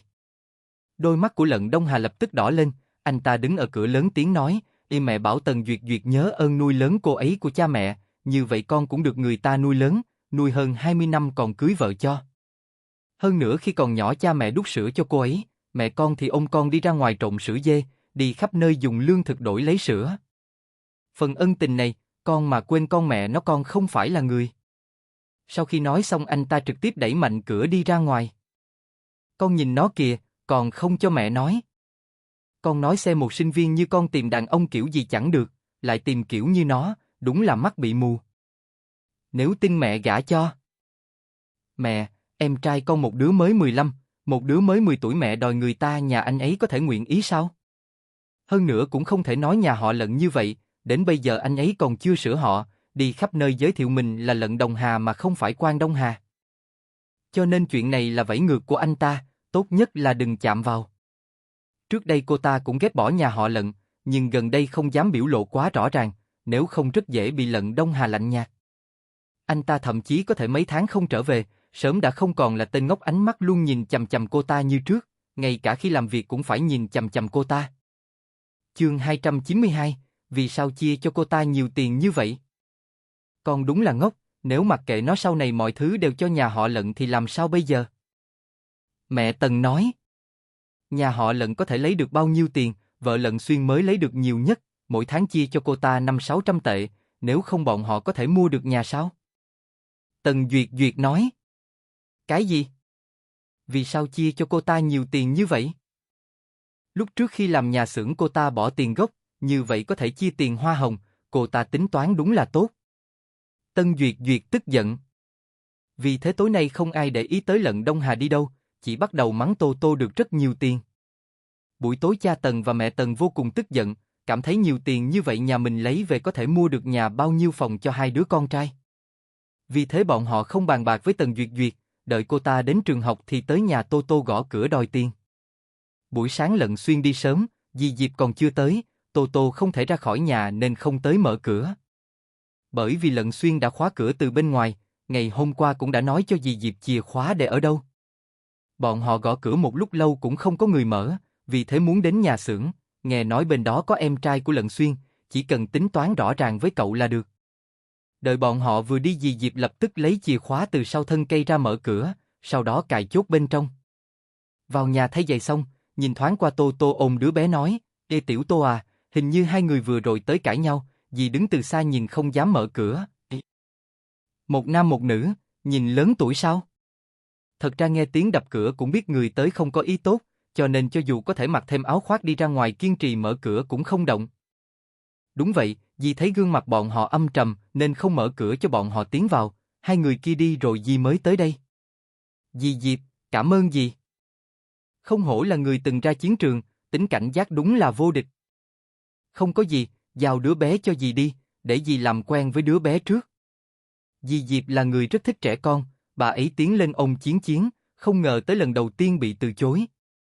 Nhưng mà bà ấy không từ bỏ, liên tục mấy lần cuối cùng khi mẹ mình đi vệ sinh không để ý tới cậu bé xong đã biết là không tránh được, đứa bé khóc một lát sau đó thuận theo. Cứ thế, dì Diệp bắt đầu chăm sóc Chiến Chiến. Đừng nhìn bà ấy là người nghiêm túc, nhưng khi chăm sóc đứa bé vẫn rất dịu dàng. Hơn nữa trong nhà không có người ngoài cho nên cuộc sống cũng rất dễ dàng, chỉ can chiếu cố đứa bé, thu dọn nhà cửa cùng với nấu cơm ở cữ cho Tô Tô, chính là nấu cháo cộng thêm đồ ăn thanh đạm. Bà ấy cũng muốn ăn cùng, nhưng Tô Tô không để bà ấy luôn ăn cháo, có đôi khi sẽ đưa tiền bảo bà ấy đi mua mấy cái màn thầu, ngày hôm nay thì tạm chấp nhận như thế. Nhưng mà bên bọn họ yên tĩnh chỗ nhà xưởng của Lận Đông Hà thì cãi nhau ngất trời, thiếu chút nữa đánh nhau với Lận Hải cùng với đám công nhân. Không, đã đánh nhau rồi, chỉ không đánh vỡ đầu chảy máu mà thôi. Cha Tần và mẹ Tần cảm thấy con rể nhà mình là xưởng trưởng của nhà xưởng này, cho nên tới đây diễu võ dương oai. Nhưng mà Lận Hải không quen biết, sau khi đi ra thì đuổi bọn họ đi, nói mấy lời không dễ nghe. Chuyện này khiến hai vị thân thích của xưởng trưởng cho rằng là chịu sỉ nhục, vì thế cãi nhau với Lận Hải, nói cậu tới lấy tiền mà không làm gì, giống y như chị dâu cậu. Vừa nói tới chị dâu Lận Hải không vui, nhà xưởng băng vệ sinh này vốn là chị dâu người ta và y tá Bạch nghĩ ra. Sau đó Lận Đông Hà mới bỏ tiền ra góp vốn. Cho dù anh ta làm nhiều, nhưng là người góp vốn ít nhất. Hiện giờ ba người chia đều, sao chị dâu mình không có cống hiến? Chương 293, truyền hút máu người. Nhà xưởng này vốn là chị dâu tôi và bạn chị ấy muốn mở, nhưng hai người không có thời gian. Hai người tới đây gây sự như vậy là có ý, người nhà họ Tần các người không làm gì cũng muốn lấy tiền, nghĩ hay quá nhỉ? Phi, da mặt đều dày như nhau. Lận Hải vừa nói vợ chồng Tần thì không làm gì, còn muốn tới đập phá máy móc trong nhà xưởng, chuyện này khiến nhà xưởng dừng lại không có cách nào sản xuất. Không thể hủy hoại luôn cả nguyên vật liệu được, cho nên mọi người không thể không ngừng tay. Đám công nhân cũng không vui, đặc biệt là đôi vợ chồng này còn tới quấy rối, vì thế mọi người cãi nhau ầm lên. Cha Tần y vào mình lớn tuổi, còn cầm gậy đuổi Lận Hải chạy, thậm chí còn đánh cậu 2 cái. Lận Hải khó thở, mắng, để đám chuột nước nhà các người, chuyên hút máu người. Anh cả tôi may mắn không cưới con gái nhà các người, quả thực coi tiền như rác hố người ta. Con gái nhà các người do vàng đốt thành nhà, cưới cô ta còn phải nuôi đám chuột nhà các người, con mẹ nó đúng là xui xẻo mới cưới về nhà. Mày nói linh tinh gì đấy, tên nhóc thối xem tao đánh chết mày không? Cả nhà mày không làm gì chỉ lấy tiền sao không nói, tao nói cho mày biết, bắt đầu từ ngày mai mày cút khỏi nơi này, nếu không tao đập cửa nhà anh cả mày, sau này đừng nghĩ chiếm tiện nghi nhà con rể bọn tao. Nếu mày không nghe, tao sẽ đi tìm thông gia, nhốt chúng mày 8 năm 10 năm. Đủ rồi. Lận Đông Hà đi từ ngoài tới, những lời này anh ta đều nghe thấy được rõ ràng, cũng hiểu rõ một chuyện, đó chính là Lận Hải nói không sai. Sau này cho dù sự nghiệp của mình làm lớn cỡ nào, cũng không thắng nổi nhà họ Tần muốn moi tiền, bọn họ chính là uống máu của anh ta, cho dù là lúc nào cũng không từ bỏ. Nếu sau này anh ta thật sự công thành danh toại, chỉ sợ đến lúc đó 2 cậu em vợ cũng sẽ đi theo thăng chức rất nhanh, còn là loại không làm gì cũng được hưởng. Thật ra anh ta không để bụng nuôi thêm mấy người, nhưng mà anh ta thật sự không muốn nuôi đám người lòng tham không đáy, tìm mệt. Vì thế anh ta bước mấy bước đoạt lấy gậy trong tay cha Tần, nói, đây là nhà xưởng của tôi, mời 2 người rời đi. Con nói gì thế Đông Hà, cha mẹ là cha mẹ vợ của con mà. Bọn họ bắt nạt con thành thật nhưng cha mẹ không thể nhìn nổi, ít nhất không thể để họ Tô kia vô duyên vô cớ lấy đi của con hơn 500 tệ được. Mẹ Tô xoa eo nói. Không hề đúng. Cái gì? 2 người không phải cha mẹ vợ của tôi, Lận Hải bây giờ em đi báo cảnh sát đi, nói chỗ chúng ta có người tới quấy rối. Ngoài ra, từ hôm nay trở đi em tới quản lý nhà xưởng, anh về quê lấy chứng nhận ly hôn. Lần này Lận Đông Hà thật sự không do dự nữa, anh ta không chút nghĩ ngợi xoay người rời đi, dù sao sau khi công an tới sẽ xử lý tốt, mà chuyện sản xuất Lận Hải cũng có thể làm được. Sao lúc này lại ly hôn? Cha Tần và mẹ Tần đều ngẩn ra, đặc biệt là Lận Hải, người ta thật sự chạy tới chỗ cửa bảo vệ nhà máy gọi điện thoại báo cảnh sát. Bọn họ đều vô cùng sợ hãi, sau đó xám xịt rời đi. Đương nhiên bọn họ đuổi theo Lận Đông Hà, nhưng không ngờ tới người ta thật sự hạ quyết tâm, trực tiếp ngồi xe bus đến ga tàu hỏa, mua vé rời đi. Cha Tần mẹ Tần ngây ngốc, bọn họ chỉ có thể tới trường học tìm Tần Duyệt Duyệt, còn ở cửa mắng to cô ta không có năng lực, ngay cả trái tim đàn ông đều không giữ được, nói muốn ly hôn với cô ta là ly hôn ngay. Lúc này, gần như cả trường học đều biết Tần Duyệt Duyệt sắp ly hôn. Tần Duyệt Duyệt cũng điên mất, lần trước Lan Đông Hà nói một câu muốn ly hôn, cô ta cảm thấy đây là cho cô ta cơ hội xuống bậc thang, đâu biết lần này thật sự muốn ly hôn. Như vậy sao được, nếu ly hôn cô ta sẽ không còn gì nữa.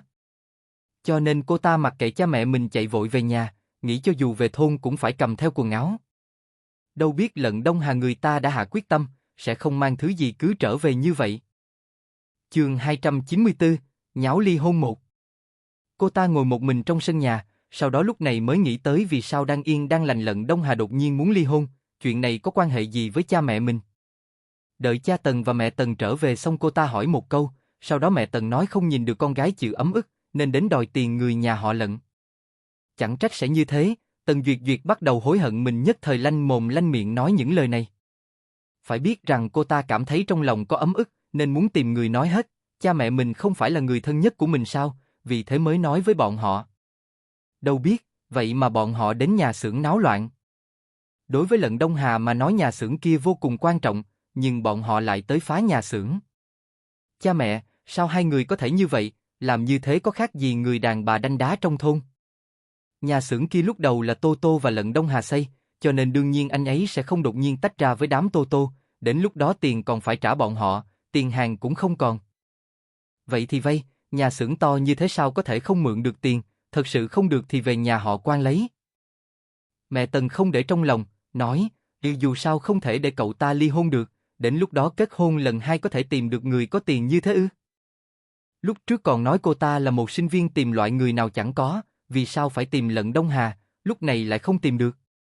Thật ra Tần Duyệt Duyệt tự mình biết rõ, Cho dù cô ta là sinh viên nhưng có một số người trong xã hội vẫn coi thường cô ta. Mọi người đều chú ý môn đăng hộ đối, cho dù biểu hiện của cô ta ở đại học rất khá, nhưng cô ta vẫn chỉ là người nghèo. Đám đàn ông kia tự nhận là có nhiệt huyết đủ rồi, nhưng mà chuyện này căn bản không cho cô ta cảm giác an toàn gì. Trải qua chuyện phá thai xong cô ta mới biết được cái gọi là nhất thời xúc động sẽ thương tổn phụ nữ lớn cỡ nào, cho nên đợi Lận Đông Hà thành công xong cô ta mới dần có cảm giác an toàn. Thậm chí cô ta muốn có con và sống hạnh phúc với anh ta, nhưng không ngờ tới hiện giờ mọi chuyện đều trở thành bọt nước. Vâng, con tuyệt tốt không ly hôn với anh ấy. Nhưng mà người nhà họ Quan đều không thích con, chỉ sợ đi náo loạn cũng không có ai để ý, Tần Duyệt Duyệt nói. Mà mẹ Tần nói, chuyện này con không biết đâu, những người này sợ nhất là người khác náo loạn. Bọn họ sợ bị người ta biết phá hỏng thanh danh, chỉ cần nắm lấy điểm này, chúng ta không sợ gì. Tần Duyệt Duyệt không ngây thơ như mẹ mình, nói, Ê mẹ, nếu không cần thiết tốt nhất là chúng ta đừng đi nháo, nói không chừng sẽ bị kiện, người nhà đó không dễ bắt nạt như vậy. Chỉ có thể ra tay từ chỗ Lận Đông Hà, chỉ cần anh ta còn chút tình cảm đối với mình sẽ không dễ dàng ly hôn như thế. Nhưng mà, đầu tiên phải bảo cha mẹ trở về. Chuyện lần này hơn phân nửa là do cha mẹ quá nóng lòng, đương nhiên chuyện này cũng là vì tốt cho cô ta. Nhưng mà cô ta vừa mở miệng cha tang mẹ Tần nóng nảy, nói, hai đứa đều sắp ly hôn cha mẹ có thể đi sao? Đợi đến khi tên nhóc Lận Đông Hà kia muốn ly hôn cha mẹ sẽ đứng bên phía con, chắc chắn không thể để cậu ta sống tốt.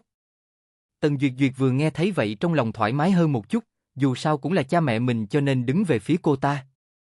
Chỉ có điều cô ta vẫn nhân lúc mọi người không chú ý gọi điện cho công xã, ý đại khái là bảo Lận Đông Hà đừng nổi nóng mau trở về, cô ta sẽ giải quyết những chuyện này. Nhưng mà Lận Đông Hà căn bản không trả lời điện thoại, chuyện này khiến Tần Duyệt Duyệt có chút lo lắng, luôn cảm thấy lúc này Lận Đông Hà làm thật. Nhưng mà người bình thường đều không có biện pháp khuyên nổi anh ta, có lẽ vợ chồng Tô Tô và Lận Xuyên nói anh ta sẽ nghe. Hay là tìm bọn họ nhờ nói giúp mình chuyện này? Chỉ cần thuyết phục được Lận Đông Hà, sau này mình bảo cha mẹ ít tới đòi tiền, đến lúc đó mình tích cóp gửi cho bọn họ không phải là xong sao? Chương 295, nháo ly hôn 2. Nhưng mà chuyện này không phải cô ta nói là có thể tính. 2 ngày nay vì để cha mẹ ăn ngon cô ta hao hết tâm cơ, cô ta ăn ở nhà ăn trong trường học, nhưng cha mẹ cô ta thì ở nhà cô ta ăn sung mặc sướng. Đưa cho hai bọn họ 20 tệ, chưa tới 3 ngày đã bị bọn họ tiêu sạch. Phải biết rằng, 20 tệ này đủ cho Tần Duyệt Duyệt tiêu hơn 1 tháng, đây còn là trong tình huống nếu cô ta muốn ăn gì thì mua cái đó.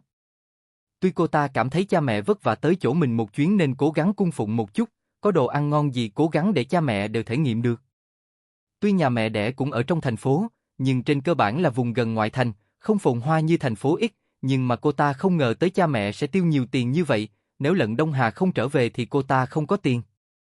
Từ lúc Lận Đông Hà phát đạt, lại mua nhà, Tần Duyệt Duyệt giống y như nhà giàu mới nổi nhìn thấy thứ gì tốt thì mua thứ đó, cho nên cũng không tích cóp được tiền gì. Hiện giờ, nếu không có tiền cô ta thật sự không biết nên sống như thế nào. Trong lòng có chút hoảng loạn, thế mới biết cái gọi là cuộc sống tốt là do đàn ông cho, nếu người đàn ông không còn cô ta thật sự không còn gì. Sau đó cha mẹ bắt cô ta tới nhà họ Quan đòi tiền, bởi vì sắp tiêu không còn 1 đồng, bọn họ còn phải mua quần áo. Dù sao con rể là xưởng trưởng, chút lực này vẫn có thể mượn được. Tần Duyệt Duyệt không muốn đến nhà họ Quan, ở đó người nào cũng xem thường cô ta không muốn lại tới cửa bị bọn họ coi thường. Nhưng mà cha mẹ vốn có vẻ mặt ôn hòa nghe cô ta nói như thế, thì liên hợp lại mắng cô ta một trận, mãi đến khi đẩy người ra khỏi nhà bảo cô ta đi đòi tiền, nếu không cho cô ta về nhà. Lúc này Tần Duyệt Duyệt mới biết được, hóa ra cái gọi là tình thân còn không bằng tiền. Bọn họ căn bản không coi cô ta như con gái, chẳng qua là coi thành một cây rụng tiền có thể tới lấy tiền bất cứ lúc nào. Không, cô ta không thể lại mất đi Lận Đông Hà, không có anh ta thì mình sẽ không còn gì.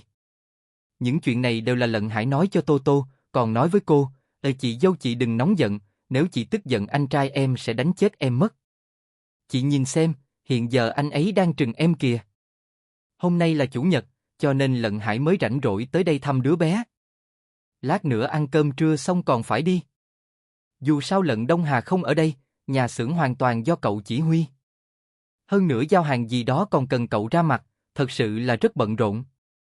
Lận Xuyên mua cá đang ở bên ngoài cạo vẫy, đợi chuẩn bị xong thì trở về nói với Lận Hải, đừng nói chuyện của người khác nữa, đi nhóm lửa đi, anh mang cá đi hầm. Vâng ạ, anh cả, mùa đông năm nay em muốn xin nghỉ về nhà một chuyến, nhớ đám em trai rồi. Đã lâu rồi Lận Hải chưa trở về, đúng là có chút nhớ. Nghỉ hay quá nhỉ, nhà xưởng đâu thể xin nghỉ, em nghỉ ở trường học à. Nhưng mà nhà ta to như thế có thể đưa bọn họ đến ở mấy ngày, dù sao mùa đông cũng rảnh rỗi.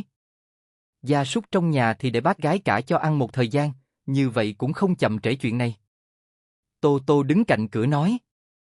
Đứa bé ngủ trên giường đất, cô chỉ có thể mặc đồ ngủ đứng bên ngoài, vừa nói chuyện với bọn họ vừa chiếu cố đứa bé, nhỡ đâu tỉnh thì đi qua dỗ một lát có thể ngủ thêm một lúc. Như vậy cũng được, đến lúc đó em dẫn hai đứa ra ngoài mua sách vở, mua quần áo. Hai đứa bé kia cả ngày chỉ biết học, đều sắp học choáng váng. Em nghĩ giống như em à, y như con khỉ. Lận Xuyên không chút do dự vạch trần em trai mình. Lận Hải biểu môi, sau đó nói, ê mẹ nói, anh còn ngứa da hơn em. Có muốn ăn cá không, không muốn ăn thì cút. Lận Xuyên vừa cho cá vào nồi vừa nói.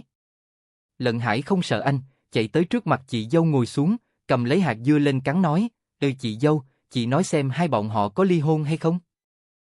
Chương 296, nháo ly hôn 3. Chị cũng không biết. Nam chính và nữ chính thật sự rất khó nói. Em cảm thấy có thể, chị không biết đâu cha mẹ Tần Duyệt Duyệt thật sự coi anh hai thành cây rụng tiền, chuyện nhà xưởng của anh ấy cũng muốn quản. Còn muốn đập thiết bị của chúng ta, sau đó em muốn báo cảnh sát bọn họ mới bị dọa mà chạy mất, thật sự chưa từng thấy người nào không biết xấu hổ như vậy. May mà anh trai em không cưới cô ta. Chị dâu, chị đúng là trời cao phái tới cứu anh trai em. Lận Hải cười nói, nhưng mà nhìn chị dâu nhà mình vậy mà ngẩn ra một lát, sau đó cười nói, ê chị cũng nghĩ như vậy. Lận Xuyên ở trong bếp tay cứng đờ, nếu mình không nhặt được Tô Tô ở trên núi sẽ xảy ra chuyện gì? Anh không biết, nhưng cảm thấy chắc chắn đời này sẽ không hạnh phúc. Đúng lúc này bọn họ đều nghe được bên ngoài có người gõ cửa, Lận Hải đi ra ngoài, vừa đi vừa nói, đi ai thế? Đối phương không lên tiếng, cậu đi tới mở cửa ra. Sau đó thấy được gương mặt cậu vô cùng chán ghét, trước đây ở trong thôn khi giúp cô ta làm việc thì cảm thấy cô ta có chút vô liêm sỉ, giống như cậu nên làm giúp những chuyện đó. Nhưng vì nghĩ dù sao cũng là người một nhà, cô ta là người từ trong thành phố tới không làm được mới cần người giúp. Nhưng hiện giờ nhìn lại, chẳng lẽ cô ta coi những việc đó là việc cậu nên làm? Cô có chuyện gì? Xuyên. Lận Xuyên có ở chỗ này không? Tôi tìm anh ấy có chút việc. Anh ấy không ở nhà. Không có khả năng. Tần Duyệt Duyệt cứ thế lao vào nhà, Lận Hải không thể lôi kéo với một đồng chí nữ, chỉ có thể để cô ta chen vào. Vừa đi còn vừa nói, để tôi nói cho cô biết, cô dám trêu chọc chị dâu tôi tức giận tôi sẽ báo cảnh sát bắt cô. Trong lòng Tần Duyệt Duyệt chua xót, lúc trước khi mình còn là đối tượng đính thân với nhà bọn họ mấy tên nhóc này rất thân thiết với cô ta, vừa gả cho anh họ bọn họ thì đãi ngộ hoàn toàn khác biệt. Vào nhà, thì thấy Lận Xuyên đi từ trong bếp ra, mà Tô Tô đứng ở trước cửa phòng lạnh lùng nhìn cô ta, trên cơ bản là không có ý tiếp đón. Nhìn thấy người tới, tự mình muốn kéo ghế ngồi xuống trước cửa. Nhưng mà Lan Hải vội vàng lẫy giúp cô, thái độ không khỏi quá tốt. Đồng chí Lận Xuyên, em có chút việc muốn thương lượng với anh. Tần Duyệt Duyệt nói. Có chuyện mau nói y không muốn nói nhiều với cô ta, nhưng lại sợ ầm lên vợ sẽ tức giận, cho nên tạm thời chịu đựng. Tần Duyệt Duyệt lập tức nói, Tề Đông Hà muốn ly hôn với em, anh ấy lấy thư giới thiệu trong thôn trở về, nói muốn nộp cho trường học. Rất tốt, đây mới là đàn ông. Lận Xuyên gật đầu, cảm thấy hành động lần này của em họ không khiến anh thất vọng. Gương mặt Tần Duyệt Duyệt đều tức đỏ, cô ta há miệng THGC, những lời nói sau đó đều bị Lận Xuyên chặn trở về, không nói được một câu nên lời. Mà Tô Tô ngồi bên cạnh xem kịch vui thì bật cười thành tiếng, cô không ngờ tới người đàn ông của mình lại độc miệng như thế, ách không, là ngay thẳng, đúng là ngay thẳng. Tần Duyệt Duyệt quay đầu nhìn thoáng qua Tô Tô với vẻ u oán, nói tiếp, từ xưa đều khuyên làm lành mà không khuyên ly hôn, hy vọng mọi người có thể giúp tôi khuyên nhủ Lận Đông Hà. Lúc trước em cũng vì anh ấy làm nhiều việc ngốc, thiếu chút nữa mất đi tính mạng, cho nên lúc này anh ấy không cần em như vậy, có phải sẽ tổn hại tới thanh danh của nhà họ Lan hay không? Không tổn hại, Lận Đông Hà đã đủ tốt với cô.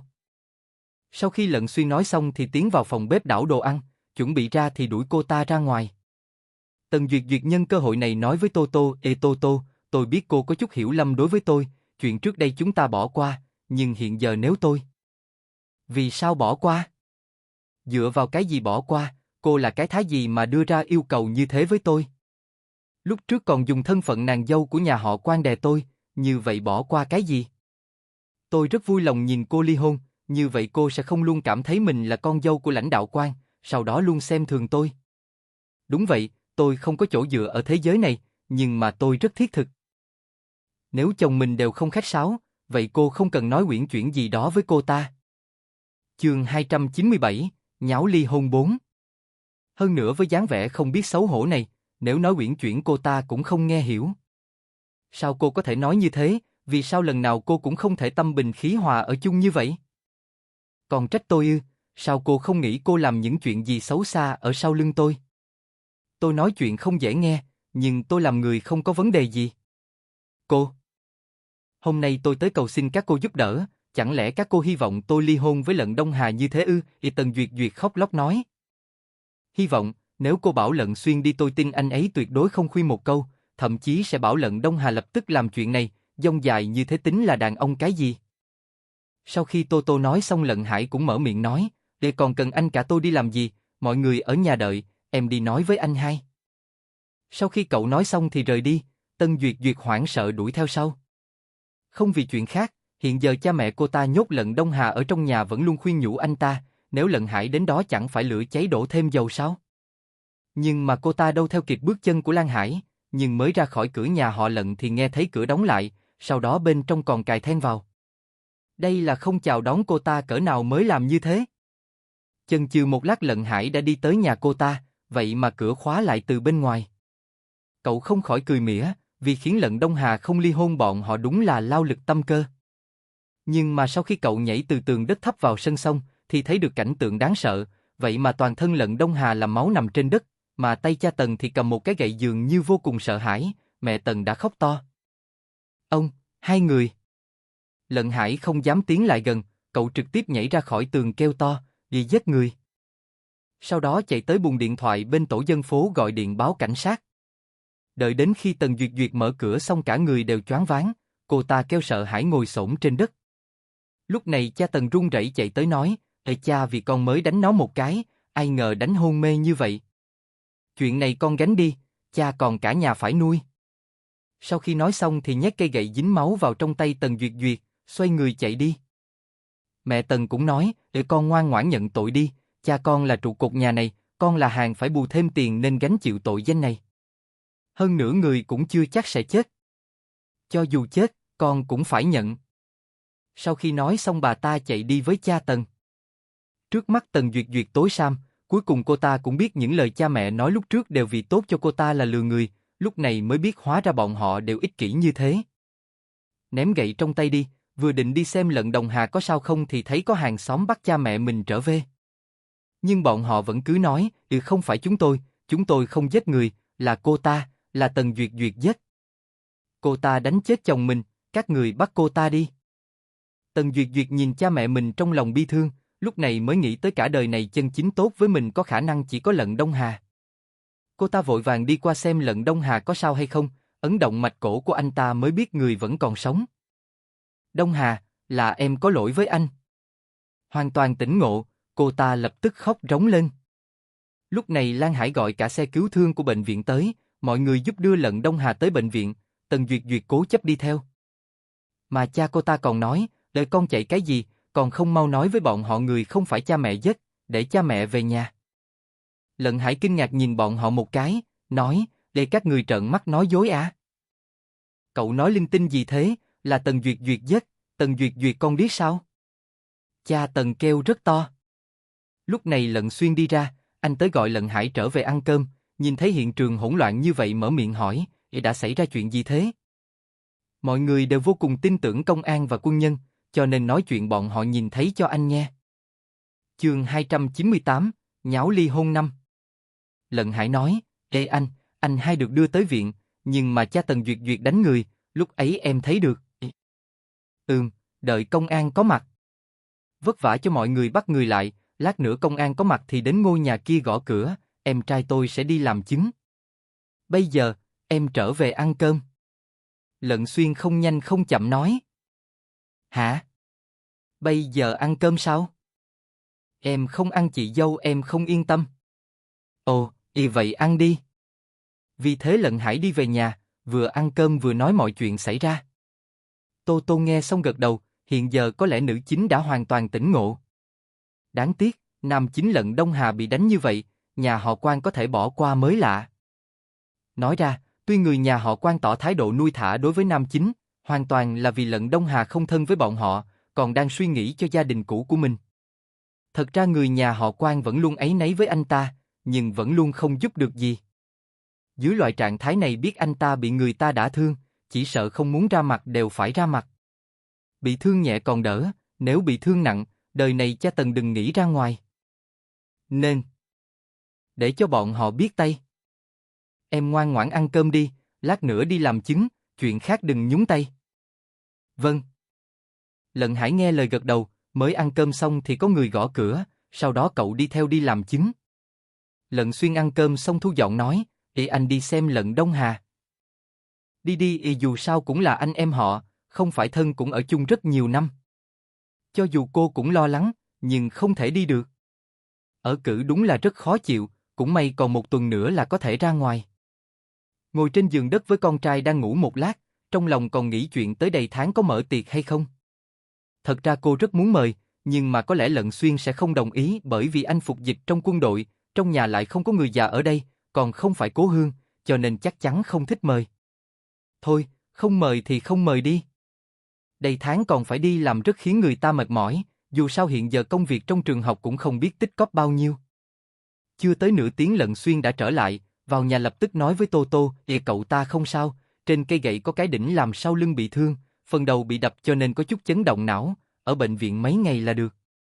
Người nhà họ Quan đều tới, đưa ra yêu cầu bọn họ ly hôn, sau đó Tần Duyệt Duyệt đồng ý, ly hôn sao?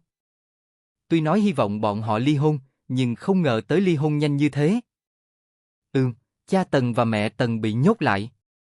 Bởi vì có Lận Hải làm chứng, có khả năng cha Tần bị phán tội cố ý đả thương người ta. Sở dĩ Lận Xuyên nói như vậy, là anh nghe được người nhà họ Quan nghiên cứu phương án. Nói cách khác, hiện giờ cha Tần còn chưa phán tội bọn họ đã nghe được làm thế nào phán người ta nặng nhất. Không ngờ tới, chuyện này đã trần ai lạc định. Sau này tốt nhất là Tần Duyệt Duyệt nên kẹp chặt đuôi làm người, nếu không luôn có người khiến cô ta biết vì sao hoa lại đỏ như vậy. Cô thở phào nhẹ nhõm vì nhà họ Tần bọn họ đều bị trừng phạt thích đáng, nhưng không ngờ tới mẹ Tần được ra ngoài, còn điên cuồng chạy tới nhà bọn họ tìm Lan Xuyên. Cách cửa quỳ gối ở đó, dập đầu bức Lận Xuyên đi ra ngoài. Đúng là vô cùng ghê tởm, chưa từng gặp người nào ghê tởm như thế. Nếu Lận Xuyên không đi ra thì đúng là hình tượng không được tốt, dù sao có người thấy được còn tưởng anh ức HP bình dân áo vải, đến lúc đó sẽ không tốt đối với thanh danh của Lận Xuyên, không cẩn thận phía trên còn phái người tới điều tra. Lúc này mọi người đều rất quý thanh danh, tham gia quân ngũ càng như thế. Anh cau mày đi ra, nhìn thấy mẹ Tần quỳ gối dập đầu, bốn phía còn có vô số người xem náo nhiệt. Tôi không nhận nổi đại lễ như vậy, bà mà còn làm vậy tôi sẽ bảo người báo cảnh sát đưa bà y. Anh làm người rất lạnh lùng, căn bản sẽ không nói mấy lời nhẹ nhàng dễ nghe. Chương 299, lỡ tay. Nhưng mà anh cũng không ngốc, lập tức nói tiếp, chồng của bà giết người chưa thành mọi người đều biết, cho dù bà dập nát đầu ở đây tôi cũng không có khả năng cứu ông ta. Tôi là quân nhân, không trực tiếp nghiêm trị ông ta hoàn toàn là tôn trọng pháp luật. Tô Tô vốn còn lo lắng, mặc thêm áo đi ra nghe được mấy câu. Đột nhiên thấy Lận Xuyên quay đầu lại, nhíu mày nói, em vào nhà đi. Ồ, Tô Tô chỉ có thể vào nhà, sau đó hoàn toàn không biết từ nay về sau cô có một danh xưng sợ chồng. Mẹ Tần ở ngoài cửa nói, tôi không cầu xin cậu cứu ông ấy, chỉ muốn cho các cậu biết người đánh là Tần Duyệt Duyệt cũng chính là con gái tôi. Chỉ vì cãi nhau chuyện ly hôn với chồng mà mình không muốn ly hôn, cho nên mới lỡ tay đánh người ta bị thương.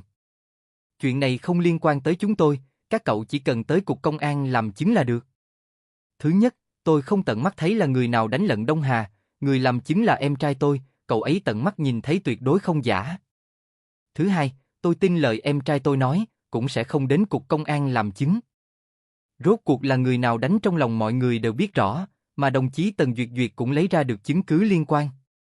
Thứ ba, bà tìm nhầm chỗ rồi, hai nhà chúng ta không thân cũng chẳng quen, tôi dựa vào cái gì phải bị bà dập đầu như vậy? Nói mấy câu nói rõ hết mọi chuyện, sau đó nói với người xung quanh, người phụ nữ này không có bất cứ quan hệ gì với nhà chúng tôi, chẳng qua là em trai tôi thấy chồng bà ta đánh người mới tới cửa cầu xin. Sau này, cho dù bà muốn tự tử hay quậy phá trước cửa chúng tôi đều mặc kệ. Sau khi nói xong, anh xoay người rời đi. Cậu đừng đi, tốt xấu gì lúc trước con gái tôi cũng từng đính hôn với cậu. Những lời này của bà đúng là mâu thuẫn, người ta từng đính hôn với con gái bà lại bảo cậu ấy đi tố cáo con gái bà đánh người ư? Một người qua đường chật chật một tiếng nói, cuối cùng hôm nay ông ta cũng mở mang tầm mắt cái gì gọi là không thể nói lý. Lận Xuyên lập tức nói, lúc trước từ hôn là con gái bà chủ động không liên quan tới tôi, hiện giờ tôi đã kết hôn bà còn nói như vậy là có ý gì? Vậy cậu muốn tôi làm sao bây giờ, hai nhà chúng ta cũng coi như là có giao tình. Không, không có giao tình chỉ là nhà bà dùng con gái thay đổi phương pháp vào thành phố mà thôi. Lận Xuyên cười mỉa một tiếng, nói rõ hết mọi chuyện xong anh đóng cửa lại. Mẹ Tần khóc lên, vì nếu cậu không giúp tôi sẽ treo cổ ở cửa nhà cậu. Lận Xuyên nói, vậy nếu bà không nói lý như vậy tôi chỉ có thể báo cảnh sát. Anh sợ vợ mình bị dọa đến, vì thế cầm khóa và chìa khóa ra. Khi mẹ Tần cho rằng anh thay đổi chủ ý, thì thấy anh khóa cửa lại, sau đó đi thẳng về bên trái, nhớ rõ Lận Hải nói báo cảnh sát cũng đi về bên đấy. Cậu đi đâu thế? Bà ta sợ tới mức vội vàng đuổi theo. Bà tiến hành QHP ở cửa nhà chúng tôi có thể báo cảnh sát. Lận Xuyên là một quân nhân biết lúc này không nên ra tay, cho nên có thể mượn lực lượng khác là tốt nhất. Mà loại người vô cớ gây rối này, bạn phải dùng biện pháp thô bạo đơn giản như vậy mới có tác dụng nhất. Mẹ Tần thấy Lận Xuyên nghiêm túc thì muốn chạy, nhưng mà Lận Xuyên lại nói với mọi người, mọi người mau ngăn bà ta lại, công an tới rồi nói. Các người đừng cản tôi đi tìm con gái tôi. Bà ta phải đi tìm Tần Duyệt Duyệt nghĩ cách, dù sao cô ta cũng là sinh viên. Nhưng mà khi kéo cửa nhà Tần Duyệt Duyệt thì phát hiện bị khóa trái, con gái của bà ta ở nhà nhưng không để bà ta đi vào. Mẹ Tần ở bên ngoài kêu lên, Tần Duyệt Duyệt, hàng bù thêm tiền này, không đi giúp cha mày còn trốn ở bên trong không ra, lập tức mở cửa ra, nếu không tao tới trường của mày tố cáo mày bất hiếu. Tần Duyệt Duyệt ở bên trong nói, đi, con vẫn luôn vay tiền khắp nơi, vất vả lắm mới có ngày lành cha mẹ lại tới gây chuyện, bắt chồng con mua nhà cho em trai của con còn mua 2 căn, chồng con tức tới mức muốn ly hôn với con, hai người lại đánh vỡ đầu anh ấy. Hiện giờ chúng con ly hôn, hai người vừa lòng chưa? Không, hai người chưa vừa lòng. Hai người cảm thấy mình ngồi tù không tốt, muốn đẩy hết tội danh cho con. Con cũng là người, cũng có trái tim. Chương 300, nhanh mở cửa. Có thể nói Tần Duyệt Duyệt là người thông minh, cô ta vừa nói như vậy lập tức đắp nặng ra hình tượng một cô gái ngoan hiền. Cái gì mà vì cha mẹ mình cúc cung tận tụy, đến cuối cùng còn bị cha mẹ hại. Mọi người vừa nghe, đều bắt đầu có chút đồng tình cô ta.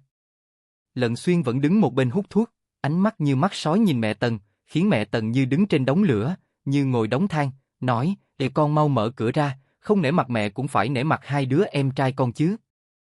Từ nhỏ con vẫn luôn nhường bọn họ, bởi vì bọn họ con không có biện pháp học hết cấp 3. Vất vả lắm mới dựa vào nỗ lực của mình thi đại học, mẹ còn nhớ rõ khi con về nhà ý nghĩ đầu tiên của hai người là gì không? Là nhường suất học đại học của con cho em trai. Nếu không phải giới tính khác biệt, tuổi của nó còn nhỏ chỉ sợ hiện giờ con cũng không được học đại học. Tần Duyệt Duyệt vừa nói vừa khóc nhưng không mở cửa. Mẹ Tần bị dọa đành phải chạy trốn, bởi vì không vào được nhà ở thành phố X bà ta lại không quen ai, nếu lại không vào được nhà thì bà ta chỉ có thể chạy trốn. Nhưng mà Lận Xuyên lại nói, vì nếu bà chạy trốn chính là chạy án, đến lúc đó tội nặng thêm một bậc. Lần này mẹ Tần thật sự hối hận vì đi tìm Lận Xuyên giúp đỡ, bà ta đúng là có bệnh chữa loạn, hoàn toàn không ngờ tới bây giờ trốn cũng không phải ở lại cũng không xong, chỉ trong nháy mắt khóc ra. Nhưng mà Lận Xuyên đứng một bên lạnh lùng nhìn, mãi đến khi người của cục công an tới mới nói chuyện của mẹ Tần ra. Cũng không đến mức bắt người vào tù, chỉ mang đi hỏi chuyện sau đó cảnh cáo, nếu lại đến cổng lớn nhà người ta UHP thì thật sự bắt vào tù. Mẹ Tần làm tới làm lui không tìm được biện pháp, chỉ có thể bảo Tần Duyệt Duyệt đòi tiền Lận Đông Hà nhiều hơn.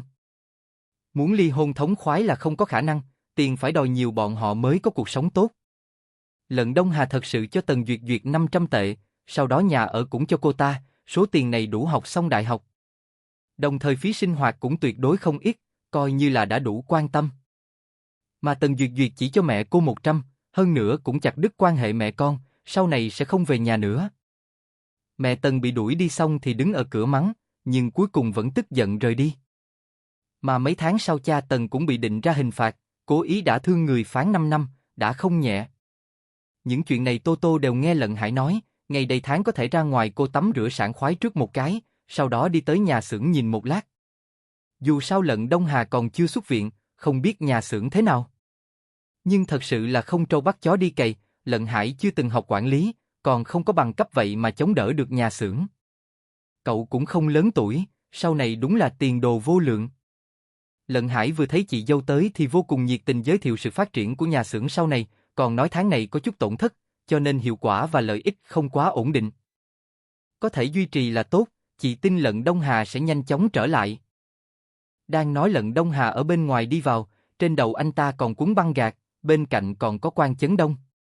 Anh ta nhìn thấy Tô Tô thì cười nói với cô, "Rồi, cô cũng ở đây à?" Y béo hơn nhiều, nhưng thoạt nhìn vẫn rất đáng yêu. Tô Tô gật đầu, sau đó nhíu mày nói, "Y hiện giờ nhà xưởng có Lận Hải là được, anh nghĩ thêm mấy ngày cũng không có người đuổi anh tới đây." "Không được, lúc trước Lận Hải nói muốn khai phá sản phẩm mới, tôi không thể lại nằm." Trong chuyện hôn nhân anh ta đã chậm trễ rất nhiều thời gian xử lý, cuối cùng sau này có thể toàn tâm toàn ý xử lý chuyện nhà xưởng. "Được, vậy anh tự mình cẩn thận, không thoải mái thì nghỉ ngơi một lát." "Lận Hải, em làm nhiều một chút, đừng để anh hai em nhọc lòng." "Vâng."